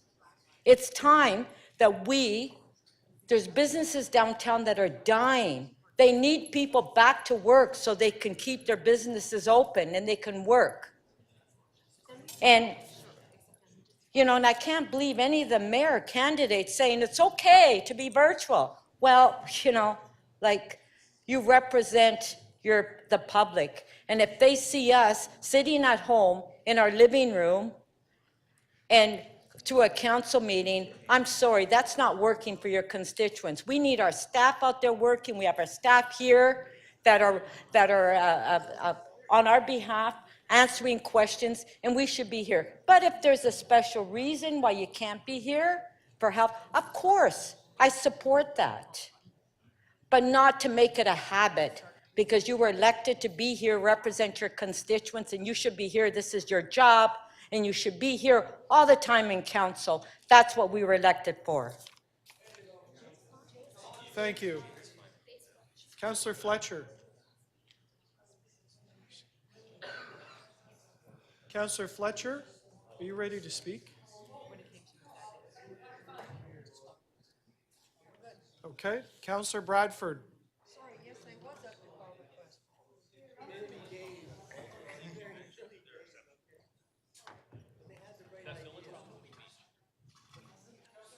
Councillor Bradford to speak. Councillor Bradford to speak. I'd just like to call the question, please, Madam Speaker. Yep. Oh, okay. All right. Do you have a motion? I do. Okay. No, I don't want to well, no, I don't want to take it. Okay, so Is Councillor it really Bradford, important? Councillor Bradford, do you want to Counselor Holiday was before you. Let's, Counselor Holiday, let's and go- then you can right. get up and speak. Very- Counselor Holiday, I know that you have a motion, so do you want to speak now? I do, Speaker. I'm going to try, hopefully I can solve this. Thank you, Councillor Perruzza. My motion is really simple. City Council, despite any procedural rules that may allow electronic participation in meetings of council, its committees or boards, nevertheless encourage council members to attend meetings in person except where there's a bona fide rationale to participate electronically. Members, the reason I'm doing this, I do not want to tamper with the municipal code. It's been laid out by staff. I don't want to put in pieces that we now have to evaluate, doctor's notes and so on. All I want to do is make a policy statement that says this body expects you to be here unless you've got a reason not to be. And we can resolve to do that as a group. We don't have to codify it into the municipal code. And I think if we codify it, we open up the door to interpretation and lots of conflict. I hope you'll support this. It's just a rather simple statement. I believe in it. I believe that we should be here as best as we can be here, and there's going to be reasons why you don't come. Thank you. Thank. Oh, yes, okay. Hold on, Counselor Fletcher. 3 minutes clarification of the motion, Counselor Fletcher. Thank you for this, bringing this. I wonder if you'd consider removing the word bona fide, because that, what might be bona fide to you is not bona fide to somebody else. Just have a good reason why you can give a reason, but who decides if it's a bona fide reason? I'm sorry. I am very satisfied with that. As long as we can agree as a group that this is our preference, I think we've made a statement as a council. So you'll move that out? Yep, I consider that friendly. Thank you. And we just say rationale to participate electronically. Thank you very much. Thank you. Counselor Bradford to speak. Just to call the question if we can, Madam Okay, Speaker. Thank Counselor you. Bradford is calling the question. Recorded vote. Yeah, that would be your side. Yes, because we still. Note of both sides, note of.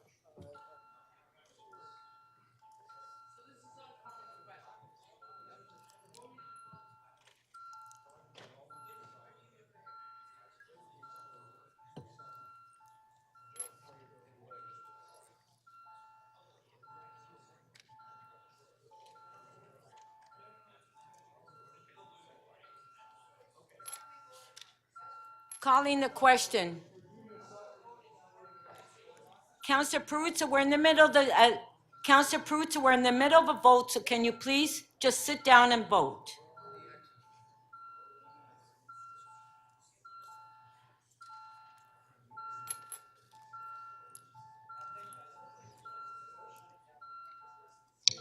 Councilor Perruzza, please. Councilor Myers.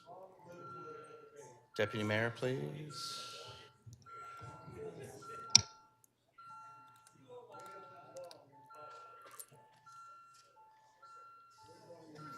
Deputy Mayor McKelvey, please.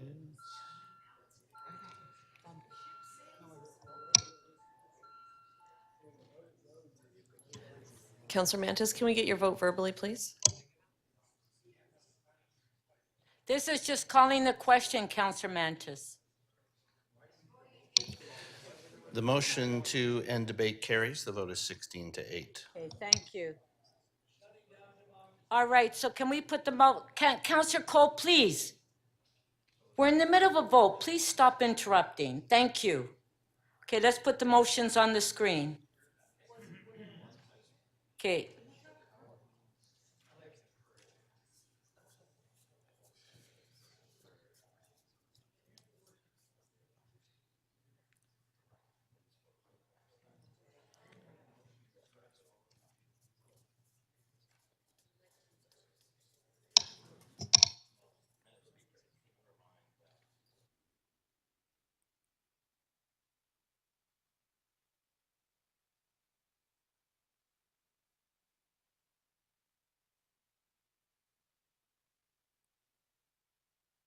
Okay, so just, the clerk has just advised me that all the motions except for Counselor Holiday needs a 2/3 vote. I was just told that by the clerk. Yes, got you. It's amending the council procedures. Yeah. Okay, motion by Counselor McKelvey, it's on the screen.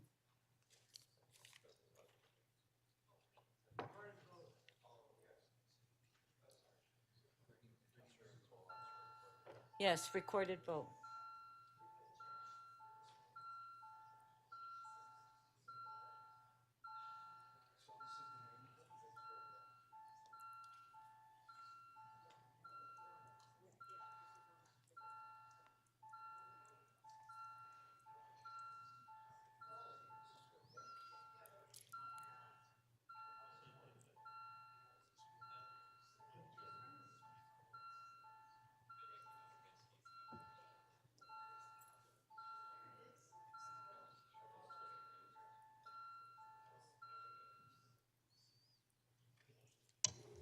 Counselor Mantis, can we get your vote verbally, please?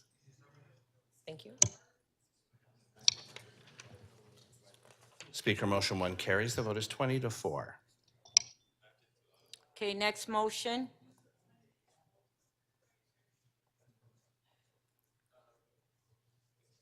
By Counselor Burnside, recorded vote.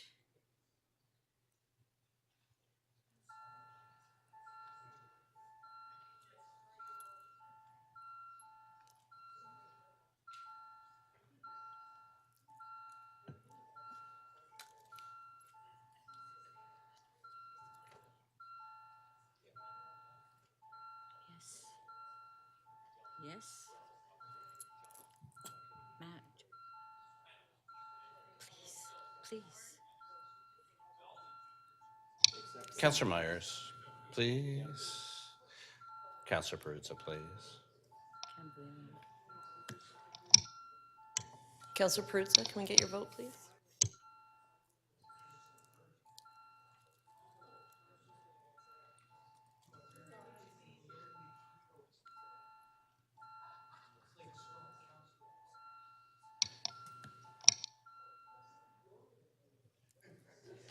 Counselor Mantis, can we get your vote verbally, please? Thank you. Speaker, motion 2 does not carry. The vote is 9-15.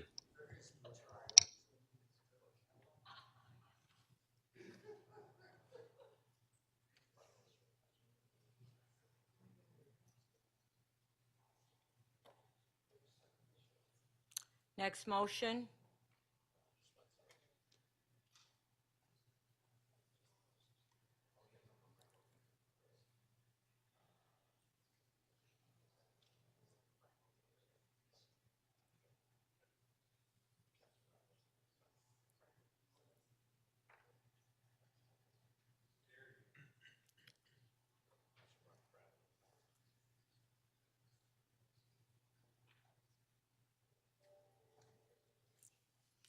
Recorded vote.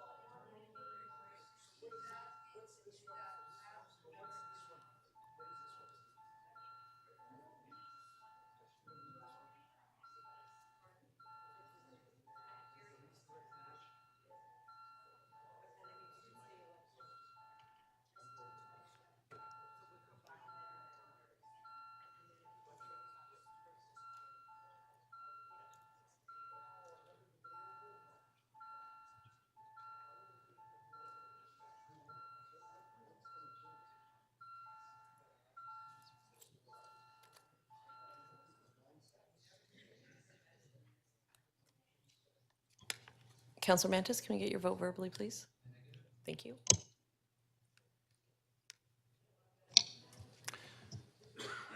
Speaker, motion 3 does not carry. The vote is 11-13.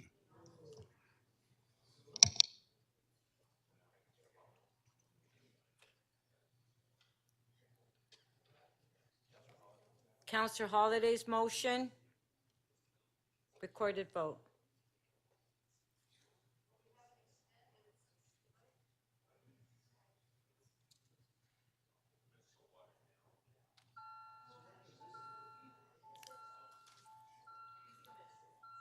Well, Counselor Perruzza, if you were listening to the speech, you would know what this means.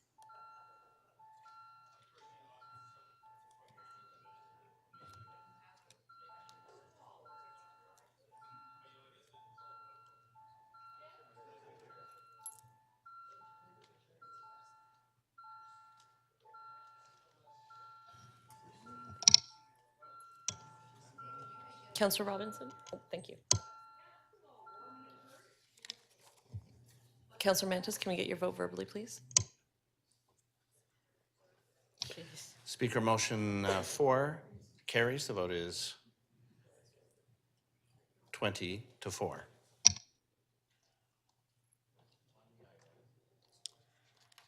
Okay, on the item, on favor, carried.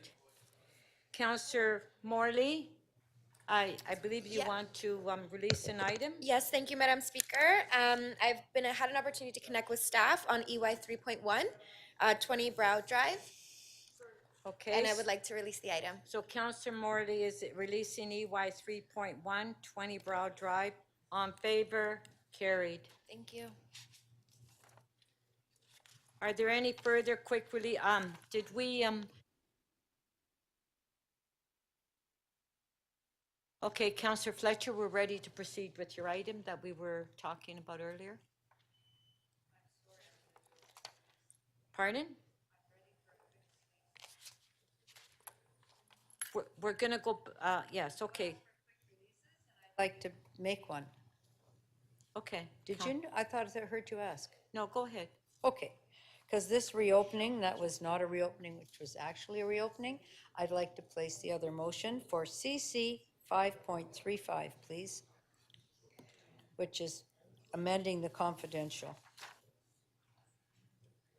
Okay, so we'll put the motion on the screen. CC 5.35.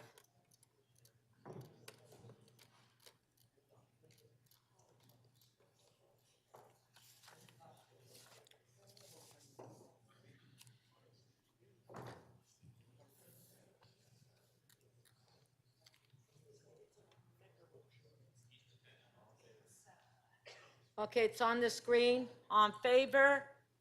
Show of hands, carried. Item is amended. On favor, carried. Councillor Fletcher, did you have another one? Yes, I have amendments to existing policies related to services to members during election period, CC 5.2, and I advanced circulated that quite a few hours ago. I'd like to see if I can have that approved here. This is on CC 5.2. Correct.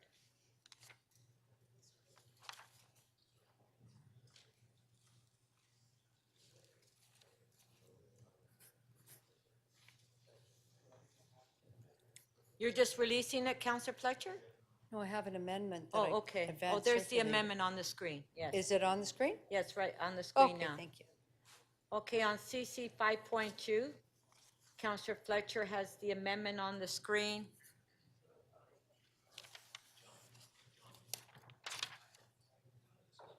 On favor? Oh, hold on.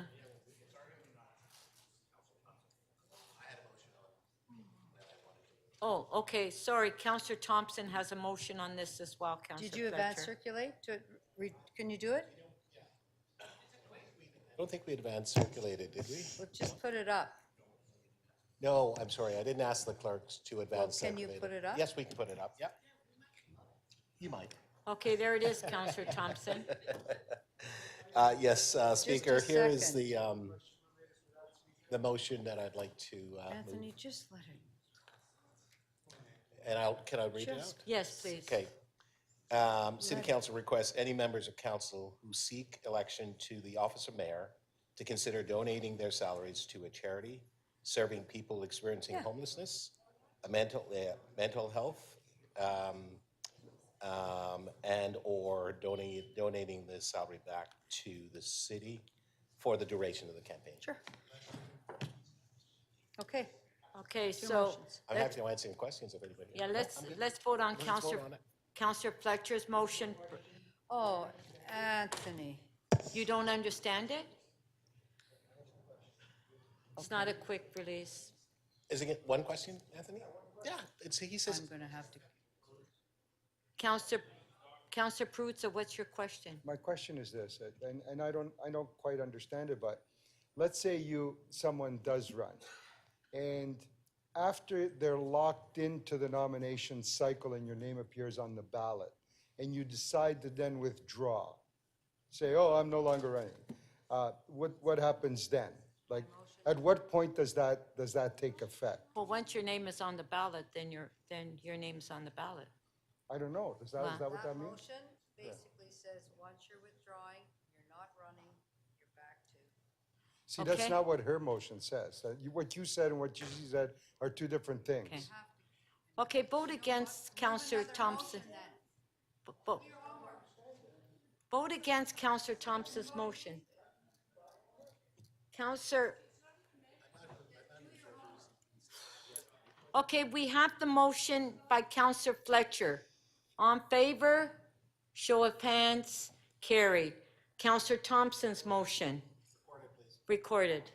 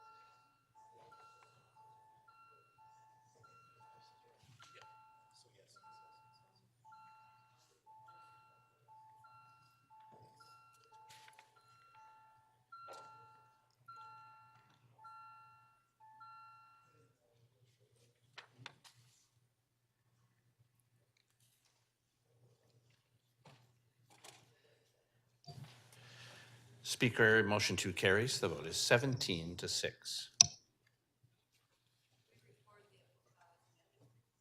Okay. Item is amended on favor.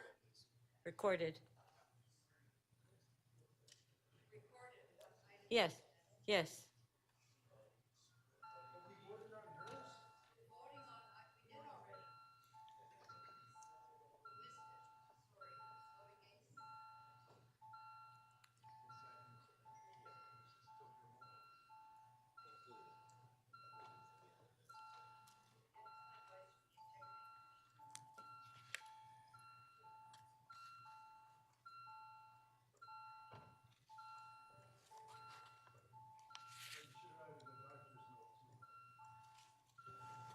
Counselor Myers, can we get your vote, please?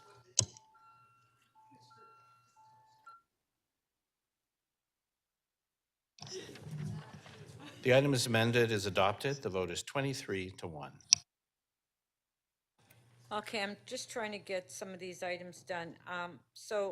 Counselor Perks, the item that Counselor Burnside was releasing, are you ready to vote on that, or do you still want to hold it down? Pardon? CC 5.2. CC 524? I thought you were going to speak to it. Shelley was going to speak to it. I understood that Councillor Carroll wanted to speak to this item. Counselor Carroll. This is the development item, Councillor yeah, Carroll? Some of these settlements, issues that we have on the agenda, we need to deal with it I today. understand. Yeah, and Counselor Holiday, you have one as well, so you need to release it. So Counselor Carroll, do you want to speak on this I item? understood if Councillor Carroll could make a few brief remarks, then Okay, Counselor Carroll. This is on 524? Yes. Madam Speaker, I'm supporting the counselor in asking us to vote no on this. This is not an urgent request for direction, it's just a request for direction. There is time before the hearing for staff to continue work on this settlement. The reason settlement requests for direction come to council for us to be voted on, that is to give us the option of voting yes or no. There's nothing that says you can't vote no. I'm going to vote no. The local councillor on the development is going to vote no. That's why it's on the agenda, because you're allowed to vote no. Okay. It will leave the developer or the applicant and the staff with an assignment, because we will not have given direction. But as the hearing is not until July, we can expect to see something come to us in May or June. And we may wish to vote yes at that time. Yes, it's not an urgent request for direction, it's just a request for direction. Okay, thank you. So on the item, let's have a recorded vote. On CC 524. Recorded vote, yes.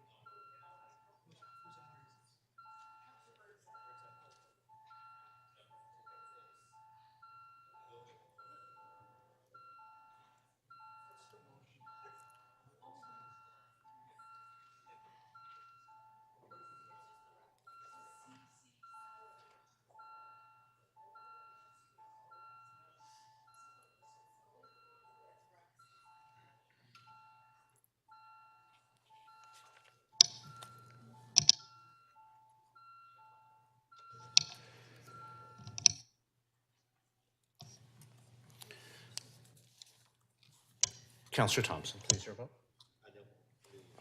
Thank you.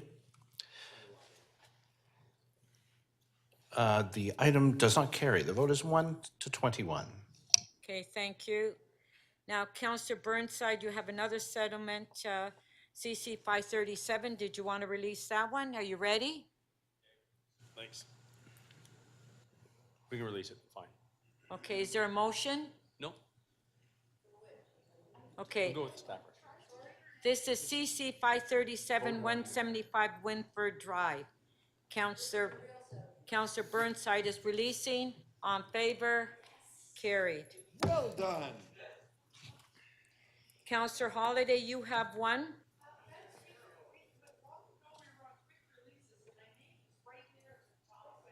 It is, I see it. Plain as day.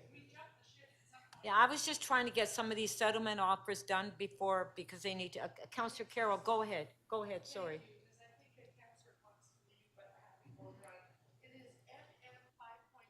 Two, which is assessing justice and courthouse safety, the courthouse item. I can release that on a recorded vote. I'll be given the giant courthouse that I can see from my office window and the giant courthouse at North Market. I will be voting no to this motion, and I'd like to have that recorded. Okay, that's fine. So on MM 5.12, recorded vote. Thank you. Thanks.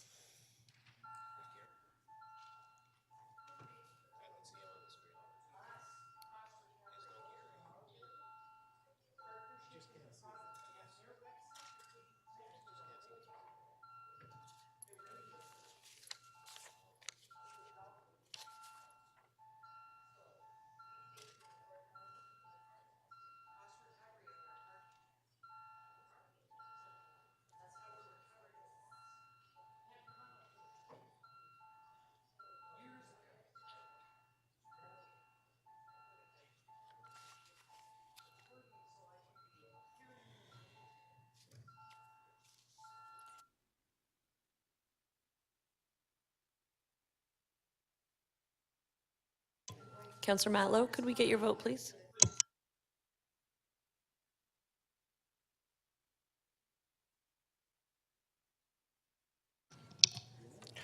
The item carries. The vote is 14 to 7.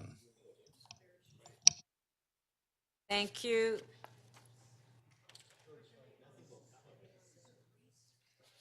Councillor Holliday, you have CC 5.16, 4340 Bloor Street. Do you know where it is? Councillor Holliday? Speaker, there's an amending motion that hasn't made it to circulation. Okay, so the staff will does the staff have that yet? Just received it? I do appreciate your diligence on this, and I am eager to process it this meeting. So I will gladly move it as soon as it's ready. Okay, thank you. So I guess that's, Moving what? There's an amendment coming. okay. Microphone? Thank you. Yeah, so we're just waiting for the staff to post that Counselor Fletcher, did you have a quick item? Counselor Fletcher? Yes, I have IE 2.1. I'm going to release entering into an agreement with Artscape at Spectrum Park, Regent Park Boulevard Park, which, pardon? I'm just releasing that, but somehow in the zoning amendment, a park is actually a right-of-way, but we can get into that later, another Okay. time. So Counselor Fletcher is releasing IE 2.1 into an agreement with Artscape. All in favor? Show of hands, carried. Thank you. And then I did have advanced circulated, GG 2.27, determine the impact of service hour changes at City Hall, Metro Hall, and civic centers. Have a motion? Does the because I've staff learned have that motion? Pardon me? I'm just asking staff if they have that Thank you. motion. I've learned that 703 Don Mills, paramedic places where people are full-time working are not being cleaned to the same standard they used to be, and I'm quite concerned. Okay, let's just put that motion on the screen.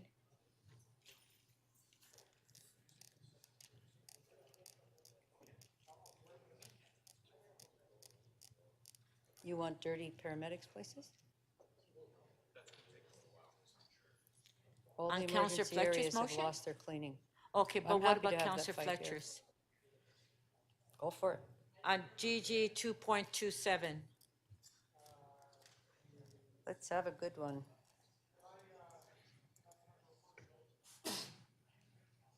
Okay, Bless there it you. is on the screen. Don't get sick now. Okay, so, hold? Okay, thank you.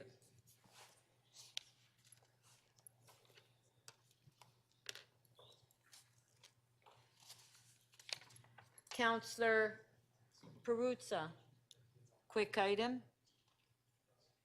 Speaker, there's an item I'm holding, what is it? 5.44. 5 MM 5.44.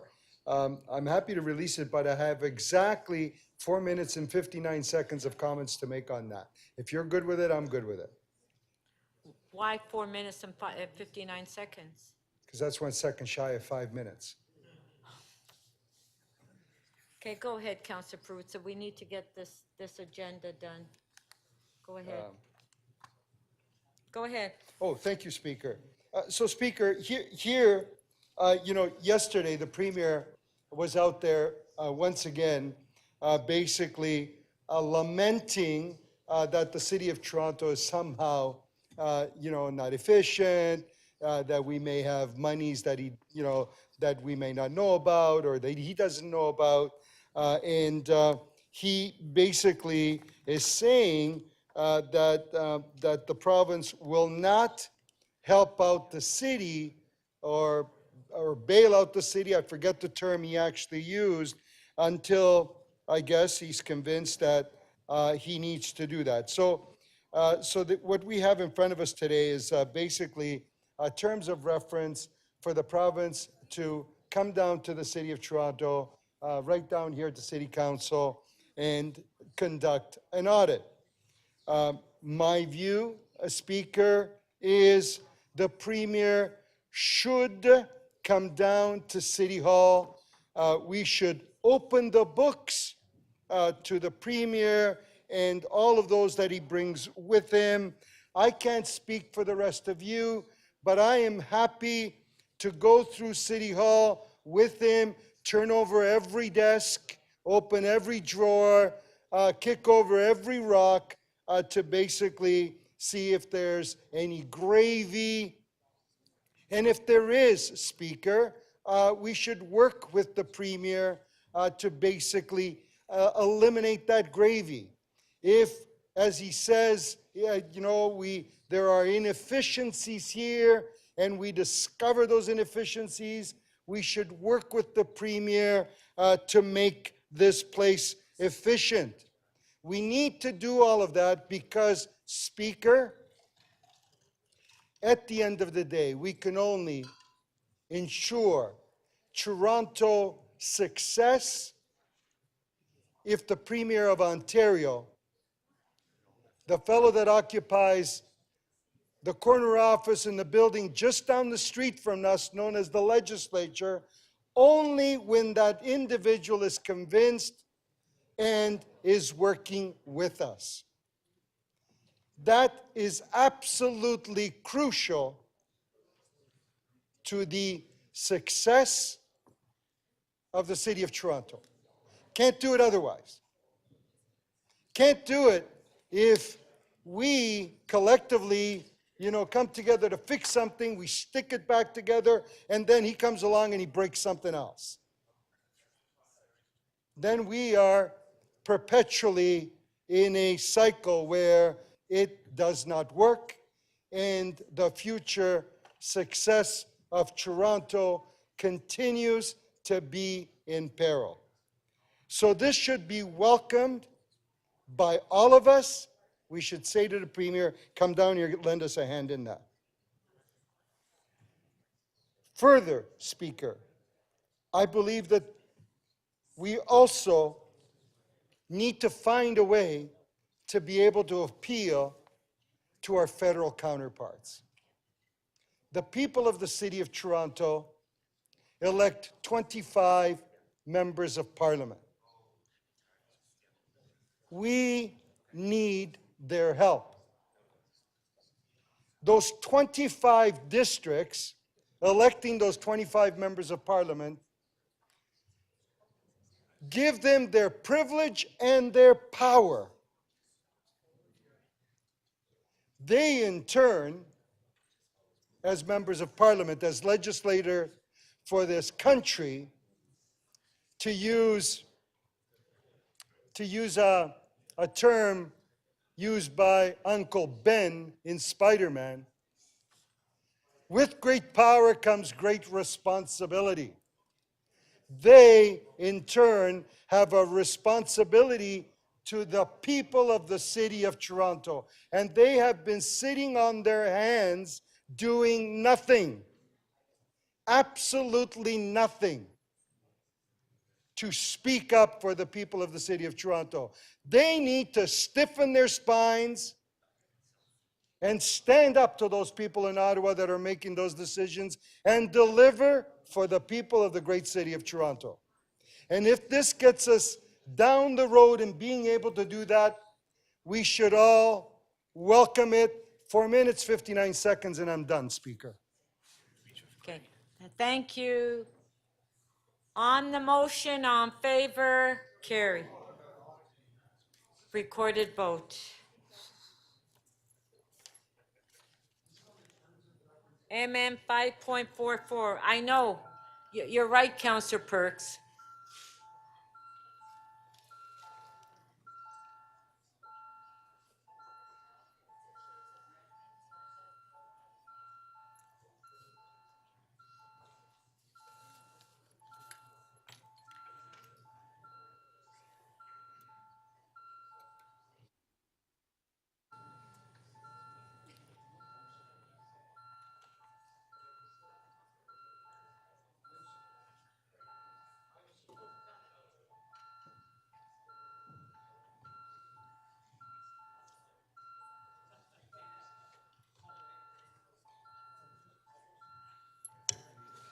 Councillor Crisanti, can we get your vote, please? Councillor Carroll, can we get your vote, please?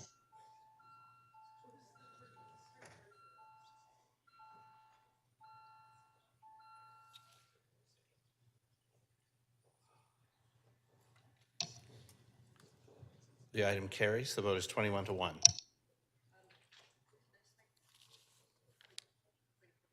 Point of personal privilege. Thank you, Madam Speaker. I was happy to have Councillor Pertz's rising speech on that, but I do want one quick addition to thank the city staff that worked on that terms of reference, and also thank the Office of the Mayor that worked very hard on the terms of reference and coming to that agreement. So thank you to all the parties involved. Okay, thank you.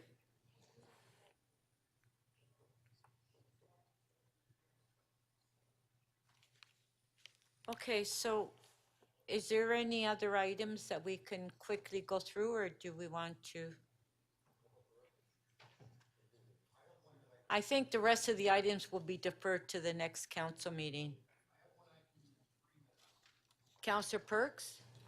Yes, this is the hydro board item. I can Yes. do it in 3 minutes. There's something I think we need to get on record. Okay, Counselor Perks, go ahead. Just trying to find the item number. It's CC 5.8. Yes, and to begin, I need to ask a point of order of the city clerk. We were given a number of documents in private. One of them was the list of questions asked of potential candidates. I would like to make some general comments about those questions in public session. Is it permissible for me to do so? I'm sorry, at the last minute, I didn't hear the question, which was? Sorry, I want to make some remarks about the questions that the candidates were asked in public session. Is it permissible for me to do so, even though we received those questions in a confidential document? Madam Speaker, the member consulted with me earlier, and I give the same advice you I gave to him, which is provided that he does not connect the questions to the answers that were given by the candidates or to the qualifications of the candidates. Speaking on the questions themselves is okay. Thank you. So with that, I can proceed. Members, when we are doing these kinds of appointments, various members of the public service work with the nominating, the councillor is appointed to do the interviewing and so on, and a set of questions is generated. In the interviews for members to appointments to the board of directors of Toronto Hydro, there was a question which asked potential candidates how they would handle the complexities of a private corporation which is regulated by the Ontario Energy Board and the unusual nature of the duties of a board member. And that is well and good. But what was not asked is, what are you doing? How would you deal with the fact that you are a wholly owned corporation of the city of Toronto? That was not part of the question. And this is important. We have had, by my memory, 4 different very contentious issues come to this council about the conduct or the responsibilities or related issues of the senior management of Toronto Hydro. In some instances, we have been able to come to an accord with the Board of Hydro. In others, they have resisted. In some instances, for example, in getting them to agree to help us implement our climate plan, we had many times to come back to this council to amend the shareholder direction, and that was with a lot of pushback from senior management at Toronto Hydro. And further, we had, at the very end of last term, a vigorous debate about the compensation of senior executives at Toronto Hydro that had literally taken us years to make any progress on. Years. And a lot of this had to do with the attitude of some members of that board and some people in senior management that because they're constituted under the Canada Business Corporations Act and because they're regulated by the Ontario Energy Board, that the shareholder didn't really have rights to set direction around that stuff. And that is a really dangerous position for a company that we are the sole shareholder of to take. And I just want to make sure that it's on record that when we are recruiting board members for agencies or corporations that we own or have governing responsibilities over, that when we are recruiting members, they are to their boards, they are being asked to talk about how they will deal with the fact that they are owned or operated by a government that is accountable to electors. And I really needed that to be on the record. I was quite disappointed that that was not one of the questions that prospective candidates was asked. And I hope that kind of thing never happens again. Thank you. Councillor Holliday, did you want to speak? Pardon? Yes? I do. Having been involved in writing the questions and considering some of the concepts that Councillor Perks raised, I can say he doesn't know what he's talking about because I was in the interviews and I know what was asked. So if anybody has any doubts about some of the things that Councillor Perks raised, come talk to me. I'm happy to expand on it, to elaborate on it. If we would like to go into camera and discuss this further, I'm happy to do that as well. So I don't want to leave the impression that the panel was not alive to the issues. That's unfortunate that there is a disagreement between Councillor Perks and myself. And Councillor Perks has actually tapped on a very, very, very important issue that I think Council should think about, perhaps talk a little more about. But this is not the time nor the place. And I'm actually quite disappointed in what those remarks imply about the process. Thank you. Okay, on the item, on favor? Carried. Thank you. All right, so now we'll go back to the CC 5.3, the Ombudsman report, and we'll just give us a minute so we can put the names up on the screen.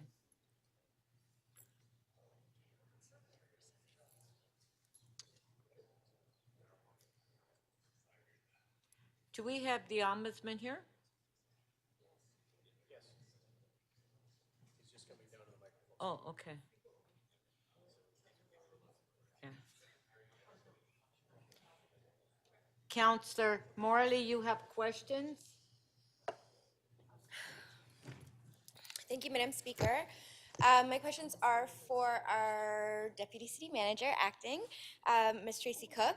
And I just wanted to really try to focus us on our go forward. We have a great report from the Ombudsman, which I think brought some things to our attention as a city and you know, certainly as a public service. And I just wanted to ask if you could speak to us a little bit about some of your key takeaways and some of the recommendations that you are prioritizing.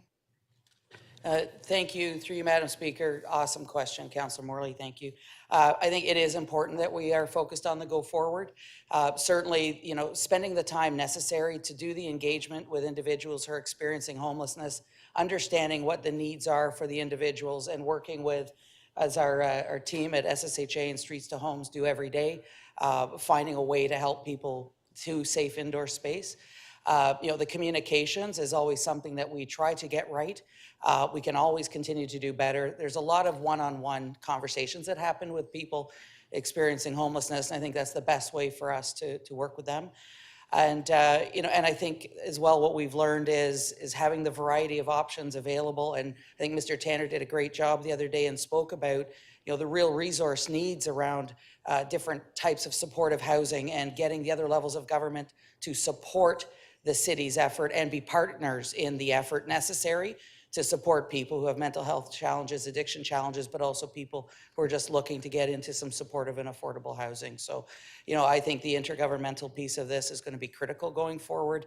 I think the continued work of city staff in a coordinated way, and as we have always done and will continue to do, it's people first. This report is about a couple of incidents. It does not in any way reflect the daily work that our staff do to help people to safe indoor space. Absolutely, thank you. I appreciate that. And through you, Madam Speaker, I have a follow-up question for the Ombudsman. Ms. Cook pointed out the importance of us having a really considered and intentional approach, especially when we're dealing with our vulnerable populations, and appreciating that there are multiple stresses, you know, triggers, traumas that folks in these environments are already navigating, and so we need to be incredibly careful about our engagement with them. Mr. Ombudsman, if you could illuminate for us some of the key expertises, that, if that's worded correctly, the key kinds of expertise that we really need to ensure we are including in our responses as we go forward on this issue. I think that when I was here on Wednesday, I spoke about. Hold on, yeah, now your mic is on, go ahead. I spoke about some of the things that the city was already doing and some of the things that they were doing with Dufferin Grove approach. I think that one was giving staff time to clear those encampments, and two, that Tracy Cook spoke to this already, is giving staff time to do the meaningful and ongoing engagement. Staff that we spoke to as part of the investigation said that these were really keys to having better outcomes. Having information on site where people could go to get information and answer questions, those are really important. Those were some of the things that weren't readily available at the clearings that we spoke about in 2021, but the city had made an effort to make sure that those supports were in place, including mental health and health supports for individuals experiencing homeless. Thank you for that. I guess my next question is for this city manager regarding some of the recommendations. Can you just talk to us about how you intend to move forward? I know there was some conversation about whether the Office of Emergency Management was the most appropriate to have engaged in this situation. I just wanted to understand a little bit more of your takeaways from this report and how you intend to lead the service going forward. Sure, through the speaker, and not to repeat what Tracy has said, we're moving swiftly to look at what the structure of this moving forward is going to be. We don't see it sitting in OEM, not because that was a bad spot for it, but because we need to look at this now from a much longer and sustained piece. We will continue to have the advice and the guidance of OEM as part of that team. So under Deputy City Manager Paul Raftis, we're working now to structure both an executive type committee that will guide this work, place it in the right part of the organization, accountable to a division head level individual, so that we can continue to do the integrated work that we've heard today, that we wholeheartedly agree. We want to get that done in very short order, so you'll see that work completed soon, alongside the work on the protocol itself, which the engagement's happening, and we'll complete that very soon as well. Thank you. Thank you very much.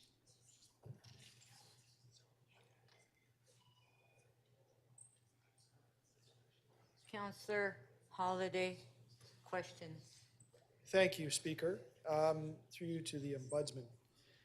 Line 171 talks about, I think it's city staff that were threatened, verbally attacked, threatened with violence. They spray painted their names. They followed them. I thought I heard the Deputy City Manager say there was an assault, but thinking back 2 days in council, do we know what came about of that?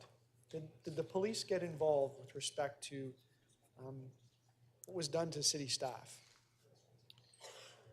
Through the speaker, I can't speak to the exact specifics. The references that you mentioned from the report are things that individuals who spoke to our investigators had told them that they experienced. And from my perspective, I want to stress that no city staff, regardless of where they work, should have to undergo that type of abuse or harassment. And they should be free to be able to carry out their work in a way that is free of that type of harassment. Yes. Do we know who did that, who perpetuated that? Were they individuals that could be identified? Should council be following up and asking that that be investigated? It's very serious. Through the speaker, yes, it is very serious, Councillor, but I don't know if the city has that particular information or whether or not those incidents were ever reported to the police. Okay. Another section of the report, 107 roughly, and I'll paraphrase, it just generally speaks about people withdrawing services, support services. And again, paraphrasing, it was because they didn't agree with what the city was doing. Who was it that withdrew the services? Through the speaker, when we questioned the city about the lack of provision of mental health supports on the day of the clearings, my investigators were told that the city was unable to retain those type of supports because the practitioners or the providers of those services were not in agreement with the city's position The city's position? with respect to the clearings. What do you mean by position? That the city was Well, going to clear it? the actual action of clearing the encampments. So it's because the encampment was being cleared, they didn't help? Through the speaker, my information through the investigation was that the city tried. They weren't able to receive or retain support for mental health, providing mental health supports on the day of the clearings. And my understanding, the information that what was conveyed to me was that this was because they did not agree with the approach the city was taking with respect to the encampments. To staff, do you know who these individuals were? Do they have service agreements with the city? Can you name them?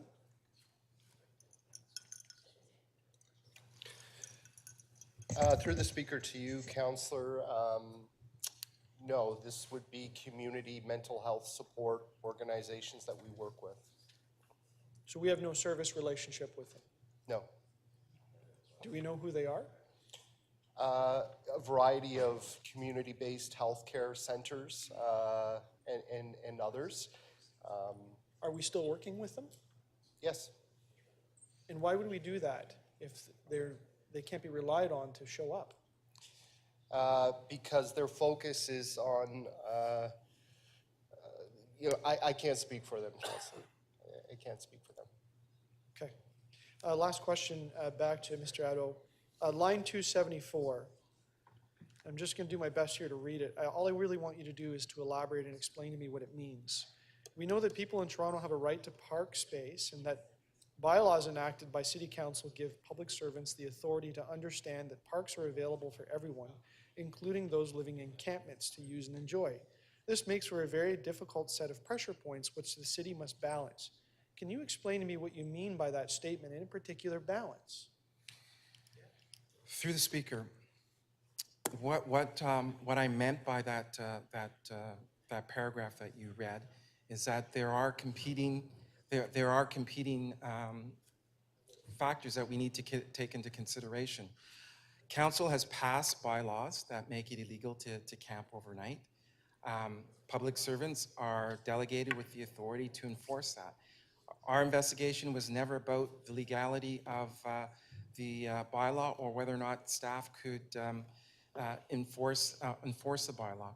What we were concerned about was the manner in which that enforcement was carried out, and that's what that statement refers to. Thank you. Thank you.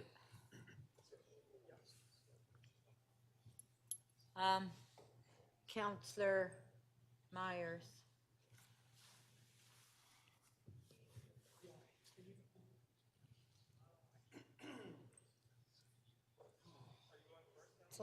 Speaker? Thank you, through the chair. I just have a quick question for the city manager. Through the chair, do you believe that the city has the resources to fully implement the recommendations of the ombudsman? And by resources, I mean financial resources and employees. So through the speaker, what I can say at this point is we do have the resources to start this work. I think it's fair to say that as we head towards the 2024 budget, we'll have to assess what additional resources might be required. We also, as you know, have a lot of decisions we're going to have to make because our system right now, in terms of homelessness from a shelter perspective and others, is not whole, I would say. We're using a backstop potentially this year or hoping there's investments in that system right now. So I would say that right now we have the resources we need to implement what we're doing, and we'll continue to update you on what additional resources are required as we head towards the 2024 budget. Thank you. Thank you. Councillor Nunziata. Yes, thank you. So I have one question to Tracy and then a question to the Ombudsman. Now, yesterday when yesterday was Wednesday. My God, it seems like it's a long time ago since we started. On Wednesday, when Councillor Matlow was asking the questions about for the homeless? Or is it safer to be in the parks and in the shelters? So in your opinion, because of the number of fires that we've had in encampments, and there's been a number of deaths as well, in your opinion, what is safer for the homeless? Where should they be? In the shelters or in the parks?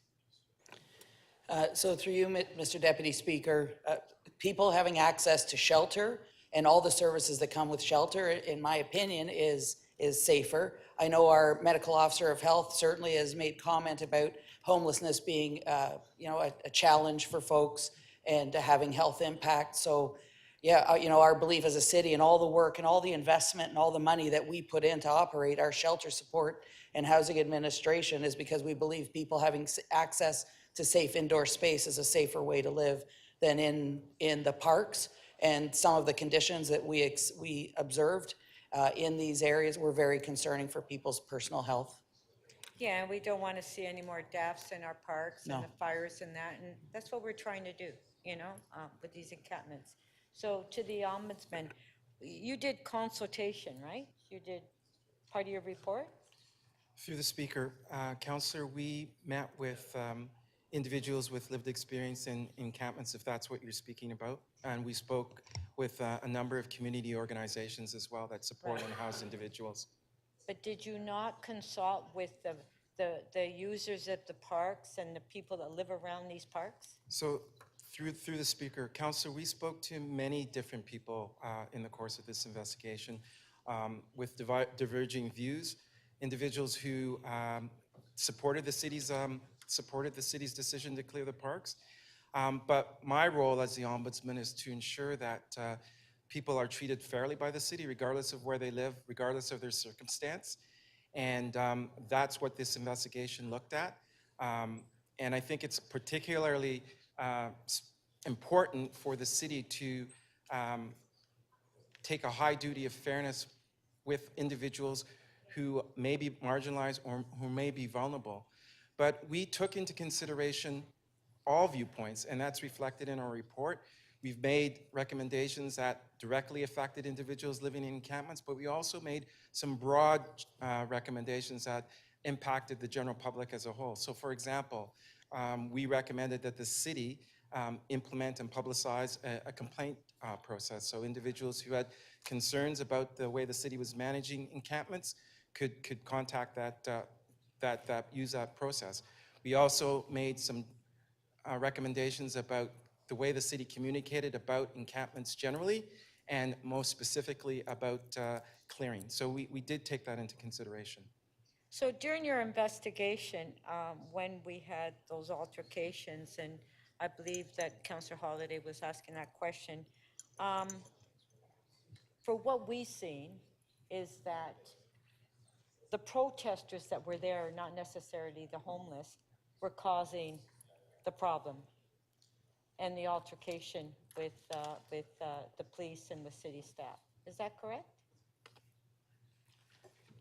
I'm sorry, Councillor, could you repeat the question, please? Well, there were protesters when we had these encampments that were in, and Councillor Holiday, you asked that question about the ban.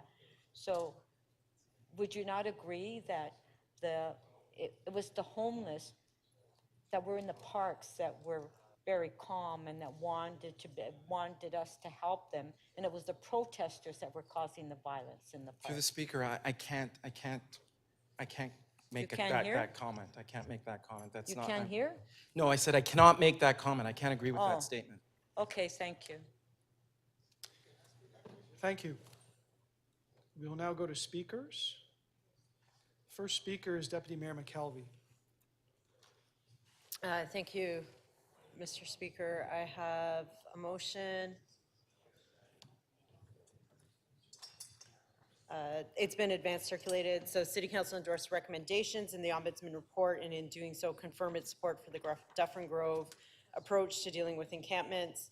City Council commit to working with those who reside in encampments using human rights and culturally appropriate responses. City Council ensure that encampment residents are provided safe indoor space proactively by staff. City Council endorsed the goal of no encampments in the City of Toronto. City Council requests the provincial government to develop a regional approach to homelessness in the Greater Toronto Area, including ensuring that local government provide adequate shelter space for the residents. And 6, City Council requests the federal and provincial government increase support for pathways out of homelessness. In advance of council, we talked to a lot of councillors. We heard a lot of different opinions. Some people thought the report goes too far.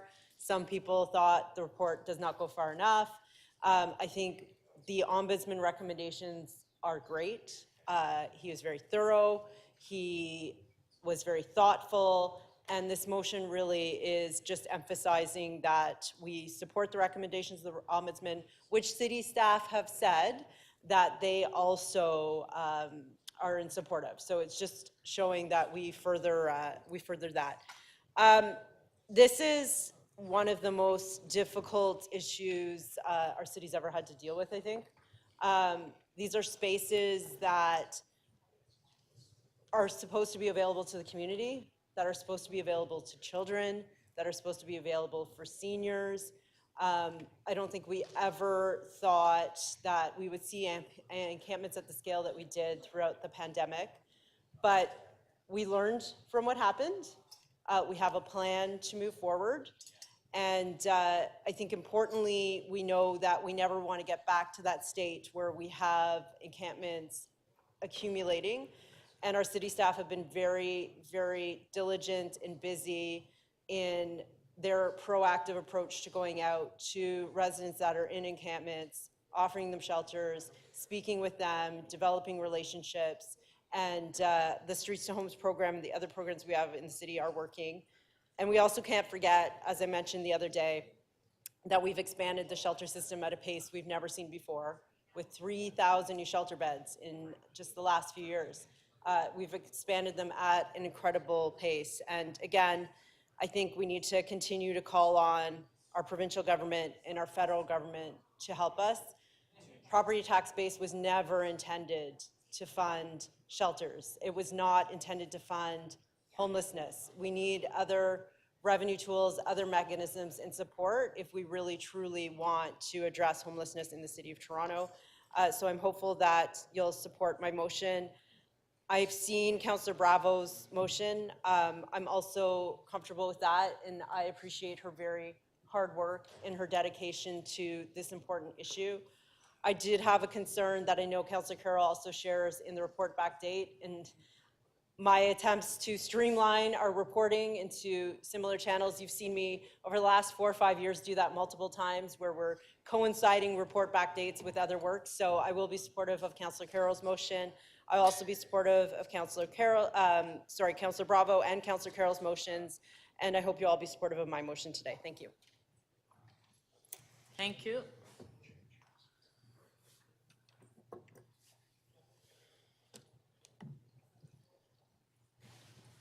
Councillor Bravo to speak. Thank you, Speaker. I have 2 motions. The first one directs the appropriate city staff to report back to council in the 4th quarter of this year, or by ideally before then, with a revised mandate and a strategic plan to guide the city's encampment response that is aligned with both the updated encampment interdepartmental protocol and the realization of the progressive right to housing according to our charter.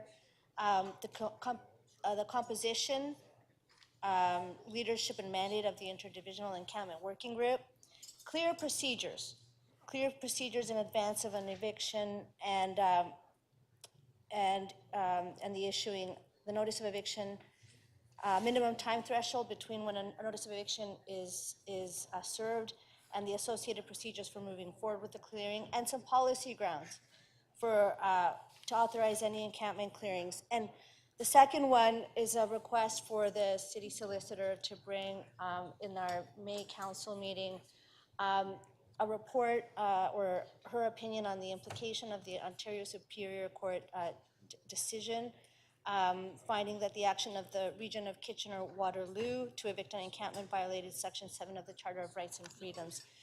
I think that we need this because this report matters so greatly. This report is about restoring public trust. And public trust was broken, and I think we have to all own that. that summer of 2021 is something that has harmed so many people. And for me, as a member of the public, it's one of the reasons that I decided to run for city council, to make sure that we are treating people with dignity and respect and respecting their human rights. I received, like many of all of you, I think, did a letter directly from the front lines, because we talk a lot about who are the people that are out there on the front lines of homelessness. And there are many workers who do this work in and day out, also in our public service, but also in the broader community. 90 organizations signed a letter written by the Toronto Drop-In and Shelter, Justice and Housing networks, including Davenport Perth Neighborhood Community Health Center and Neighborhood Center in my ward. And what they want is, and what they're saying is that the report increases fairness and transparency and accountability, and it calls for meaningful engagement with people living in encampments. And that's an essential piece of realizing the right to housing and moving in that direction. I think it was heartening to hear in answers from staff, from the city manager and staff, that there's an understanding that an encampment response does not belong in emergency management. Emergency management is what happened when there was a fire in my community and people needed to be relocated. It's an incident. It's something that takes place once. But homelessness is not one incident. It is a systemic problem. It requires the inputs and the expertise of so many people who work in the city and people who are out there doing the work. And this is an important place where public service and civil society have to walk step in step. And I just think that above all else, we needed this accountability. We needed the accountability for something which is clear from the Ombudsman's report, which so thoroughly shows that it was wrong. The violent clearing of encampments was wrong. And I think it's so important that every member of council and the staff, and particularly the staff leadership, understand, accept that. We do not get to say this report didn't go far enough or went too far, because that's what the accountability officers do. They investigate. They use the tools at their disposal, and the Ombudsman has clearly told us that. And I want to apologize on behalf of this council for all of the people who were harmed, for the people whose belongings were destroyed, for people who were frightened, who were traumatized, as the Ombudsman has so clearly outlined, and for the people who were physically hurt in the encampment clearings, because there are a lot of apologies have been going around, but we haven't actually apologized to all those people in Toronto who were hurt. And I think that's absolutely essential. It's clear that the only way to deal with homelessness is starting from the basic principle of respect for human rights and holding ourselves accountable to the housing charter that we adopted, which means we have to progressively advance the right to housing in the city. Thank you.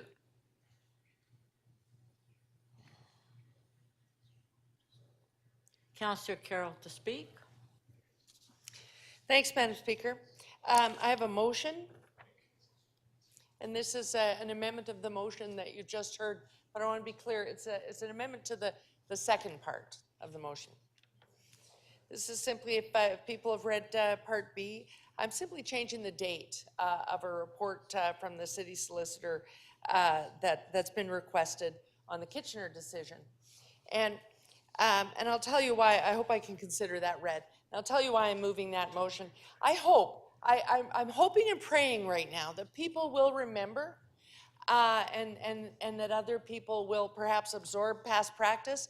We have a long history of being collegial about just moving dates to align topics together and smooth the business of this council chamber. And we do it usually as friendly amendments. And I hope that we can adopt that practice again one day. Part one of Councillor Bravo's motion brings a very important report, and it brings it in the fourth quarter of 2023. I'm simply saying that also in the fourth quarter of 2023 would be a well and good time to also get the report from the city solicitor, similar topics, although the court decision is somewhat apples to oranges to our situation, as the judge pointed out in his decision. He was at pains to make clear in his media remarks after the court wrapped, and he wrote it into his decision. I want to make very clear that my decision here in Kitchener-Waterloo is about a private property, not a property for community use. So they're different decisions. There's still some value in hearing about it, but I'll tell you why I feel it's really important to align these two parts of this motion. Just report on them then. You have a big thing to deal with in May. You may recall you all felt very, very passionately about warming centers. That's coming to the committee meeting, and then it is coming to this council on May 10th. Then in Q3, the report that we're all waiting for, which is the Shelter Capital Infrastructure Plan to accommodate these homeless in much better circumstances than a park, is also coming, and it needs our due consideration. We are going to be dealing with the plight of the homeless in this quarter, in the next quarter, and the quarter after that. But as Deputy Mayor McKelvey has already pointed out, we have a long practice of aligning the reports so that we can pull together those things that relate and give our best work and our best decision-making to them. That's my reason for moving this amendment. I hope it is received and voted on in the spirit in which it is given. Thank you, Madam Speaker. Thank you. We do have a question for you. Sure. Councillor Bravo, 3 minutes clarification of the motion. I just wanted to clarify if you are not concerned that there may be people camping in parking lots or other city-owned lands before this comes back, because this could happen during this spring and summer, and we will not have had the benefit as a city council of knowing what advice the city solicitor has already given internally within the City of Toronto. It's simply about having this come to council so that we can understand that. Well, the only reason I'm not concerned about that is, well, you know, if for some reason that were to suddenly happen on private property, I still think what I heard today and what I've experienced really in 2022 and early 2023 is that we have all, as a corporation and institution, learned a lot from what happened in 2021. We've been schooled even further by the Ombudsman's investigation. And I feel certain that even if we haven't had a report that's coming to us later in the year, that the sensitivity we're asking for in your motion, in the deputy's motion, in the recommendations of the Ombudsman will be similarly adhered to, and that staff now understand the approach that we're looking for. Certainly they've engaged those different and perhaps better equipped members of staff to make sure that we deal with things as we should. But the decision itself is right online. If in the interim people need to know what the judge in Kitchener said, it's right there. I've read it. You've read it. Yes. Others can read it too. And I'm sure staff would undertake to do so without us even moving a motion. And then later we'll get this report. Thank you.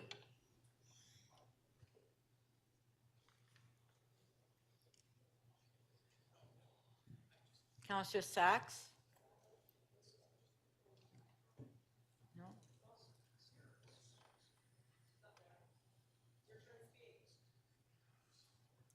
Councillor Sachs, did you want to speak on this item?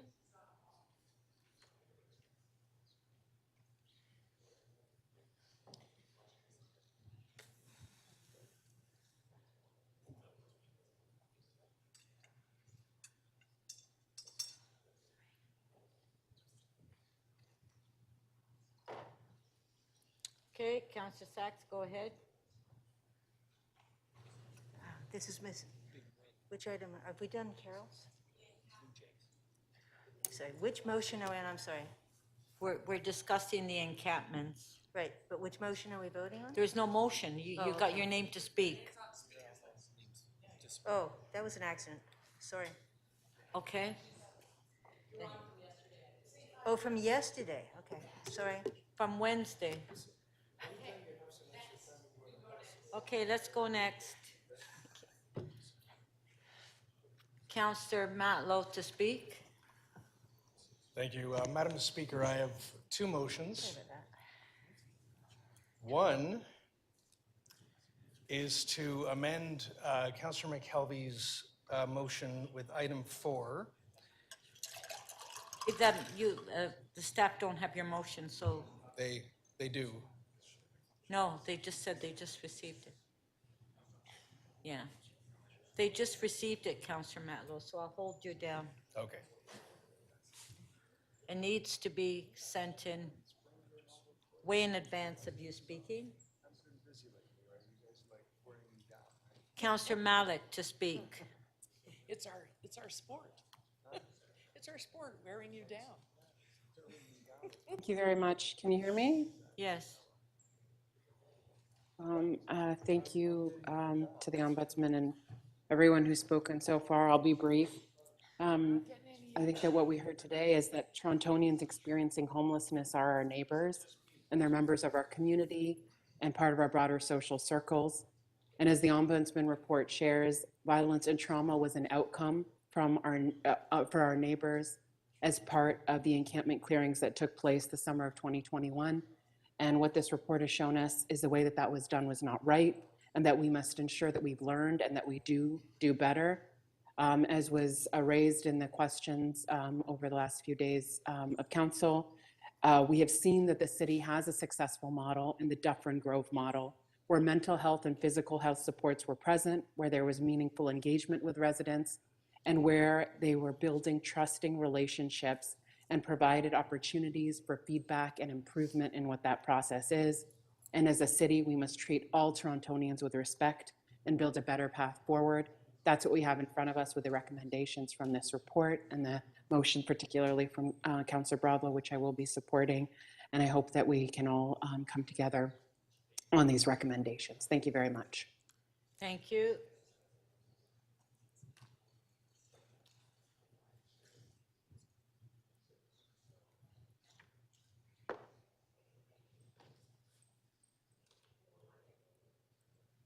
Okay, Councillor Holliday to speak. Councillor Holliday? Thank you, Speaker. Could I have my motion presented, please? My motion sets aside recommendations 14, 16, 17, 18, and 19. I'll speak about that. Members, I hope we can all agree that someone sleeping outdoors in a tent in any haphazard structure that they've arranged is untenable on so many levels. I think we can all share concerns about that. And I think my read of this report, it talks about two parts to a process. It talks about the engagement process, and it talks about the clearing process. Now, I don't want to trivialize the severity of these situations and how important they are to the City of Toronto. But if you think about your own life experience in dealing with, say, a situation where someone has locked themselves into a room, they don't want to come out. And again, I don't want to belittle how important this is, but some of the concepts are the same. You enter a negotiation phase, the engagement. You work with the person, you appeal to them, you try to find out if there is a common way to come to resolution. But eventually you come to the point that you've worked your way down the list. And in this case, is it, can we offer you shelter? Can we offer you some food, some clothing, some sort of assistance or help, get you into a program, do a variety of things. But at some point, the list runs out and the situation remains untenable. Perhaps there's a safety concern. Then comes the clearing phase. That's the compliance phase. The Ombudsman helpfully attached the trespass notice. Well, what does this say? It asks for one thing. It asks the person to leave. That's how you comply with the trespass notice. I don't want to belittle how small that is or how large that is, because that is a very big ask of someone that has set up an encampment. But that's the solution to the trespass notice. That's the solution to compliance. You have to leave. Where I do take exception to the Ombudsman's report and the concern I've got, and really moreover the concern of members of council, not the Ombudsman, towards the Office of the Emergency Management. They were tasked with an incredibly difficult situation. More or less a standoff. Someone locked in the room, they've exhausted the list, And they're there to enact compliance. And that is done in a variety of ways, ways that we probably are not qualified to fully understand as members of council about how difficult and technical that is. What I am concerned about those particular items that I've highlighted in my motion is that they change the footing. They create processes, they create implied notice periods and dates. That does two things. Essentially, it could start a countdown. You will comply on this date or else, and the clock starts to tick. Well, if you think about the example I gave, the small one of someone locked in a room, not wanting to come out. If you say, I'm coming in, and when I count to 10, what do? They entrench in even further, and they amplify the situation. I put it to council, I think we should avoid countdown scenarios. I think that we should avoid scenarios where we build up a process and a bureaucracy around a clearing, so that then there becomes an expectation. I'll note in the questions, people said, it's an eviction. It's not an eviction. An eviction is something completely different that's defined in law, it's defined in procedures and sets of expectations. But when you build expectations in with these type of recommendations, they create areas where people can defray or disrupt the compliance phase. I think we need to support our staff in having to do the most difficult thing, which is to ensure compliance or enforcement. Those particular recommendations that I picked out build around those and create expectations. I think they should be permitted to do what they do professionally, to use their judgment to apply. And they'll be held accountable through a variety of mechanisms on that. But I'm really having a hard time with those particular proposals. I'll take my last few moments to thank the Ombudsman. I can't imagine how difficult it was to go through this subject matter and how sensitive it was. And I'm thankful for some of the particular suggestions about how that negotiation or that engagement phase could be better. But these particular ones stand out to me when it comes time down to enforcement. I think they change the footing of the two groups. I think they make the work of Toronto's public service harder. Okay. And I don't mean harder likely, but more difficult to achieve compliance. Hope you give some consideration to what I Okay, have to say. Councillor Holiday, you're over your time. Thank you, Speaker. Thank you.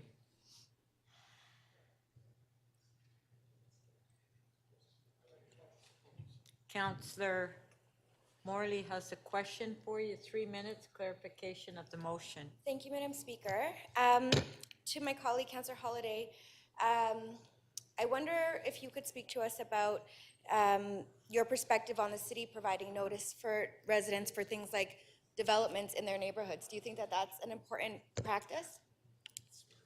Those are enshrined in law. Sorry? Those are enshrined in law, and we have to comply.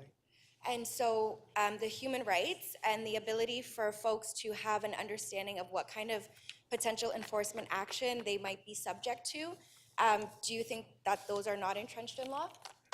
Well, the enforcement action is to comply with that, to leave. Sorry, can you elaborate what that is that you're? That's the trespass notice that's contained in the Ombudsman's report. And do you accept that during this time that we are focused on in summer of 2021, our shelter was at capacity and we were managing an acute phase of a pandemic? That's all part of the report. And again, I'll go back to compliance with the law of the park is what this is about. So essentially, the sentiment behind your motion does not give much care or consideration for the individual vulnerable folks who are forced in many instances, because obviously they don't have many other options, to live in really difficult, as we've heard, circumstances in these scenarios, but you're not concerned about their rights. Is that a question? Are you concerned about the rights of those vulnerable individuals who are struggling within our city? I think we should be concerned about all of our citizens in the city. And we have to consider the footing that either of them are placed on, whether they are in a scenario that are facing a compliance action, or they are part of the general population of the city that expects their government to enforce the laws. So you're making a differentiation between the general population and the vulnerable folks who are.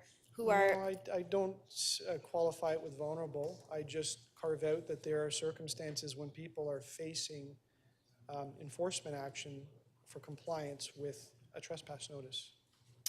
I would put to my colleague that if you're living in a park, you're probably in a vulnerable situation, but those are my questions. Thank you.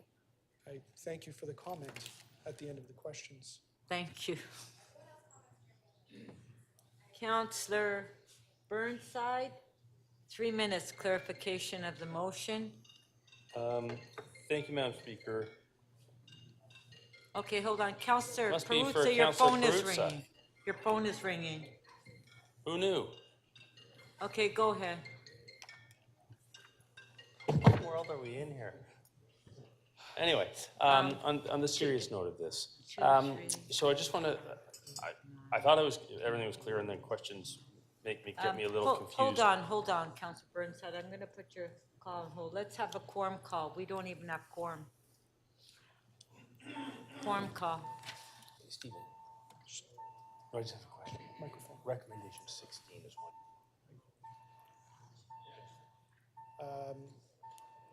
Yeah,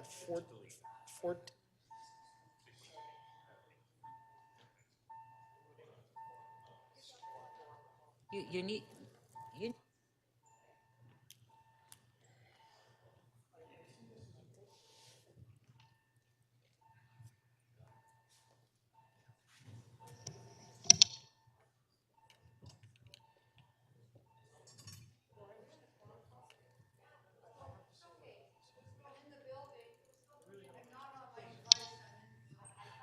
Members, the voting panel is open. Would you please press one of the two buttons to indicate your presence in the meeting, please?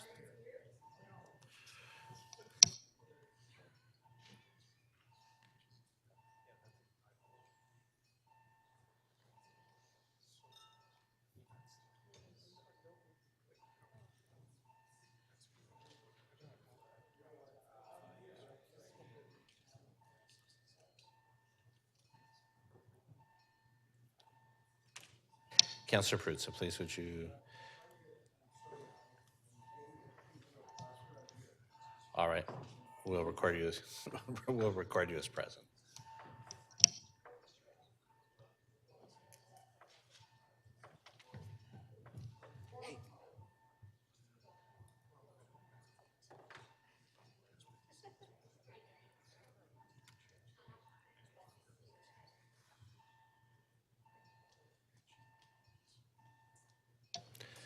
Madam Speaker, quorum is present. There are 18 members in the chamber.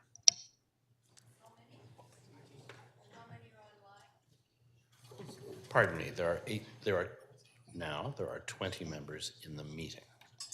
Okay, Councillor Burnside, you were asking a question. Go ahead. Yeah, thank you, Madam Speaker. Through you.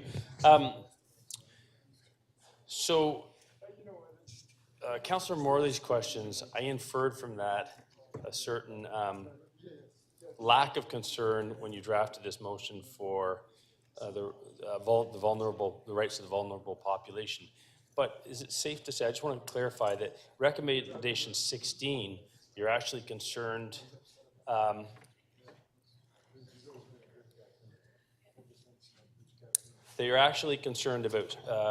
of safety. Safety of staff, safety of the vulnerable population, that when you tell everyone a date and time that you're coming in to clear a park, that actually could lead to more confrontation. Is that fair to say? Yeah, I did contain that in my remarks, that when you initiate a countdown, and again, back to the very small example I used, if you've ever dealt with somebody in a locked room, you know, you eventually come to the point where you've got to use the key or the screwdriver to open the door. If you start the countdown, I'm coming in 10, 9, 8, 7, you know, that person may take the position of entrenching themselves further in anticipation of a confrontation. And so I worry about when you begin to prescribe timelines and expectations around this. It's my preference that the staff be given the latitude to conduct the enforcement action as they need to, and not set those expectations. In fact, people should just understand that at some point, the enforcement will occur. And everyone is working to avoid that particular point. We would like people to comply. It's just like every bylaw that we've got in the city. Okay. Yeah, and thank you. For the record, I did hear your analogy, but the follow-up questions, I was just wanted to course. clarify that everyone did hear, you know, your concerns. Thank you. Thank you. Thank you.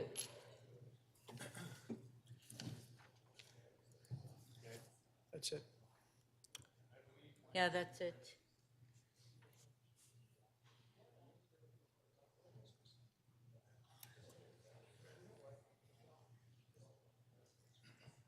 Councillor Matlow to speak. Thank you. Madam Speaker, I am amending item 4 of Deputy Mayor McKelvey's motion. So rather than the goal of our city being no encampments, the goal actually be to provide affordable housing and safe indoor space so that no one is forced to live in an encampment as a last resort. And then I also have another motion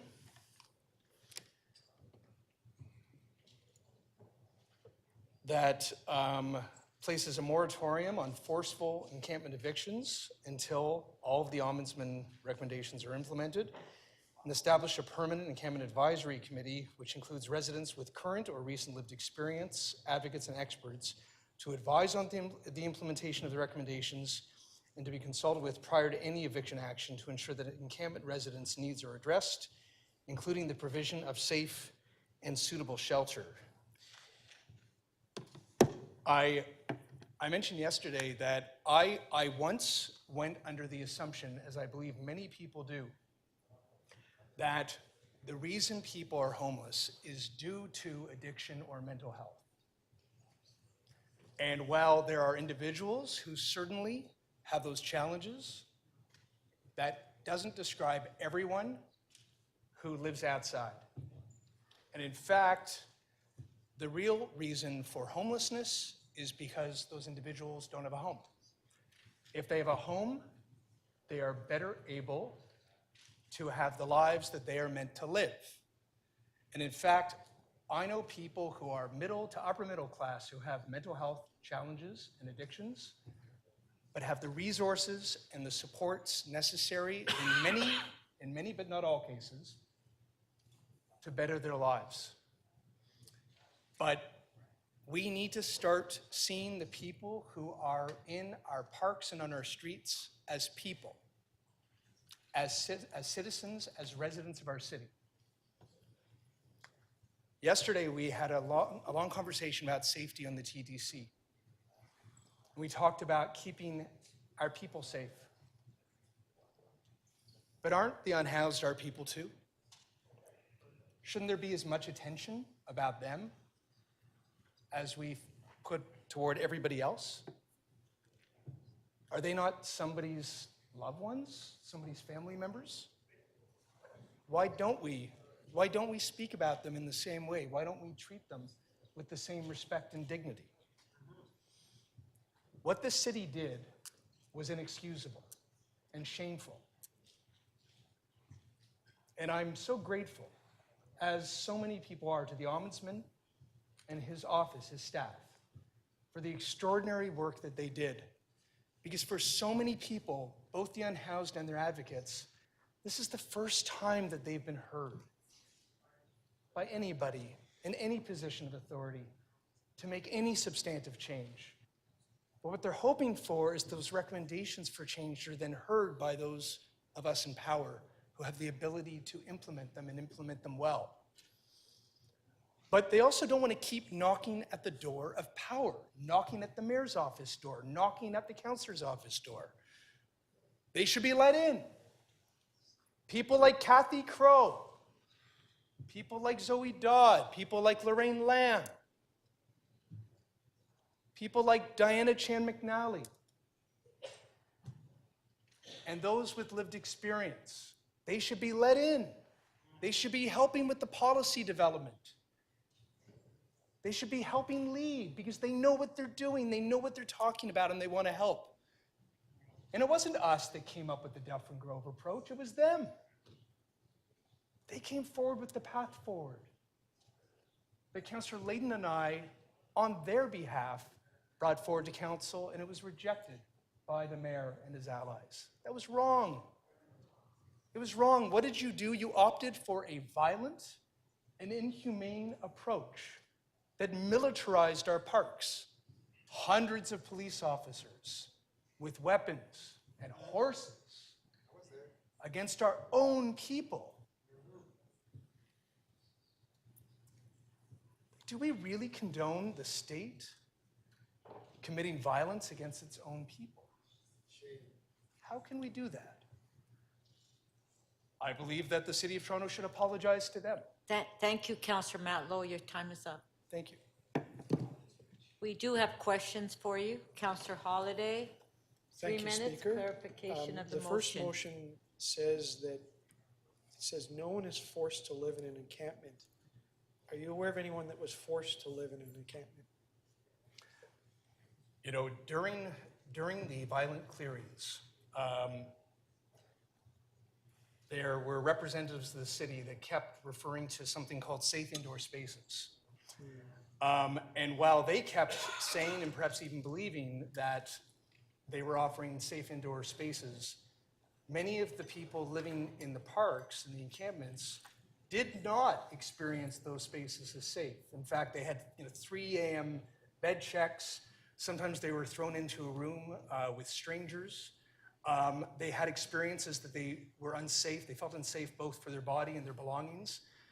So yes, without access to housing, to supports, to a genuine safe indoor space, they were forced to go somewhere else. And in fact, in many cases, they felt safer out in the parks than they did in our shelter system. Who forced them?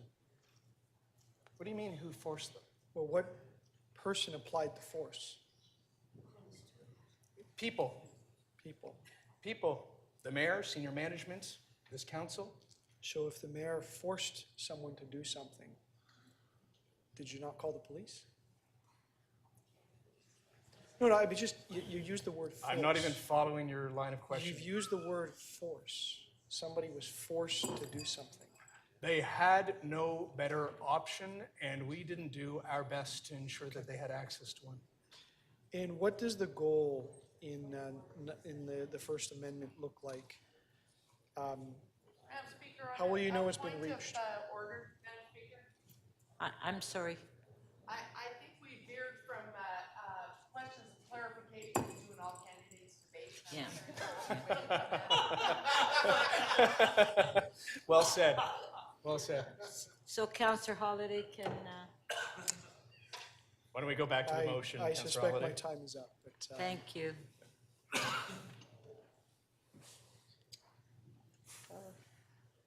Okay. Shelley. Mike's on.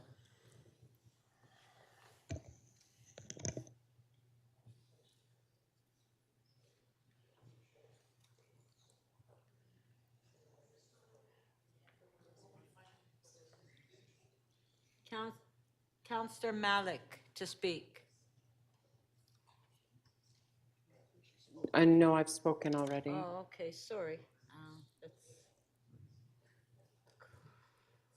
Councillor Perks to speak.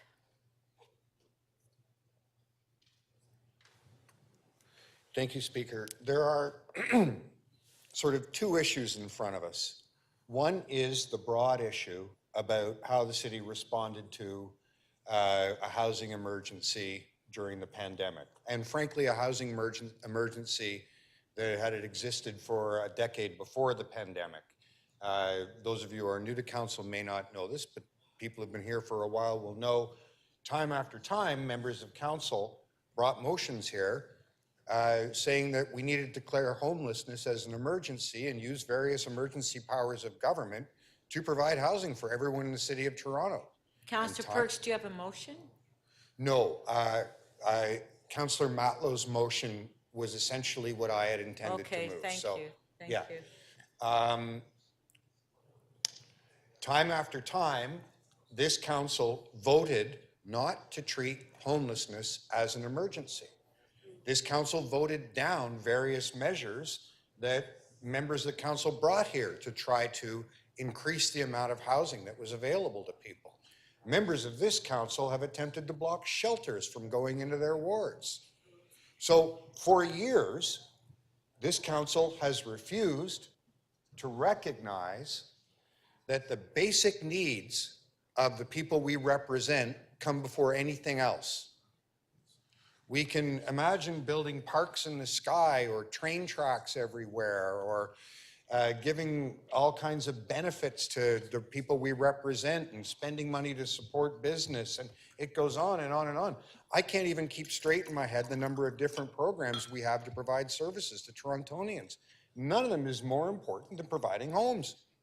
It is literally your first job. And for years, we've refused to deal with it properly. And when the pandemic hit and the flimsy, broken system that we had for housing people collapsed completely, we couldn't put it out of public mind and public view anymore. And we failed. Despite multiple attempts from some members of council, Councillor Matlow's mentioned one, I know Councillor Layton, myself, former Councillor Wong Tam, former Councillor Cressy, many of us tried to bring solutions here and to other fora, and many, many, many community activists and people who were unhoused were trying to bring solutions, and those solutions were not adopted. So in that sense, we failed, and as others have said, we owe an apology to a group of our neighbors, brothers, sisters, and citizens of Toronto. Also on the high level, there has been an argument about whether this was done violently or not.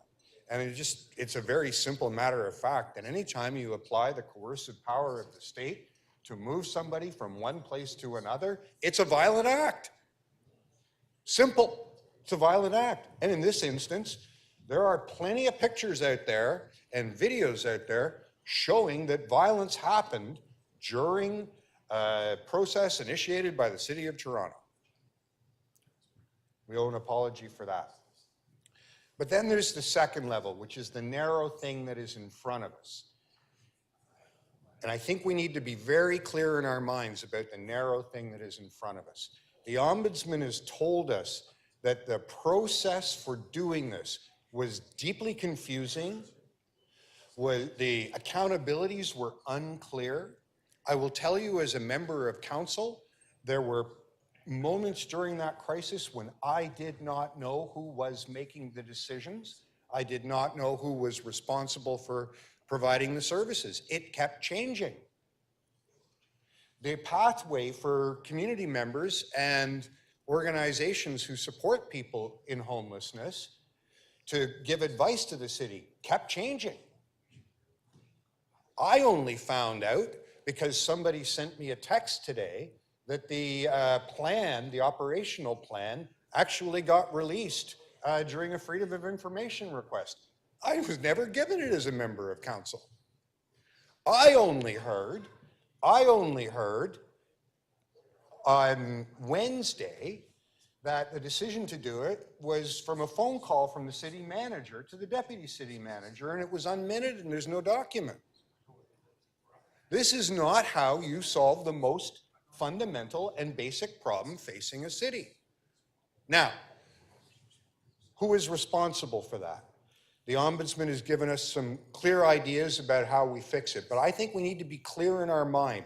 Many times today we have been told, don't debate this now, debate this later, because some people, including the mayor of Toronto, the former mayor of Toronto, tried to keep items off the council floor for debate. Your time is up, sorry.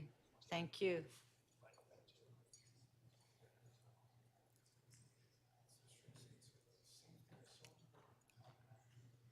Okay, before we vote on the motions, we'll just have a few-minute break because the clerk has to.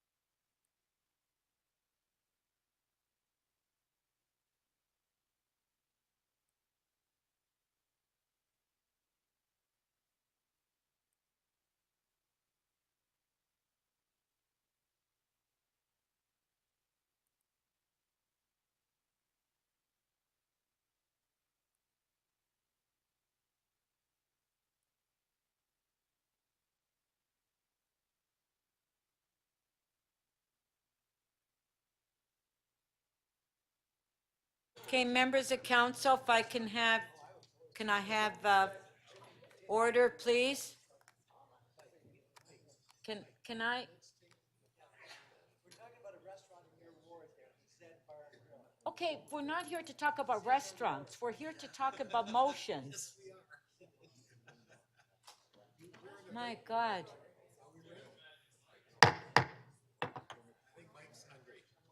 Okay, well, he's always hungry. Okay, members.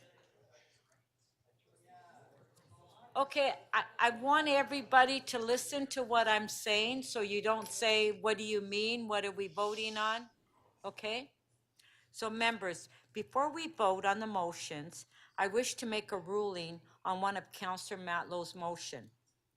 I'm ruling that Part 1A of Motion 5B is out of order on the grounds that a moratorium constitutes the direction of enforcement activities.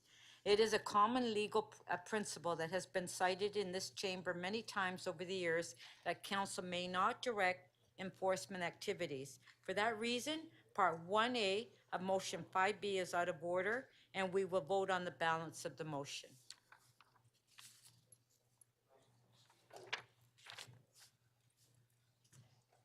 Councillor Perks? Can I just to clarify a piece of that? The City of Toronto had a moratorium on clearing encampments in the initial phase when the shelters were full. What was the mechanism that was used to create that? Okay, if I can have. And how are we not? Well, I'm taking, do you want to? I just need to understand. Okay, yes, thank you, Councillor Perks. So we'll have the staff comment. Okay, the clerk? Okay, no. This, yeah. So this was legal advice to me, so that's my ruling, Councillor Perks? It's my ruling. If you want to challenge me, challenge me. That's my ruling.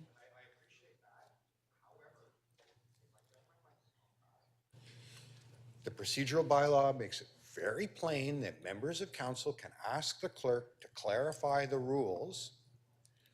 And I'm being told that a thing that we did once before can't be done, and I need to simply understand why.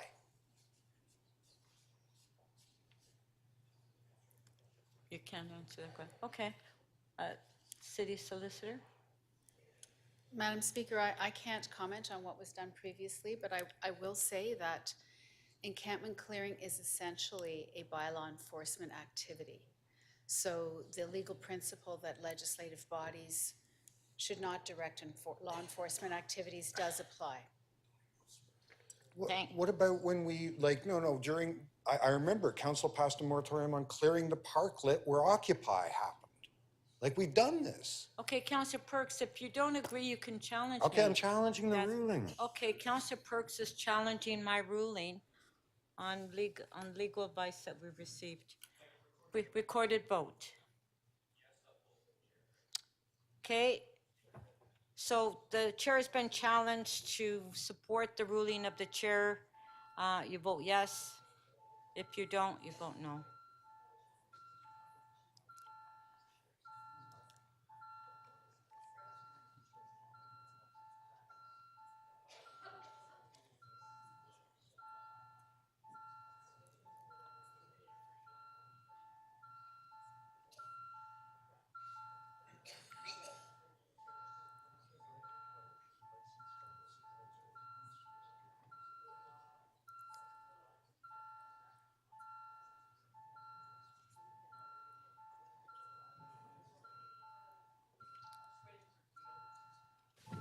Members, stand by while we create the motion to uphold the chair.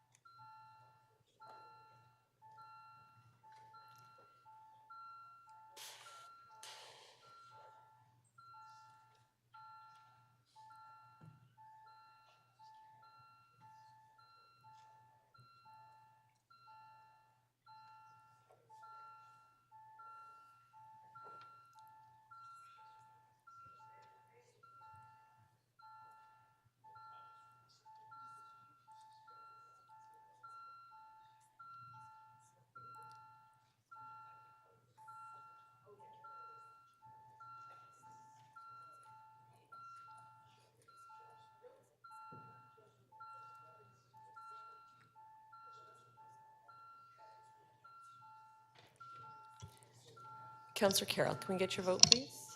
Counselor Fletcher, your vote, please? And Counselor Perruzza, your vote, please?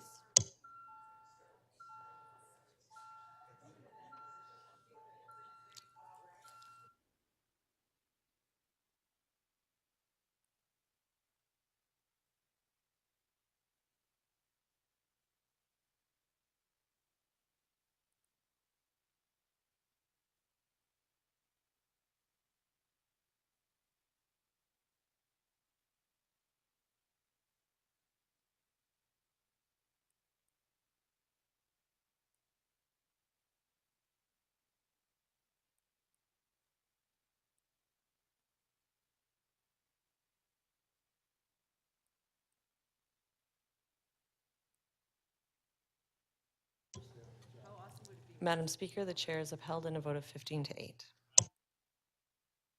Thank you.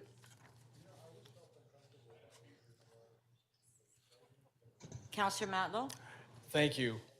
My intent in the motion, and I'd appreciate being able to amend it, is to have to put the bylaw in abeyance to be able to have that moratorium. Okay, Councillor Matlow, we've already dealt with it. I appreciate that. We're in the middle of voting on the motions now. I appreciate that. Okay, I'm asking.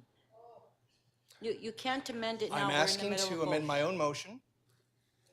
I'm asking to amend my own motion to put the bylaw in abeyance to allow for the moratorium, to prevent any other incidents like we experienced in 2021. Councillor Matlow, we're in the middle of voting now. So I'd like your ruling on whether or not I can amend my own No, motion. we're just in the middle of vote. You don't amend motions when we're in the middle of votes. But we can if we choose No, to. yeah. Would you allow it? No. Then I'd like to challenge Yeah. that.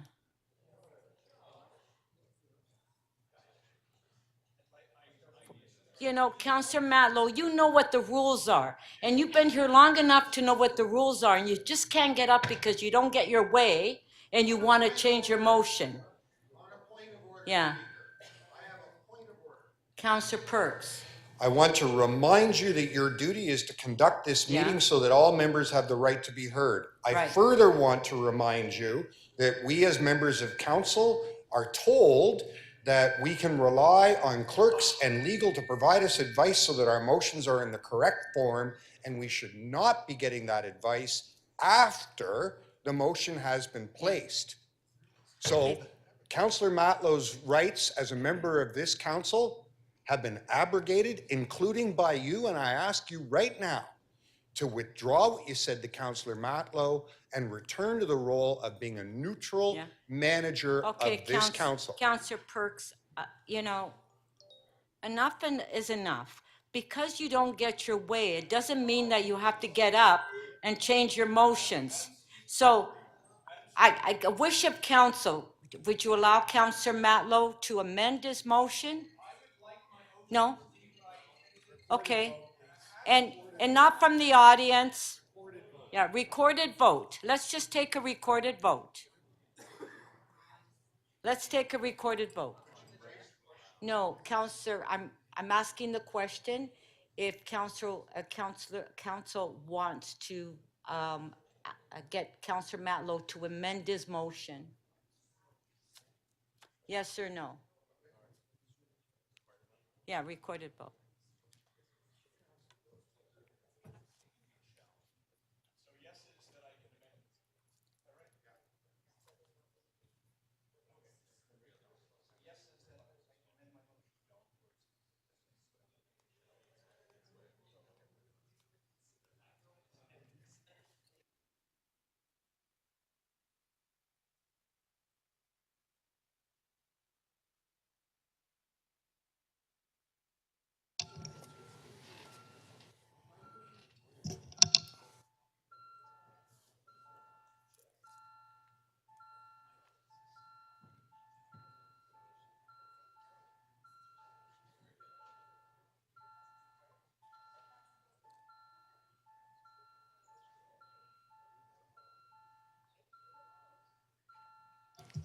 Members, just stand by again while we prepare the motion for display.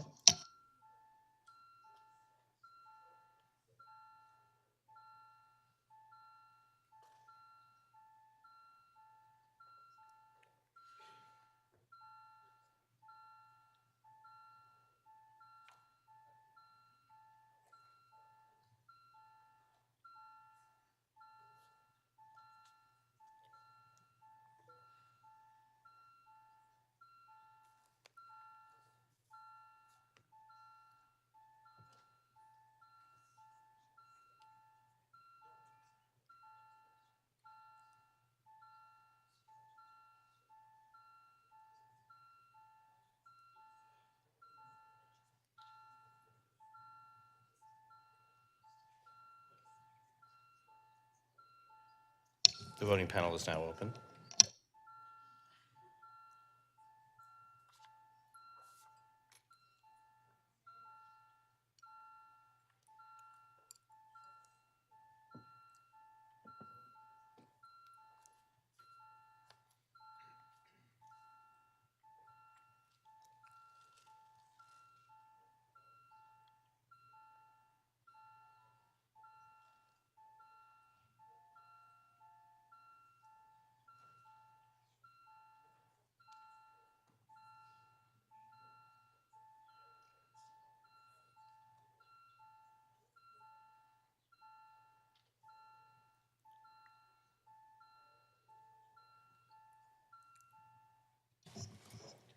Speaker, the motion to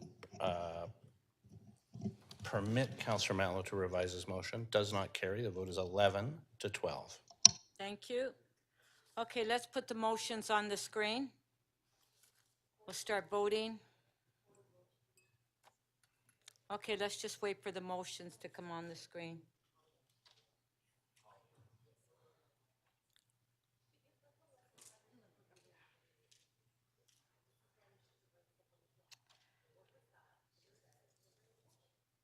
First motion is on the screen by Councillor Holliday. Recorded vote.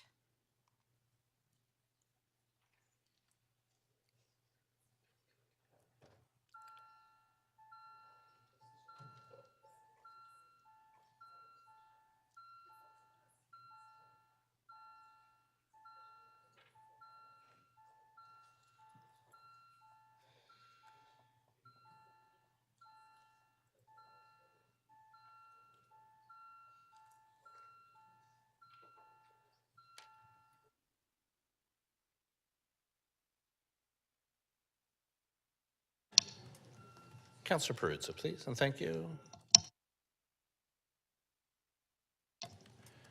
Speaker, motion 4 by Councillor Holliday does not carry. The vote is 3 to 20.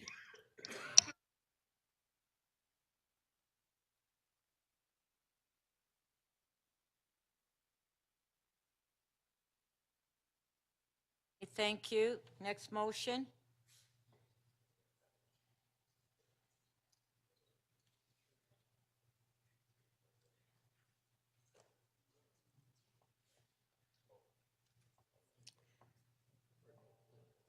It's on the screen.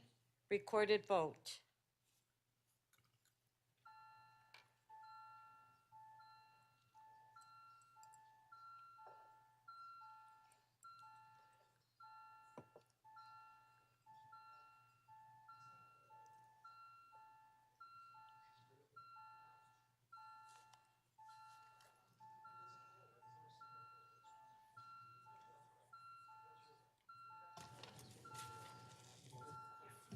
Councillor Perruzza, please, and Councillor Sachs.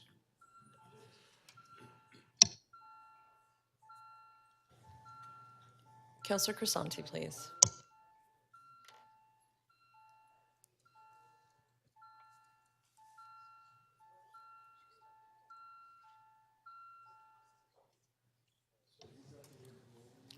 Motion 5A does not carry. The vote is 9 to 14. Okay, our next motion.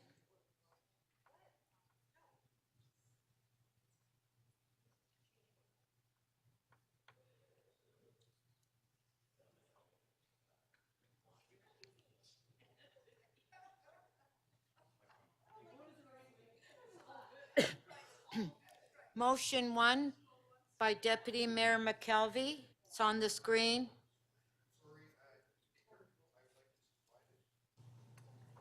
I would like this divided. I'll vote on the balance except item 4, and I would like to vote on item 4 separately.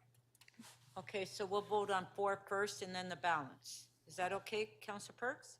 Yes. Okay. Perfect. So on the Deputy Mayor's motion, voting on motion recommendation 4 first, recorded vote.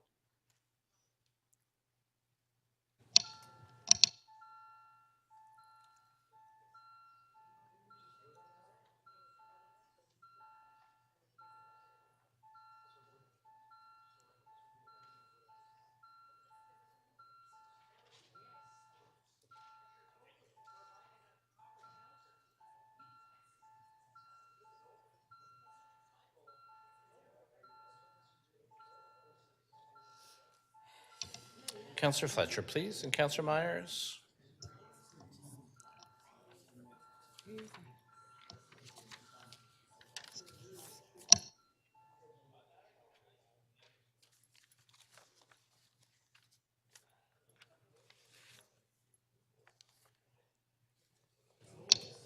Part 4 of motion number 1 carries. The vote is 19-4. Okay, on the balance of the motion, do we want a recorded vote? Recorded vote.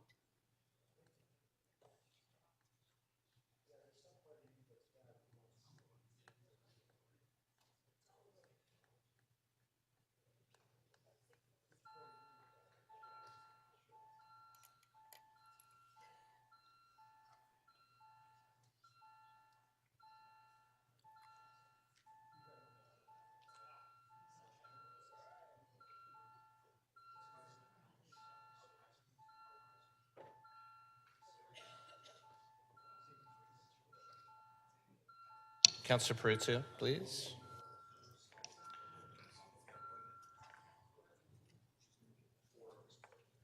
The balance of the motion carries. The vote is 22-1. Okay, so our next motion, if we can put it on the screen.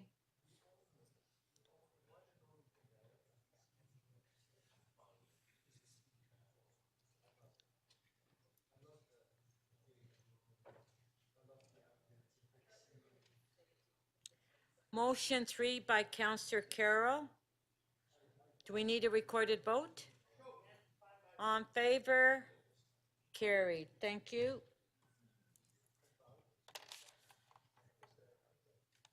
Next motion.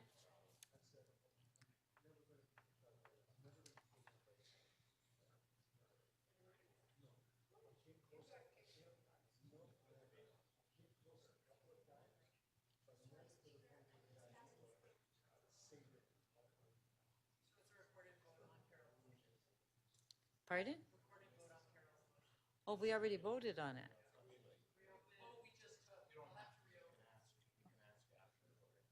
Oh, okay. Who's asking for recorded vote?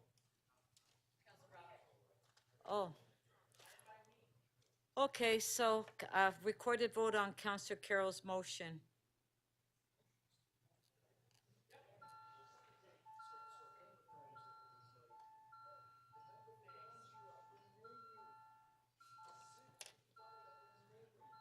I guess it's hard, Counselor Bravo, for me to hear you because Counselor Peruzza is talking.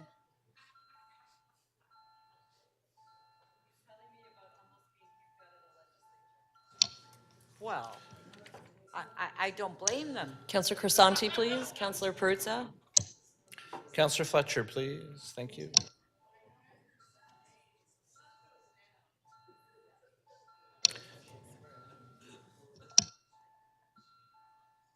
We have to bring some humor into this council chamber. Motion 3 carries. The vote is 17-6. Okay, our next motion.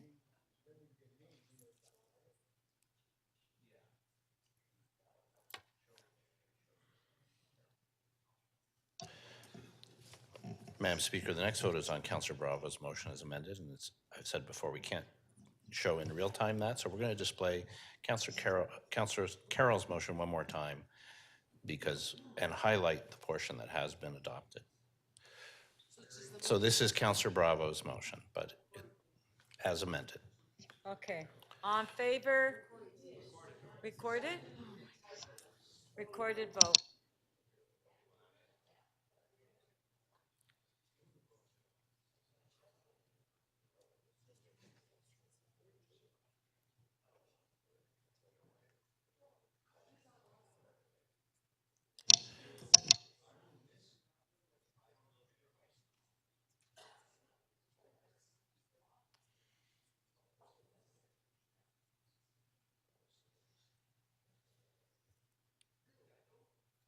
Voting panel is now open, members. Okay.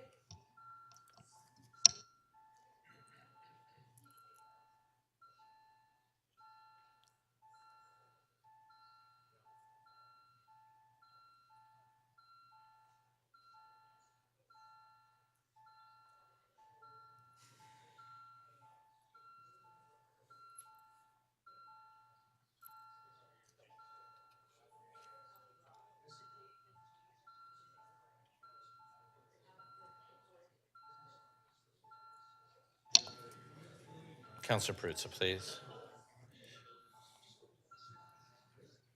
Councillor Bravo's motion 2B, as amended by Councillor Carroll, carries unanimously, 23 in favor. Okay, next motion.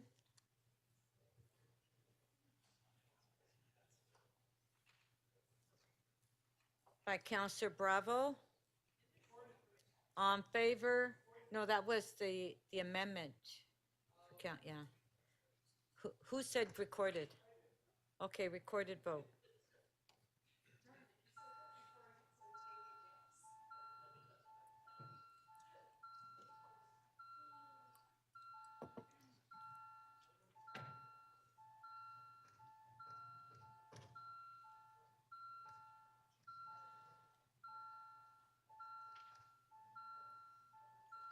Councillor Perruzza, please.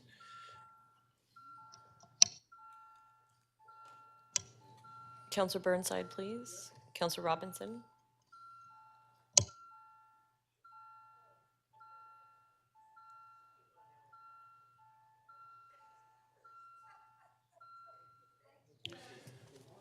Motion 2A carries. The vote is 21-2. Okay, our next motion.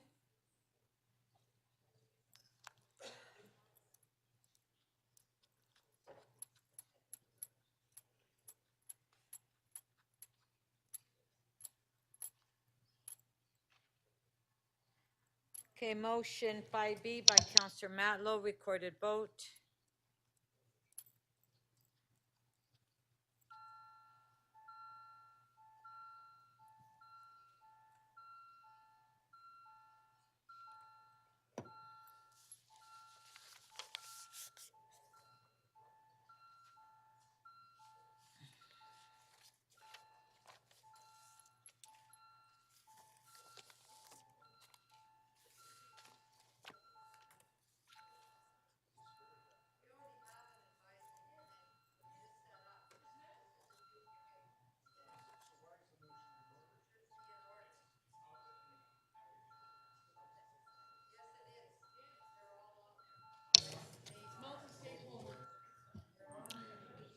Councillor Myers, please, and Councillor Sachs.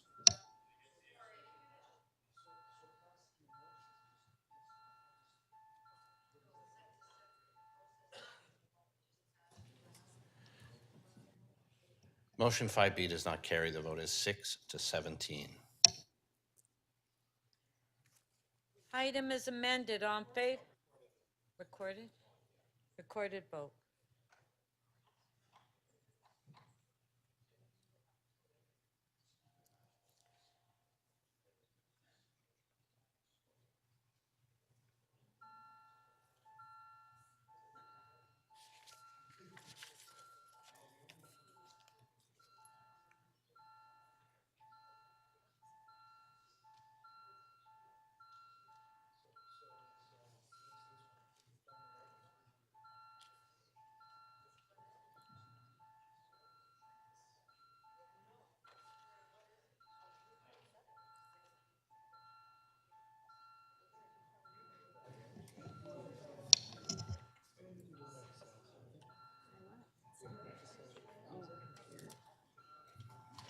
Councillor Carroll, could we get your vote, please?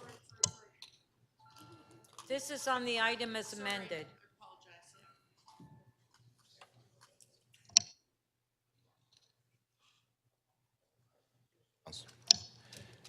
The item is amended carries. The vote is 21-1. Thank you. So Councillor Holliday, do you know if your motions are ready yet for the CC 516? Okay, this is on 4340 Bloor Street. Okay, so. Thank you, Speaker. I'm prepared to move the report, the supplemental report, and my amending motion, which includes a confidential attachment. Okay, we'll put the motion on the screen. And that is CC 5.16, 4340 Bloor Street West, Right. Ontario Land Tribunal hearing. Okay, there's the amendment on the screen. On favor? Carried. Item is amended. On favor? Carried. Councillor Fletcher, did you say you had a quick release? You held that. It's been replaced now, that motion. So you release that with the new motion. Thank you. Oh, just one moment, okay? Thank you. I Deputy can Mayor, release GG it. 2.27. Counselor Fletcher's replaced her motion, worked on staff with it. We've looked at it. So thank her for working with GG everybody to come to a good 2.27. resolution. Okay, this is on GG 2.27. Yeah. So Counselor Fletcher, then do you want to introduce the new motion? I'm sorry, yes, to replace that, and you'll see it. Okay, we'll put it on the Thank you. screen. I'm sure there'll be a recorded vote. Thank you.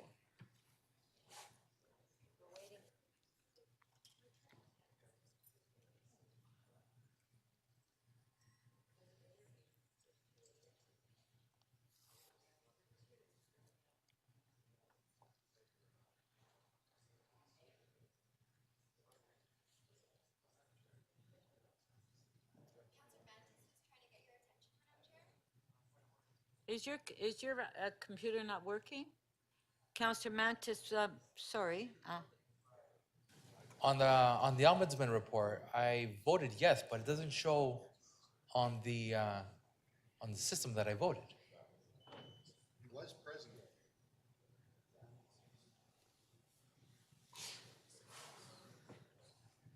You were here? Where? Yeah, I swear he was there. He was right in front of me. Mike is telling the truth. Okay, make the sign of the cross, Counselor Perks, if you're saw him swearing. 2 times. Even though he voted against democracy, I saw it. Okay, the clerk will correct the records, but right now we're doing, That's fine. okay, right now, we're waiting for Counselor Fletcher's motion to come on the screen. Oh, there it is, right there. This is on GG 2.27. Everybody okay with it? Recorded vote.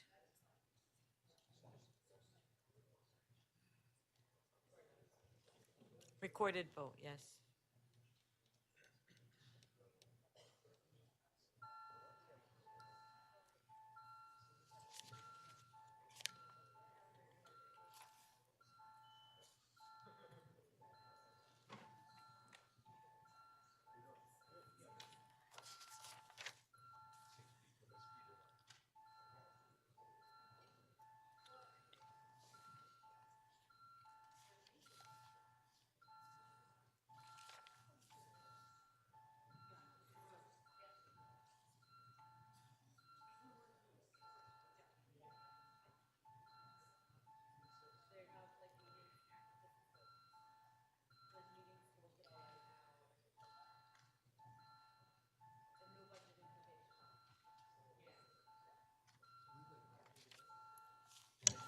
Counselor Crisanti, can we get your vote, please?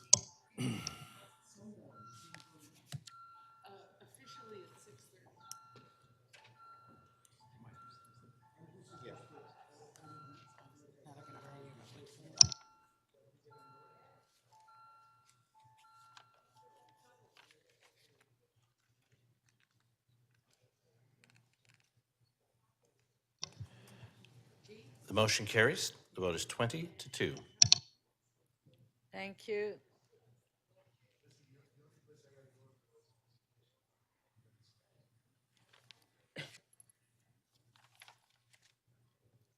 Counselor Perks, you have a quick release? I do.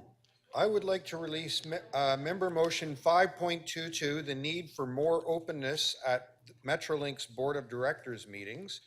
I have an amendment. I've shared the amendment both with the mover and the seconder, and they both concur.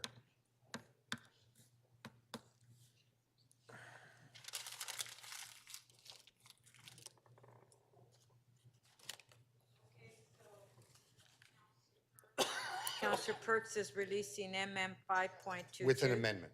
With amendment, we'll put the amendment on the screen. And I'll just quickly read it.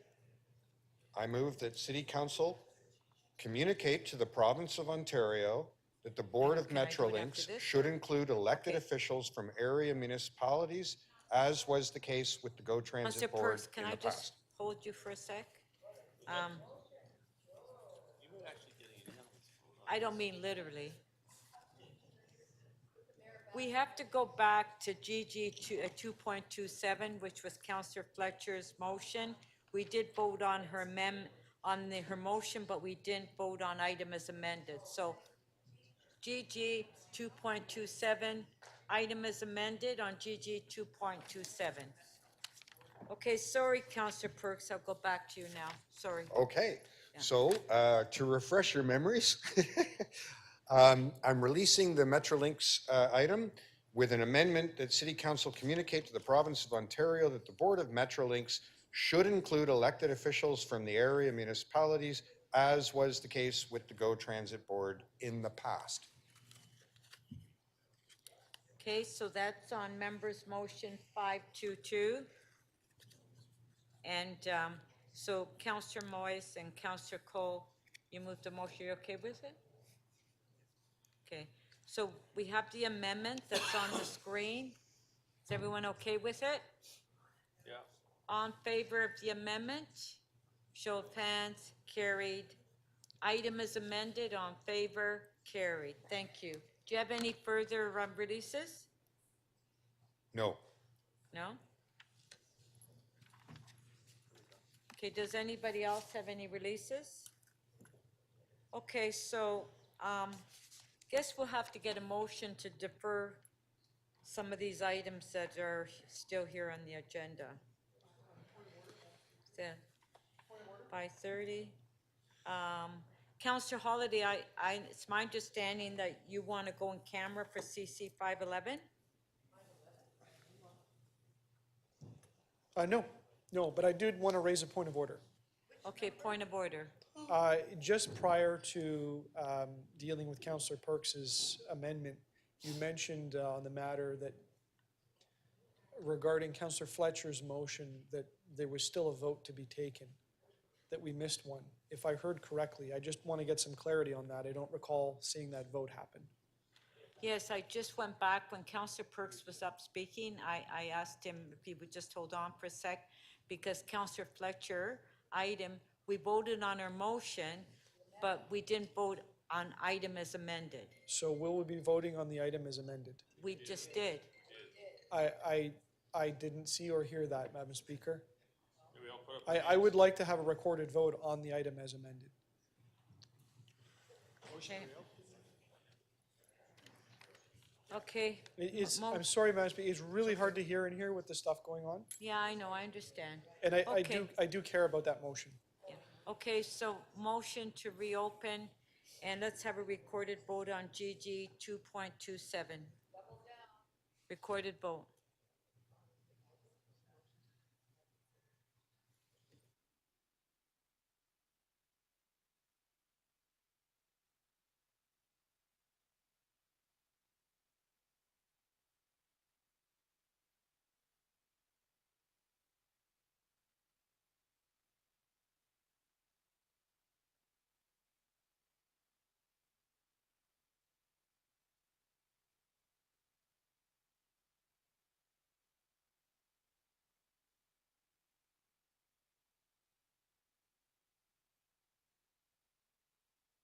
Now, the recorded vote on the item as amended.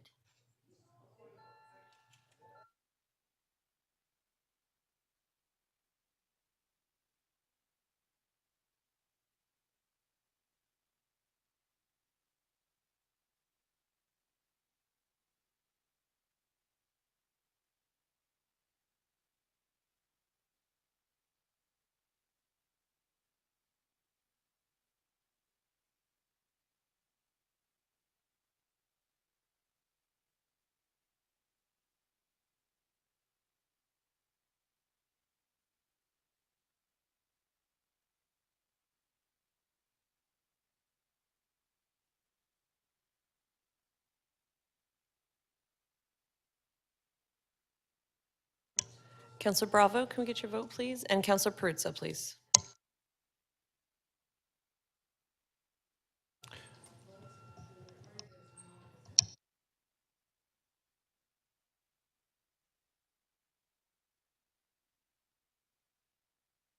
Councillor Perruzza, please. You know, members of council, I really have to, I really have to tell members of council, let's try to keep it down. It's hard for the staff here to hear what's going on if everybody's talking while we're voting. The item as amended is adopted. The vote is 21-2. Okay, thank you.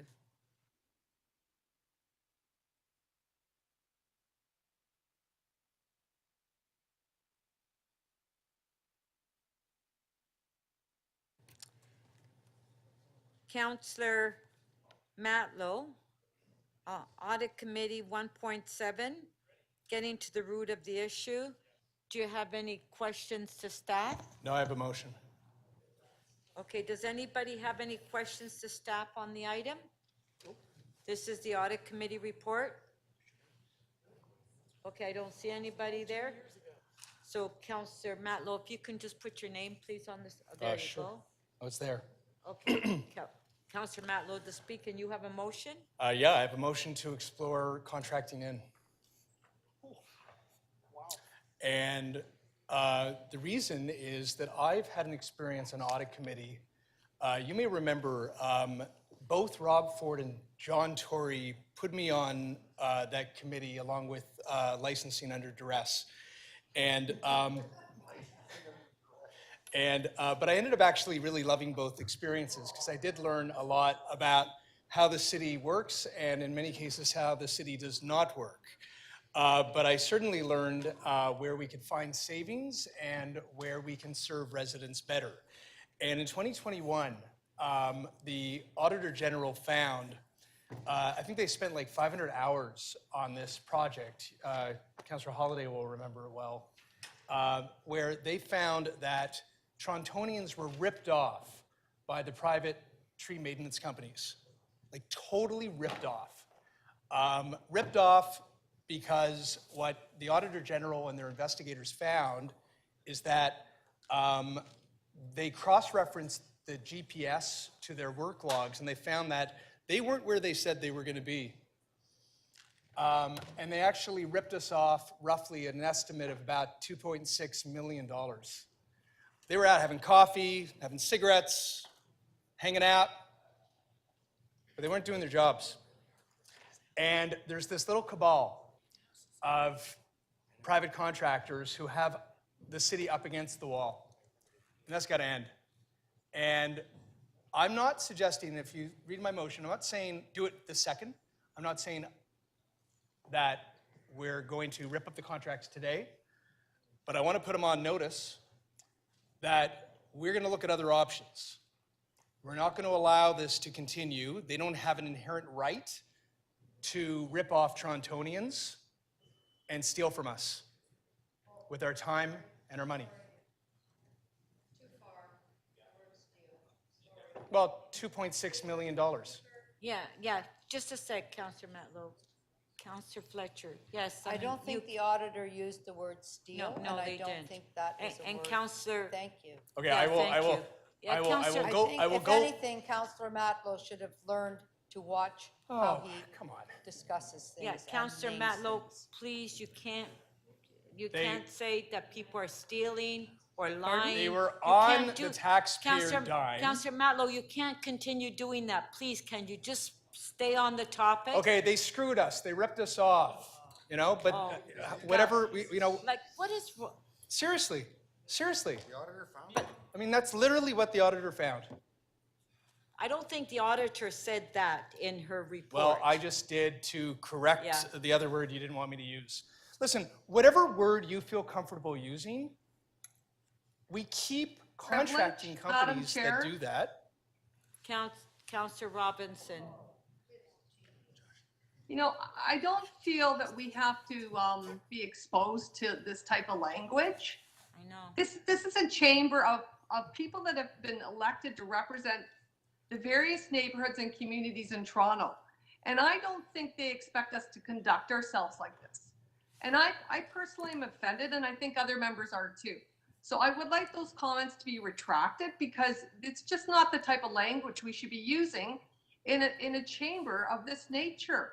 I agree, Councillor Robinson, and I've been warning Councillor Matlow, but unfortunately he doesn't listen. And, you know, Counselor Matlow, if you want to talk on an item, talk on an item, but please watch what you're saying. You can't say that people are stealing or people are lying and keep tweeting on your phone while you're speaking. Yes, if you could please apologize. First of all, I have notes that I'm referring to. And second of all, we were ripped off roughly $2.6 million.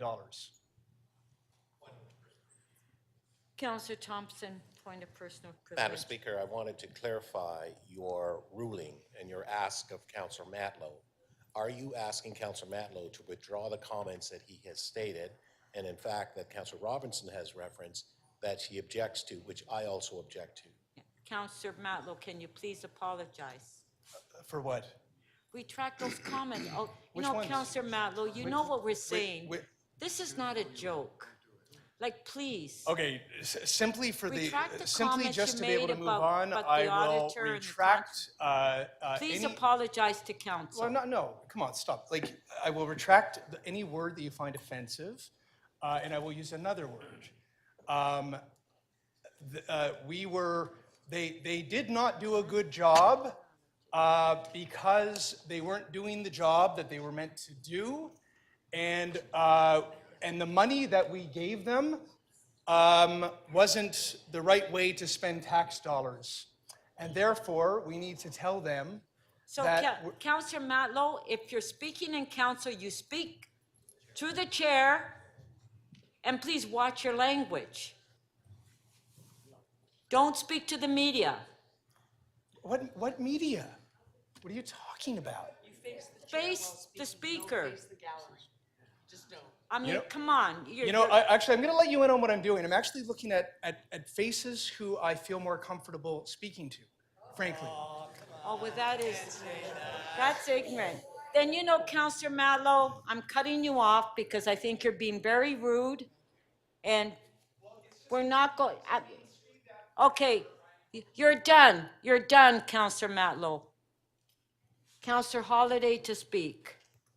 I don't have to listen to that abuse from you. Councillor Holiday to speak. Thank you, Speaker. I did find this exchange ironic. The report that this has been moved on actually lauds for the good work of the PFNR staff in their contract management.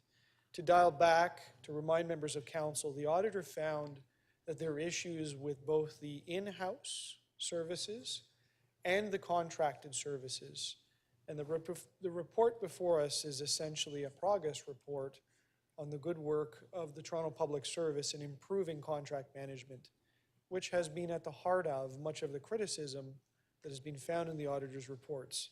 And in fact, the chart in the report tells us it went from a 10% recovery at the start of the year for time down to 1% by the end of the year. And that is because of the work of the staff and the contractors in improving the situation. So I just find it highly ironic and disappointing that in a city where we are struggling to keep up with the maintenance of our trees, where we know from the city budget that we will not meet the best practice of 7-year cycles on maintaining the trees, that there is now a hiccup that has been presented to members of council to change the model that we deliver services. And I urge you to reject Councillor Matlow's motion. Thank you.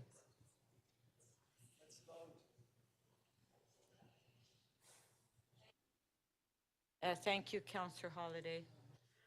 Okay, on Matlow's motion, recorded vote. If Matlow, you know, why don't you sit in your seat, we're voting. Stop this nonsense, Councillor Matlow. We're voting on your motion. Recorded vote.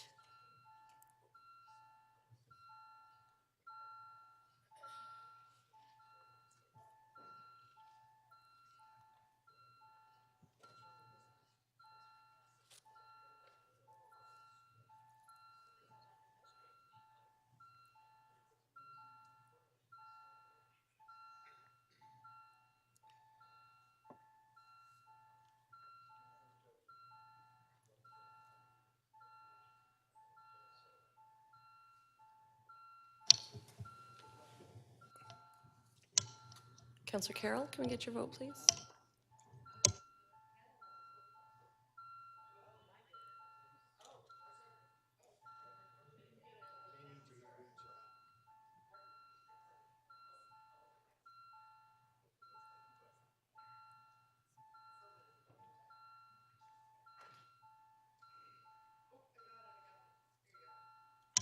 Counselor Perks, can we get your vote, please?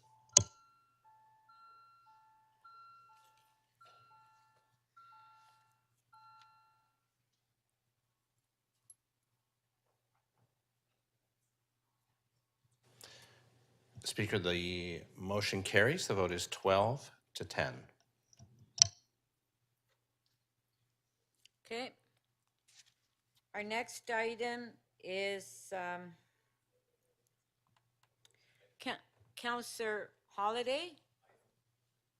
Oh, sorry. Item is amended. On favor. Recorded vote. I'm sorry, Councillor Holiday. Did you want to say something? Yeah, are we still on, I'm sorry, Madam Speaker, because the screen is changing quickly. I'm assuming you are calling for a vote on AU 1.7 as amended. Did I hear that correctly? Yes. I just need the item number. Thank you. May I have a recorded vote? Yes.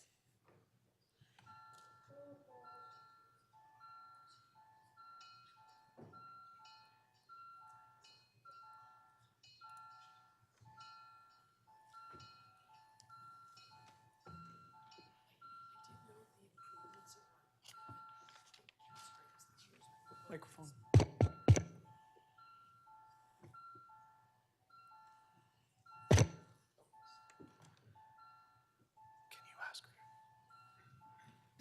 Councillor Perruzza, please.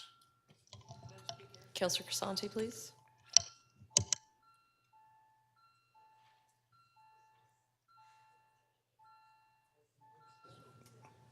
Councillor Perruzza, please.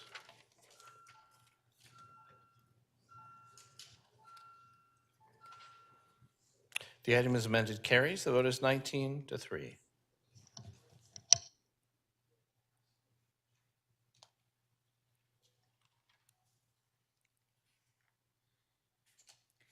Okay, so our next item is CC 5.11, and Councillor Holiday, you said you wanted to go on camera? Pardon? No, Madam Speaker. I just want to provide a brief comment on it, and I realize most of the item is in camera.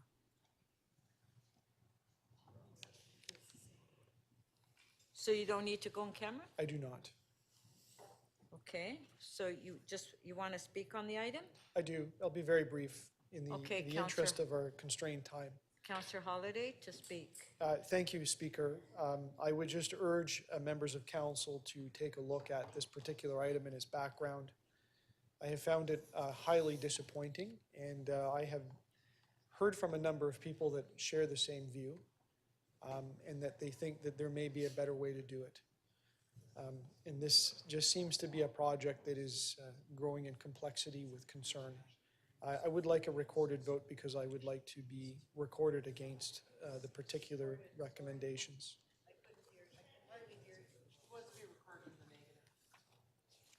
Thank you, Speaker. Then I'd like to speak on, Deputy Mayor, if you could speak on it. So thank you. This item came before council the last time. It is an 800-meter trail we're trying to make in the west end of the city. Part of the Loop Trail, a 65-kilometer trail. It's part of the Ravine strategy. It's a great project. When it came before us, the local councillors in the area were in favor of the project. We proceeded. The provincial government is now asking for a full environmental assessment on an 800-meter bike trail on city property beside a stream. They are going to look ridiculous. They are going to look ridiculous because they are not asking for an environmental assessment for Ontario Place. They are going to look ridiculous because they're not asking for an environmental assessment for Duffins Creek. So I think we are very wise to give direction to the city solicitor here to represent the city in this case, and I fully adopt fully support all of the advice that has been given on this matter. Is this that portion just south of? Yes. Councillor Nunziata. Councillor Nunziata's ward? Yeah, yeah, and it's part of your area too. I asked City Council to support what's before us, and as the Deputy Mayor mentioned, this has been a committee for a while. We started this whole process actually in 2013. There were a number of public meetings that were held with the community. My residents, actually Councillor Pruitt's residents were involved in it, and it was also Councillor Ford at the time. He was involved in it as well because it was part of his ward. And we had so many meetings with different alternatives. We spoke to residents, and we came up with the preferred option, and which was adopted. But unfortunately, there's the golf course that doesn't support it, and that's been objecting to it. And so the last time it came here to council, we did say to staff to try to work with the golf course to try to address their issues, but it's the only option. And we've been working on this environmental assessment for years now. And now, because the province now is asking for additional EA, and I did speak to the local MPP, which is Michael Ford. He supports this, so I don't know why this has happened with the province. I guess they've received a number of calls from the golf course. I don't know. But anyway, I'm urging members of council to support the report. Thank you. Councillor Ainsley. Thank you, Mr. Deputy Speaker. I would just like to quickly say, both as the City Councillor from Toronto, but more importantly, I'm also the Chair of the Board of Directors of the Toronto Region and Conservation Authority. This is a very important project to us. It has been in the works for almost 10 years now. It's had very extensive public consultations. It's had support from all of the provincial, municipal, even the federal politicians in this area. It's a neat 800-meter trail that's going to close a gap in our trail system in Etobicoke.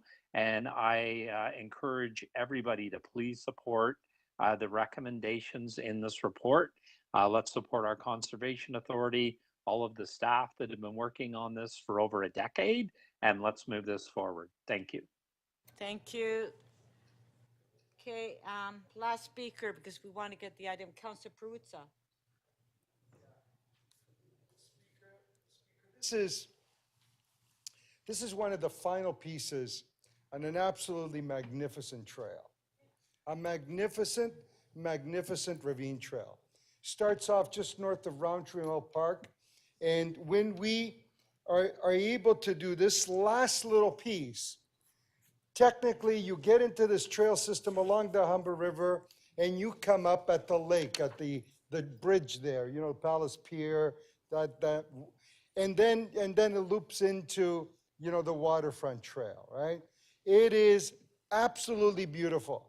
I know there's a piece just south of what's called Boulay or that place there, you know, the restaurant, you know, the restaurant on top of the, where you have to come out and it sort of meanders through a couple of parking lots, right? But it's absolutely the thing to do. Now, this has been in the works for so long, right? It is tiresome. I remember conversations with people before the 2015, what were they called? The Pan Am Games. Remember when we got the Pan Am Games? This was going to be a legacy project for that. A legacy project for the Pan Am Games in 2015. Here we are, like, you know, just roll the clock forward 2023, and what do you have now? You got the provincial government absconding on it. Basically saying, throwing a wrench in it one more time, like to basically kick it into a process that'll be another 20 years in the making. What a shame. People have learned to love our trails. They have every right to enjoy those trails. Whether you're walking, cycling, whether you want to go see birds or crickets or whatever, or chase rabbits. They love them. The pandemic is absolutely said to Torontonians, love your trails, love nature. It's wonderful. It's a beautiful, safe thing to do. Pandemic-free, bug-free. Keep your distance, and you'll be healthy. And people just love it. Now what you really need to do is find a way to maintain it and have all-season maintenance on it so people can enjoy it all year round. And what does the province do? Who would do that? You gotta be an anti-people person to do that. You basically have to be an anti-person to do that. The why, the why. Oh God, I could go into so many whys. I don't have the time. I don't want to take up any more of your time, but Speaker, please, we need to communicate this in the strongest terms possible. It's a little piece, an absolutely little piece. And for that little piece, the disruption to that trail is absolutely abominable. That's how bad it is.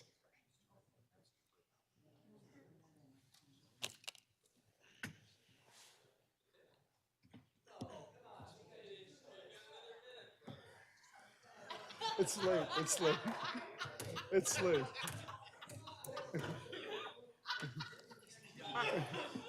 I didn't expect that silence. I think I said it, Speaker. Didn't I say it? I think. No, I know. And just so everybody knows this in my ward.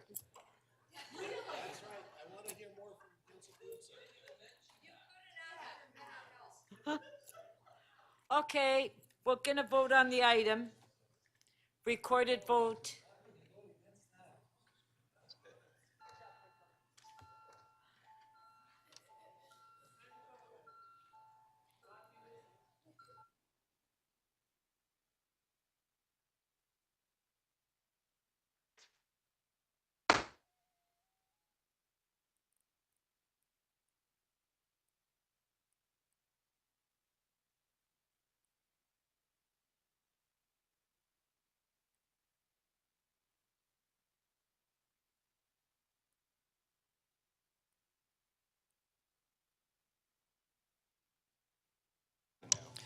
Councillor Fletcher, can we get your vote, please? And Councillor Crisanti.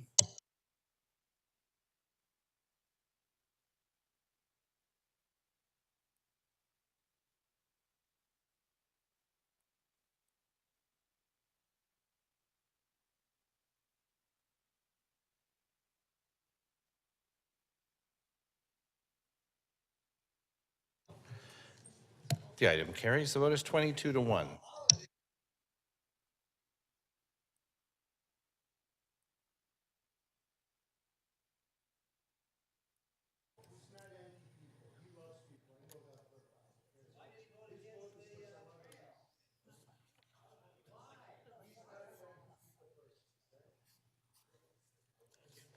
Okay, everyone. Let's, Deputy Mayor, can I have a motion from you that we will extend to 6:30? No? You're done? Okay. I'll move it, Deputy Mayor. Councillor Ainsley? Okay, so can we just, no, that's what I thought, but according to the clerk, we didn't, that we have to do it. But why don't we, because it's my understanding that, can we just, what time is it? Maybe 5 minutes, because we'll extend it for 5 minutes because Councillor Perks wants to defer one of the items, and then we can do the bills. Okay, Councillor Perks. Yes, item MM 5.7, micro-mobility couriers. I've spoken to the mover, Councillor Sachs, the seconder, Councillor Carroll. I've spoken to the deputy the deputy mayor. Everyone is good with deferring it to the next meeting. So let's defer that to the next meeting. Okay, so, yeah. Yeah. Councillor Perks is moving to defer MM 5.7 to the next meeting. On favor, carried.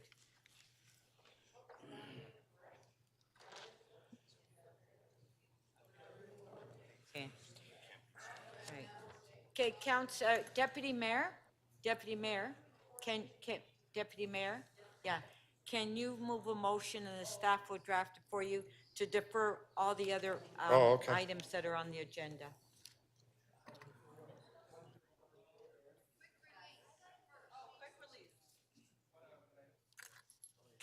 Councillor Bravo, quick release. Yeah, I just wanted on MM 531 and MM 532, I just want a recorded vote on those items.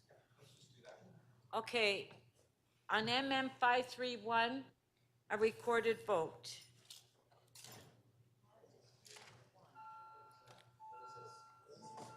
This is Councillor Bravo's MM 531. She's asking for recorded vote. She held the item down.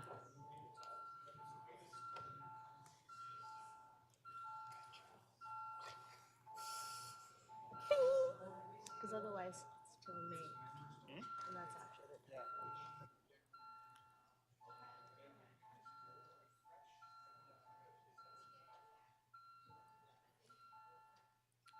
Councillor Perruzza, please. Councillor Thompson, please.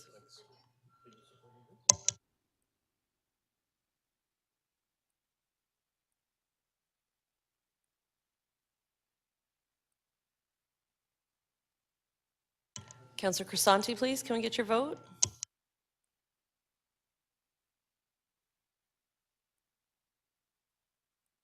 Councillor Perruzza, please.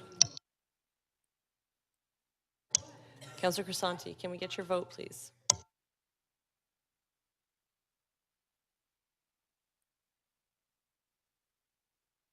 Councillor Perruzza, how do you vote, please? No, exactly. That's what I'm saying. Speaker, the motion carries. The vote is 20-3.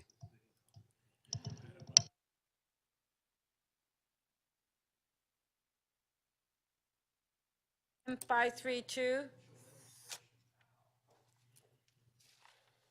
Recorded vote.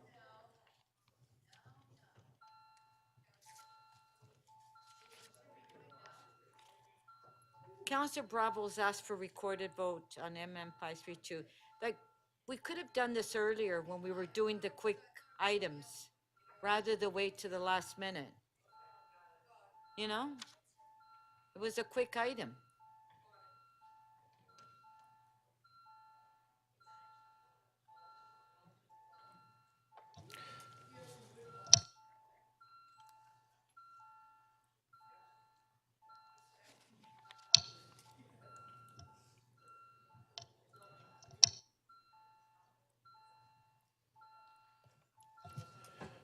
Councillor Perruzza, how do you vote, please?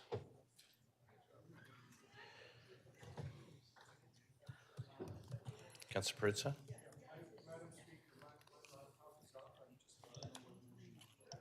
MM 532. It's on the screen.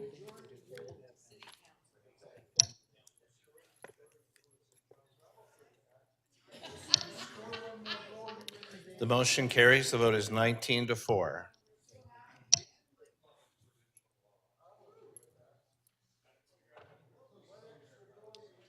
Okay, Deputy Mayor McKelvey, can you just move a motion, because we only have 1 minute left, move a motion to defer all the other items?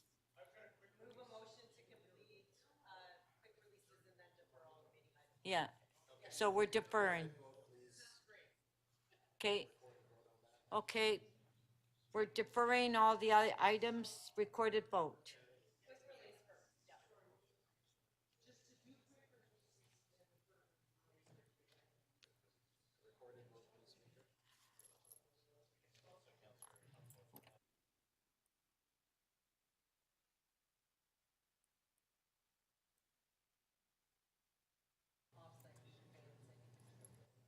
Okay, recorded vote. Is a recorded vote being asked? Just stand by, please, members, while we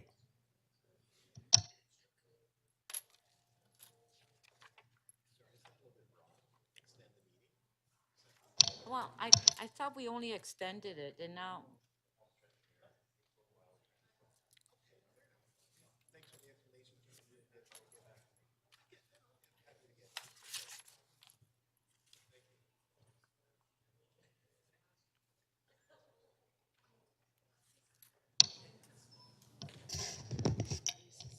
but it just says extend the meeting to what? You're gonna fill it in, Speaker. Mr. Elbridge just explained himself. I'm happy with it.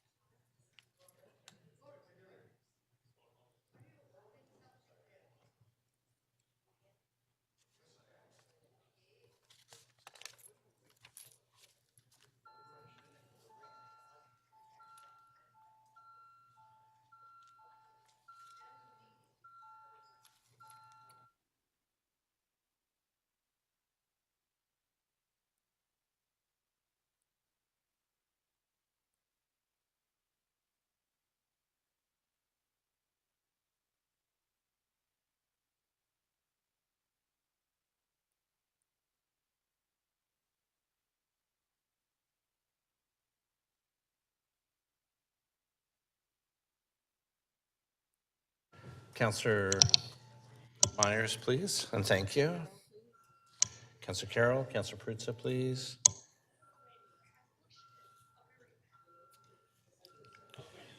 Okay.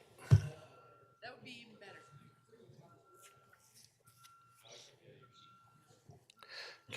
Councillor Perruzza, how do you vote, please? Burnside, we're in the middle of a vote. The motion to extend to complete the agenda carries 22-1.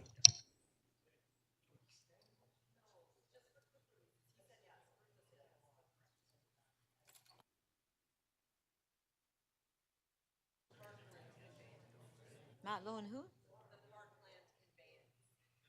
Okay, Councillor Matlow, you have a quick release?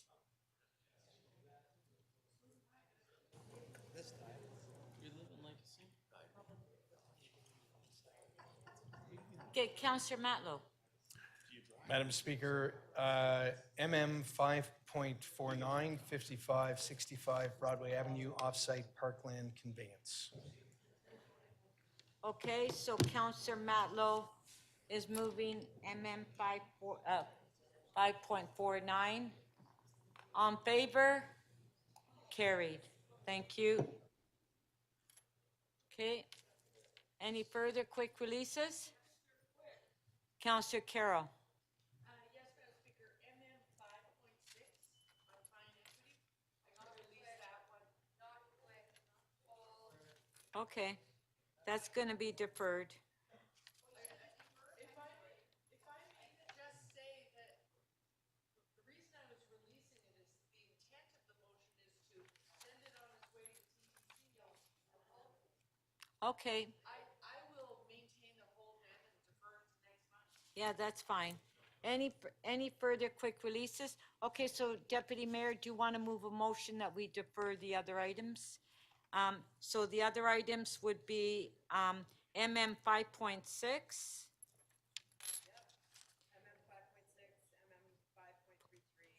And MM 5.46. Is that correct? If I can ask the clerk, is that correct? Okay, yes. So motion by the deputy mayor on deferring those three items. On favor? Show of hands, carried.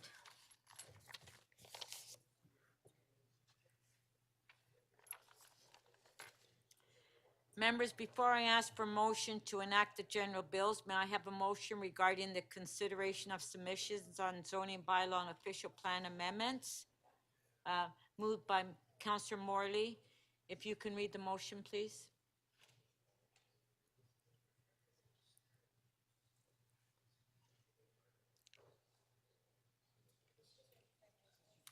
Oh, sorry. I Go mean, ahead. thank you, Madam Speaker. Move that the committee and council considered submissions in making a decision on zoning bylaw and official plan amendments. Thank you. All in favor? Show of hands. Carried. May I have a motion to introduce the general bills? Moved by, moved by Councillor Moyes. You have to read it.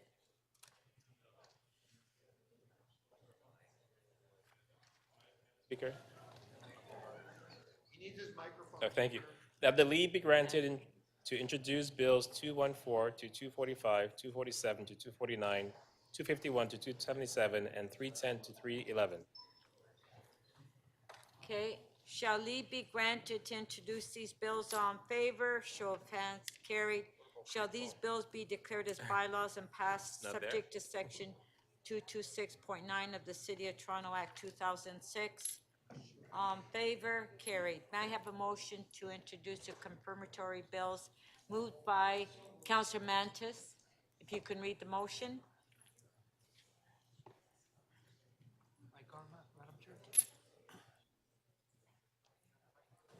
There you go. That leave be granted to introduce bills to confirm to the point of the introduction of this motion, the proceedings of City Council Meeting 5 on March 29, 30, and 31, 2023. Shall leave be granted to introduce these bills? Recorded vote.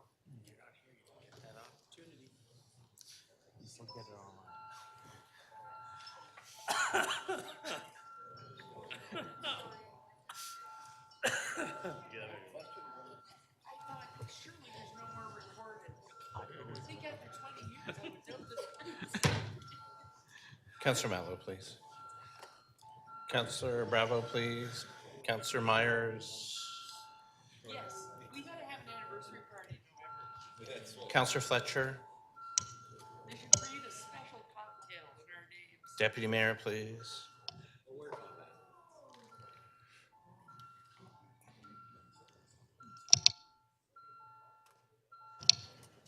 Councillor Thompson, are you able to vote? Okay. Councillor Carroll, how do you vote, please? Affirmative. Councillor Myers, how do you vote, please? Councillor Perruzza, how do you vote, please? Thank you. Speaker, the motion carries 21 in favor, unanimous. Okay, shall these, hold on, I'm not finished yet. Shall these bills be declared as bylaws and be passed subject to section 226.9 of the City of Toronto Act 2006?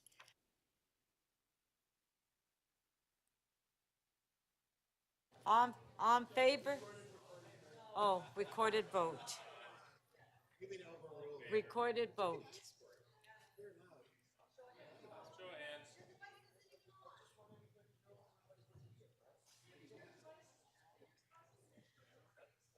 On favor? What, Councillor Burnside and the other councillors, can you come in here for a sec, please? Councillor Burnside? They're at the elevator.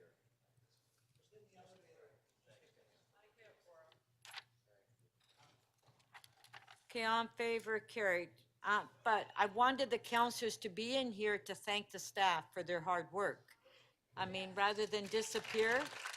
So, thank you to staff, and happy Easter to everyone, and all the chocolates that we received today. The Easter Bunny was definitely here today. So thank you, and thank you. You can all come back. Yeah. Thank you to members of council. Okay, and this meeting is adjourned. Thank you.